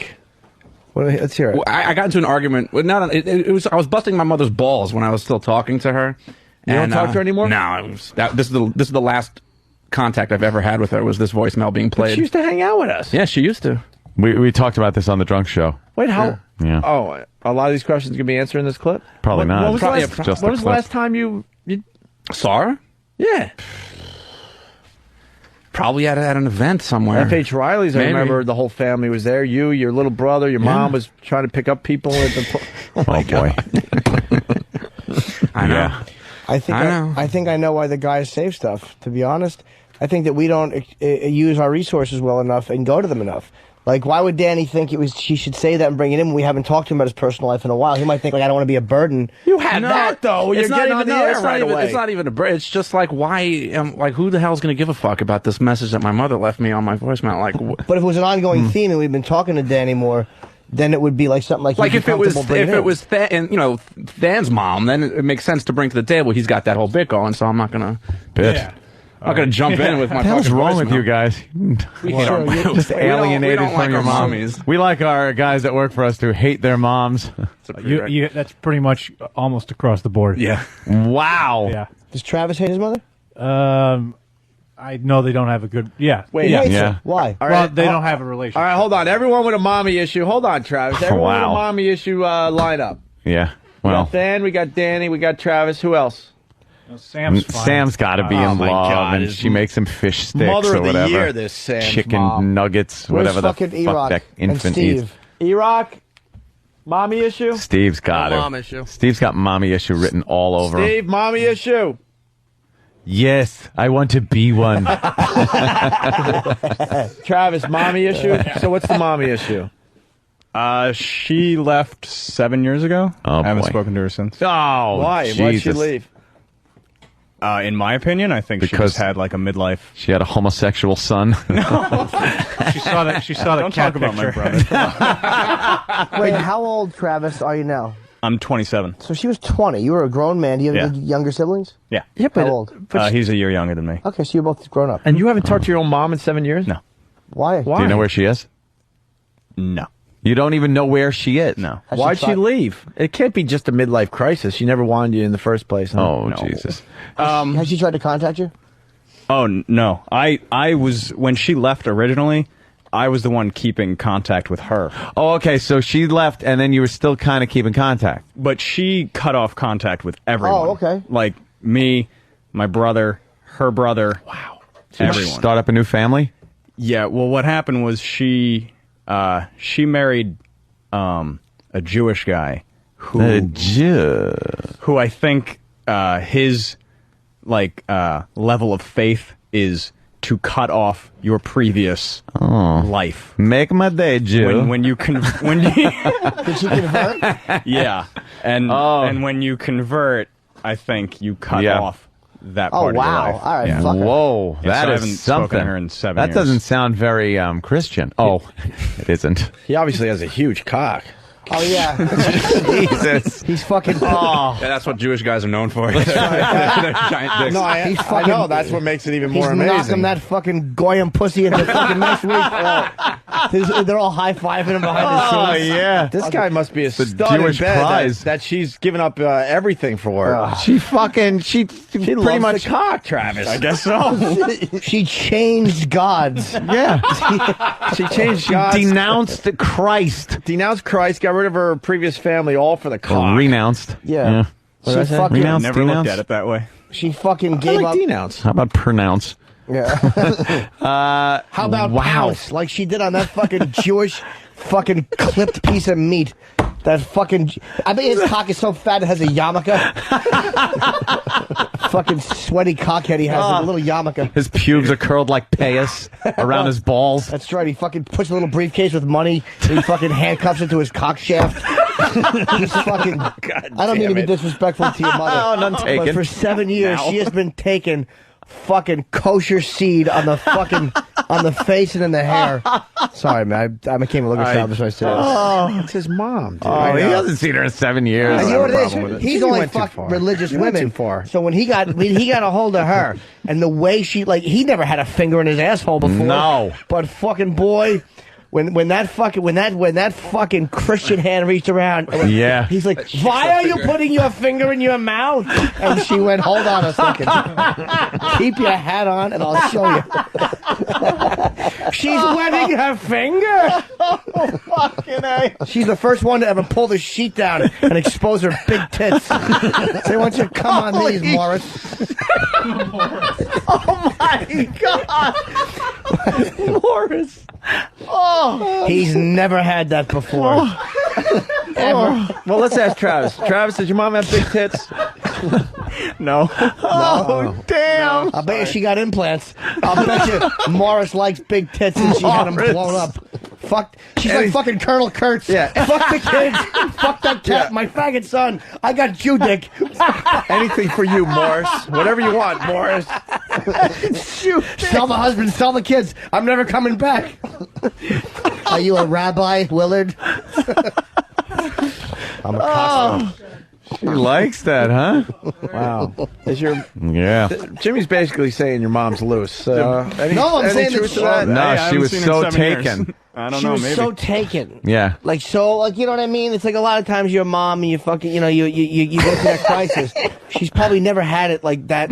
I bet you if you read her diary, the first entrance was, oh my God. Oh, my Exclamation former point. God. Oh, my you-know-who. Florida Steve from Washington, D.C. writes, she screams, I want to taste my ass. I never had anyone go ass to mouth before. Oh, Travis. Oh, no. 7 years, you got married, and she didn't see you get married, huh? No. Does that bother you? No. Come on, a little bit's gotta hurt. So you must have not had a great relationship growing up with your mom, then. No, that's the thing, is that we had a great relationship. Oh, no. No, she was like Terrible. she was like the mom, you know, like that you want to have. Yeah. I think my brother is more affected. What did than I Daddy am. do to your mom? Nothing. Did you ever call her and say, Did what they the get a fuck happened they to got a you? divorce, Yeah. obviously? Mhm. At what age?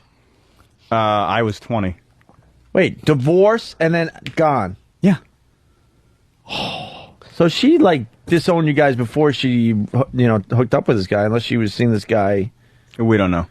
Oh, you say you But don't it was know. all Yeah. very quick. I'm sure it was sneaky. Think she was pregnant? No. I don't believe that you're not hurt, though. That's a very devastating thing, because all of a sudden she's No, gone. I dealt with it a long time ago. Did you ever call her and just go, Painting what the fuck did swastikas you on leave for? synagogues? How did you deal with when it? she left, yeah, all the time. Yeah. Nothing? But I What'd mean, she now, say? like I'm 7 sorry. years later. That's all right. No. Like, how could you fucking reject your children? No, I wasn't a will joke. probably get in touch with her one day. Right now, my house. Oh, no, you will? But, well, What? I Bad figure idea. I will one day, What was but her not answer right when you now. say, where'd you go? Oh, that it's none of my business. Oh. Really? Yeah. How about it is? Well, yeah, exactly, because when they were going through their divorce, I would try and... Cry in front of them to make well, it stop? the man that she Didn't work for married, me. luckily for her, was a divorce lawyer. A lawyer! So he got it into her head. He sure did. That she... Oh, your son wears a sweater with a hood? Why would you want to go back to that? Is he a boy or a girl? Oh, he had her fucking face in legal pads. You know, the first time she ever squirted when she came was with her fucking face on a yellow legal pad. Oh my God, I never had liquid come out before. Is that pee? Is that pee? She panicked. She thought she pissed on her leg. I'm sorry, Travis. I know it's your fucking... Holy She shit. thought she fucking pissed into her pantyhose and all over her shoes. Never seen such a thing. Fred Ziffel writes, the term ATM means something totally different to Morris. Oh, she knew it too. She would talk dirty. She'd go, oh, fuck me like you're representing my husband. Oh, fuck me like you're representing him. Fuck me like you're Dominic Barbara. And I'm a fucking guinea radio host. Oh, when you pull your cock out, I want half my bank account to be attached to it. Fuck me, Morris. Morris. Dickie Punchcock from Whackbag writes, Dickie Punchcock. I bet she likes it in the Dirty Star of David. Oh, no. Let's see. Ryan from Cleveland, does she stick dreidel beads in her ass? Yeah. He tore a new asshole.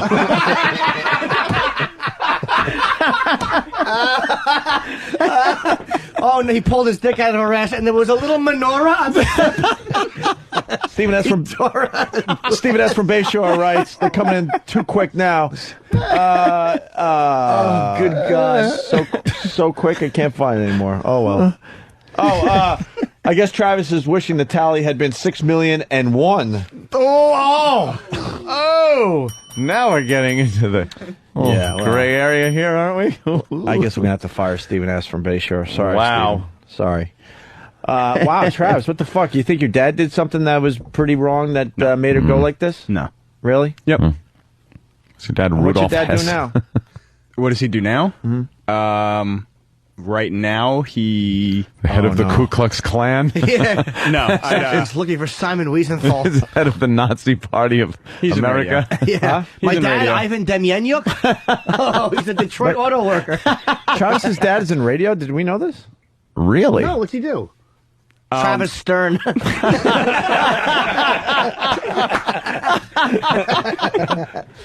Oh, wow. He runs a station in Jersey. He runs a station in Jersey. What station? I'd rather not say. Oh, boy. No. How do we not know this? Don't tell me it's the FM talker. No, Jim knows. How do we not know I this? know, too. Let me take a gander at this. Oh, I actually like that station a lot. Let me see. Do you? Yeah, I did. I used to like it. That my first. Oh, then radio, I know what it is. Oh no, I don't know. My first radio request was made to that station. That's how I know. And I asked them to play the wreck of the Edmund Fitzgerald, and they never did. Yeah. No wonder. Maybe the guy's name was Edmund Fitzgerald. The wreck of the... And I stuck it deep down in her asshole. She came, and she came like Lake Gitchaguni. Can you work Pink Sock into this, please? Please work Pink Sock into this. Let's see. I gave her jaw a good knock and her ass a pink sock, and I wiped my dick on her son's sweater. Just off the cuff. Sorry. On his hoodie. Oh, poor Travis. I'm sorry, buddy. Dickie Punchcock so bad. is rocking today. One more from Dickie, Like a little please. Travis with the cat. Do you see the picture of him, Jimmy? I know. He's so tussleable. Let me get this in. Sent her out. Let me get one more from Dickie Punchcock in, please. Dickie Punchcock. He eats her ass because it smells like pennies. Oh, shit. Well, you know what the thing was, too? That he was used to probably deep fucking and getting them to squirt because he hits, like, he does what they call hits rock bottom. Like, I bet you the first thing she said again, I'm trying to phrase this properly. Like, the first thing while she was bent over and he's fucking deep-dicked her was she probably went like, ugh! I never knew a cock could go that deep. Oh, my God. He hit rock bottom. Wow. Hey, the guys... Your pussy's as tight as my wallet? The guys are trying to guess the call letters of the station that Travis's father was at. WCKLD. That's cuckold. That's what this guy's got. You really? Oh, I'm not even reading. You're going to be pissed. John from Virginia's going to be mad. John, I can't see feedback from here. No, he can't. Very good, Jimmy. You nailed that one. All right. Danny. So yeah. We go to Danny's mother issues. Anything else you want to add to this, Travis? Yeah. I mean, You say you want to search her out at some point, though? Well, Jim asked if I want to get in touch with her. Yeah, and you do. I said, no, not that I do right now, but I assume that later on in life. Why would you even assume You that, got to though? assume at this point she's got a 7-year-old that is named Travis. Maybe. Oh, God. Why would they ask you to reject your former life? Without having any feelings or anything, you wouldn't even consider that the future might hold this reunion. Is this a hopeful thing? No, to be honest with you, it's not something that I think about. How could you not hate her guts, even if you made up with her, like, because she left her? I would more like to get in touch with her to find out, like, because, you know, that affected me so much when it was happening. Yeah. You know? Not the divorce or not the remarriage, but the rejection of you and your brother. Yeah, just the rejection of everyone. Like, she hasn't spoken to her own brother in 7 years. Wow. You know? Did you, when you were growing up, did you think she was a little off? No. Wow, it's so fucked up. You never saw anything like a little different? would indicate that she was going to... No, nobody did. Was she like the regular mom? Yeah, absolutely. God damn. Boy. Yeah. Boy. Never really you look at the Jewish people as the ones that kind of come in and sweep a woman away like that. Drowned victim from Jersey writes, this is what he thinks the radio station call letters are. W, my mom left me for cut cock. That's a little long. I don't think the FCC allows that. Put that on a bumper sticker. Oh my God, that's it. No offense to your dad, but he's unclipped. Oh my God, that's it. It was the first. The first thing she said was, "Oh my God, it tastes so clean." Oh, fuck, Jimmy. I'm just teasing. Oh. Don't even look at him, Jimmy. I can't. Yeah, you really can't. He's right there, too. Very bad. Don't look to the right. I can't. He's right there. I have a voicemail. Yes. It's not about you, douchebag. You got enough airtime last weekend, Danny. Oh, shit. All right, what do we got, Danny? So we got this is audio. Travis, we're not going to forget that one anytime soon. No. And Travis, you might have a few line of the day candidates, a couple new ones. I think maybe. Right now. All right, hey, so Anthony did the surprise drunk show with Danny? No, it's just drunk... Secret show. Secret. Oh, Secret mine drunk is a show. surprise show that Right. I decided I'm not doing because it's your thing. Yeah. Secret drunk show. Secret drunk show. Yeah. Here's another clip from Saturday night. She had 2 fur coats. Why would you need that? 2. Because she's a cunt. Oh. So anyway, when you call your mom that, dude, that's just gonna escalate into mental fucking problems later in life. And I never want to bring this up or anything. I don't want to it's usually this deathbed scenario that makes that tragic, because then all bets are off. You forget about the awful shit. You're just sitting there going, okay, here's a loved one dropping dead, and I have years now of regret that I'm going to have to fucking sift through. Oh, fuck, your future stinks. Well, you know what? Maybe, perhaps. Yeah. But the voicemail, and it wasn't even left to me, and this is the best part about this probably whole story, but the voicemail was actually left to my father, and my father felt the need to call me and leave this for me because he liked it so much on my voicemail.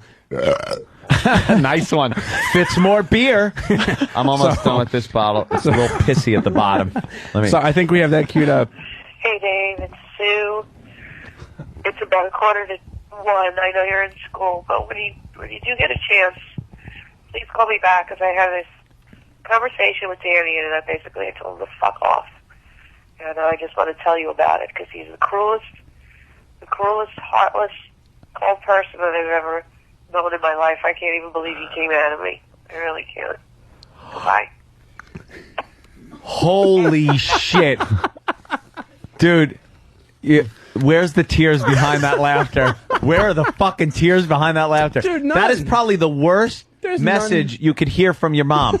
That sounds like something. Hold on, pause it for 1 second. She could say, "No, let's just talk over it." Then it sounds it sounds like we were there. It reminds me of a voicemail I heard that Travis's mother left. It's like, oh my God, I have to deny that he ever came out of me. Is that inappropriate? Sorry, Travis.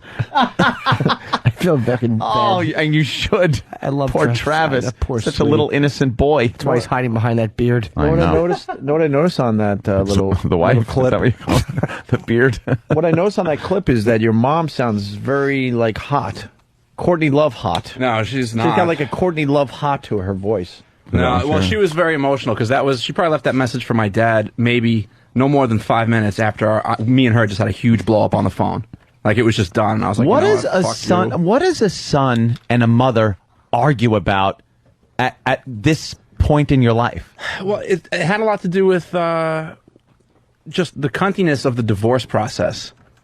And just like, my dad he was going through some rough times. He had a heart attack, had health issues. He lost his gig, so he was just working like shitty jobs. And she was still trying to fuck him for every fucking cent that she could get out of him. And she's doing way better than he is. Yeah. And forever. And she's still at it because she called him.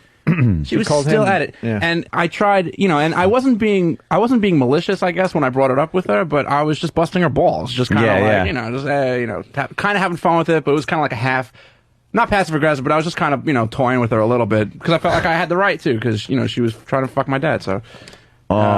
She had no part of it. That makes sense. Wow. So. Is there more to that clip? Like 50. Yeah, it's probably nothing. Message you could hear from your mom. Dude, there's none tears. She could say, thank God he was adopted. You didn't know. Thank God he was adopted. There's none tears. God, I'm so sorry that abortion didn't work out. He fucking dodged the hanger. That's awful. That was the last communique I've ever had with dear old mom. Well, that was it. That was a while ago, too. But she gave you birth. She gave you life. That's all she did, though. She gave you life. That's all she did. Anybody could take cum in their pussy. Anybody could do that. Travis could do that. His mom certainly can. It doesn't mean says kosher party. It doesn't mean that you're gonna be a great mom, and it doesn't mean that I'm legally bound to love you because you know because you took a load on my dad's birthday. Was it his birthday? Well, yeah. Well, let's see. His birthday It's a is 9-month thing. His birthday is March 19th. My birthday is December 27th. You do the math. Yeah, it was a birthday fuck. So is it drunken fuck, you think? Yeah, it had to be. Oh, my God. That's the only reason you're here, because of a drunken fuck? because my dad wanted to get laid on his birthday. Wow. Okay, we did a lot today on this fine show. Yes, we did. Mm-hmm. Damn, you two. That makes Than's relationship with his mom look like fucking Leave it to Beaver. Wow. Yeah, way to kill my bit. I don't want to seem normal, you dick. Just put a tone on any time you talk about it. We're just about ready to wrap up the show. Or are we? A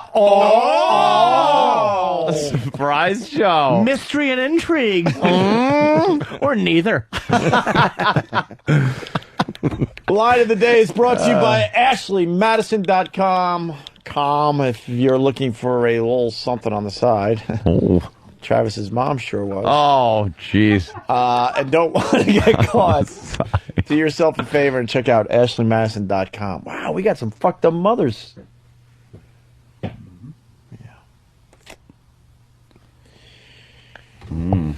First runner-up. Yeah. Oh, right. Just thinking about my own mommy. Oh, God. Yeah. Mine seems normal compared to this stuff. Holy shit. Some shit going on. Belly dancers. We need belly dancers. Hot, young girls that want to belly dance for us, and we'll make you a YouTube sensation. One of these videos will go. It's our whole goal. Yeah. The only video we got that went all the way was... We had 2 videos that went all the way. And... Loading Vista. My Vista, it's up to a couple of 1.5 million views or something like that. It's ridiculous. And then Pat's eggnog drinking challenge video is the biggie too. That one's Those huge. are the only 2 that ever went viral on us. You just never know. Just never knows right. All right, here is a runner-up line of the day. Pick up the garbage bag and just rest it on his face. Stupid Mary. Yeah, I didn't even take pay for that job. I worked for tips. That old gag. Right to another runner-up line of the day. It's a back massager. A back massager. And so I decided in my youth that it would probably feel good. Did you cram it up against your face and go, someone's been massaging catfish? That was a good one, Jimmy. Thank you. Very good. Lisp. Always fun. Yes. Jimmy's going to be at Caroline's this weekend, and I mentioned it very early in the week because I think, you're going to have a problem getting tickets by the end of the week. You really should get your tickets in advance. It was actually, I was over half sold as of the beginning of last week. I haven't been keeping ticket counts. Half sold out for the whole run? Yeah, by the beginning of last week. We didn't even talk about it. Get tickets. 212-757-4100. How many shows you doing down there, Jimmy? 1 Thursday, 2 Friday, 2 Saturday, 1 Sunday. I will be going to one of those shows. Oh, good, man. I'm not sure which one yet. I'll alert the audience. Yes, and Caroline's, of course. And I will be going to the Charles show rules. that Anthony doesn't go to. Oh! Is that a surprise? No, You're full of surprises now? No, just regular life, really.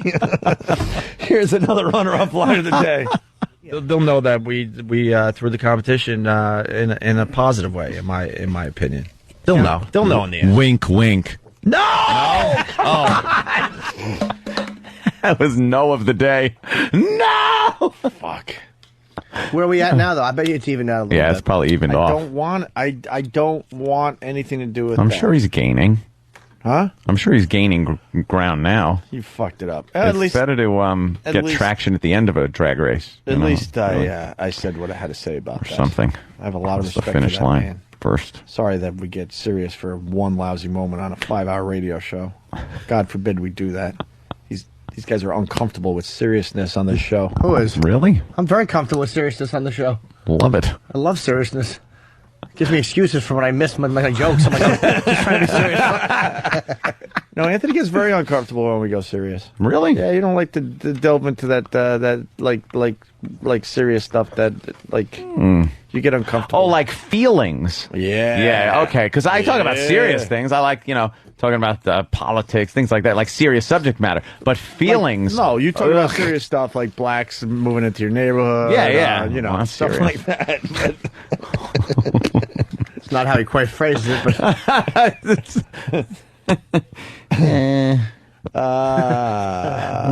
like a wallet. Do we have another runner-up line of the day? Sure. Hit it. John from Virginia writes, Keith the Top. All right, so let's get back to the end of this story. What? That is great. A listener getting in on the action today with Keith the Top. Hold on, Fucking listeners getting A+. They had some of the best lines of the day on that instant feedback. What there, Jimmy? Oh, I'm sorry, I was just looking at Ted Nugent. Oh wait, that was Hillary. Fucking phony bitch. She acts like she's a big gun component. Now she's a gun supporter. She's trying to get the Republicans that are into guns and religion, that are disenfranchised, to come aboard on her ship because she's Miss fucking Charlton Heston. Do a shot of whiskey. I'm surprised she didn't smoke a cigar. Worked out well for her husband. Fucking phony with that yellow thing around her neck. Look at that. I wish that was attached to a tree.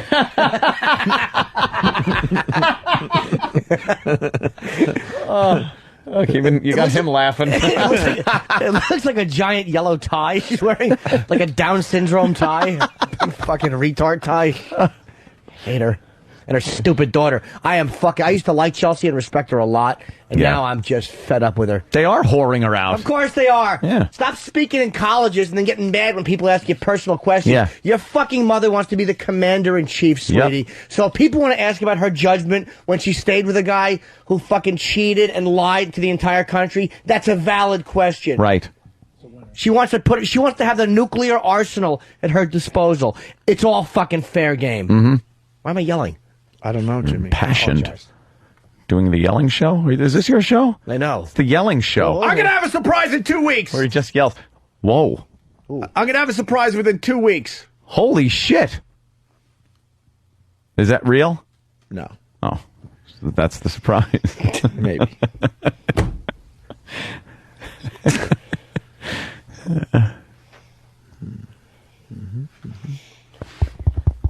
You got me thinking. Yeah. Oh, yeah, you got me thinking. Line of the day. Here comes line of the day. Line of the day.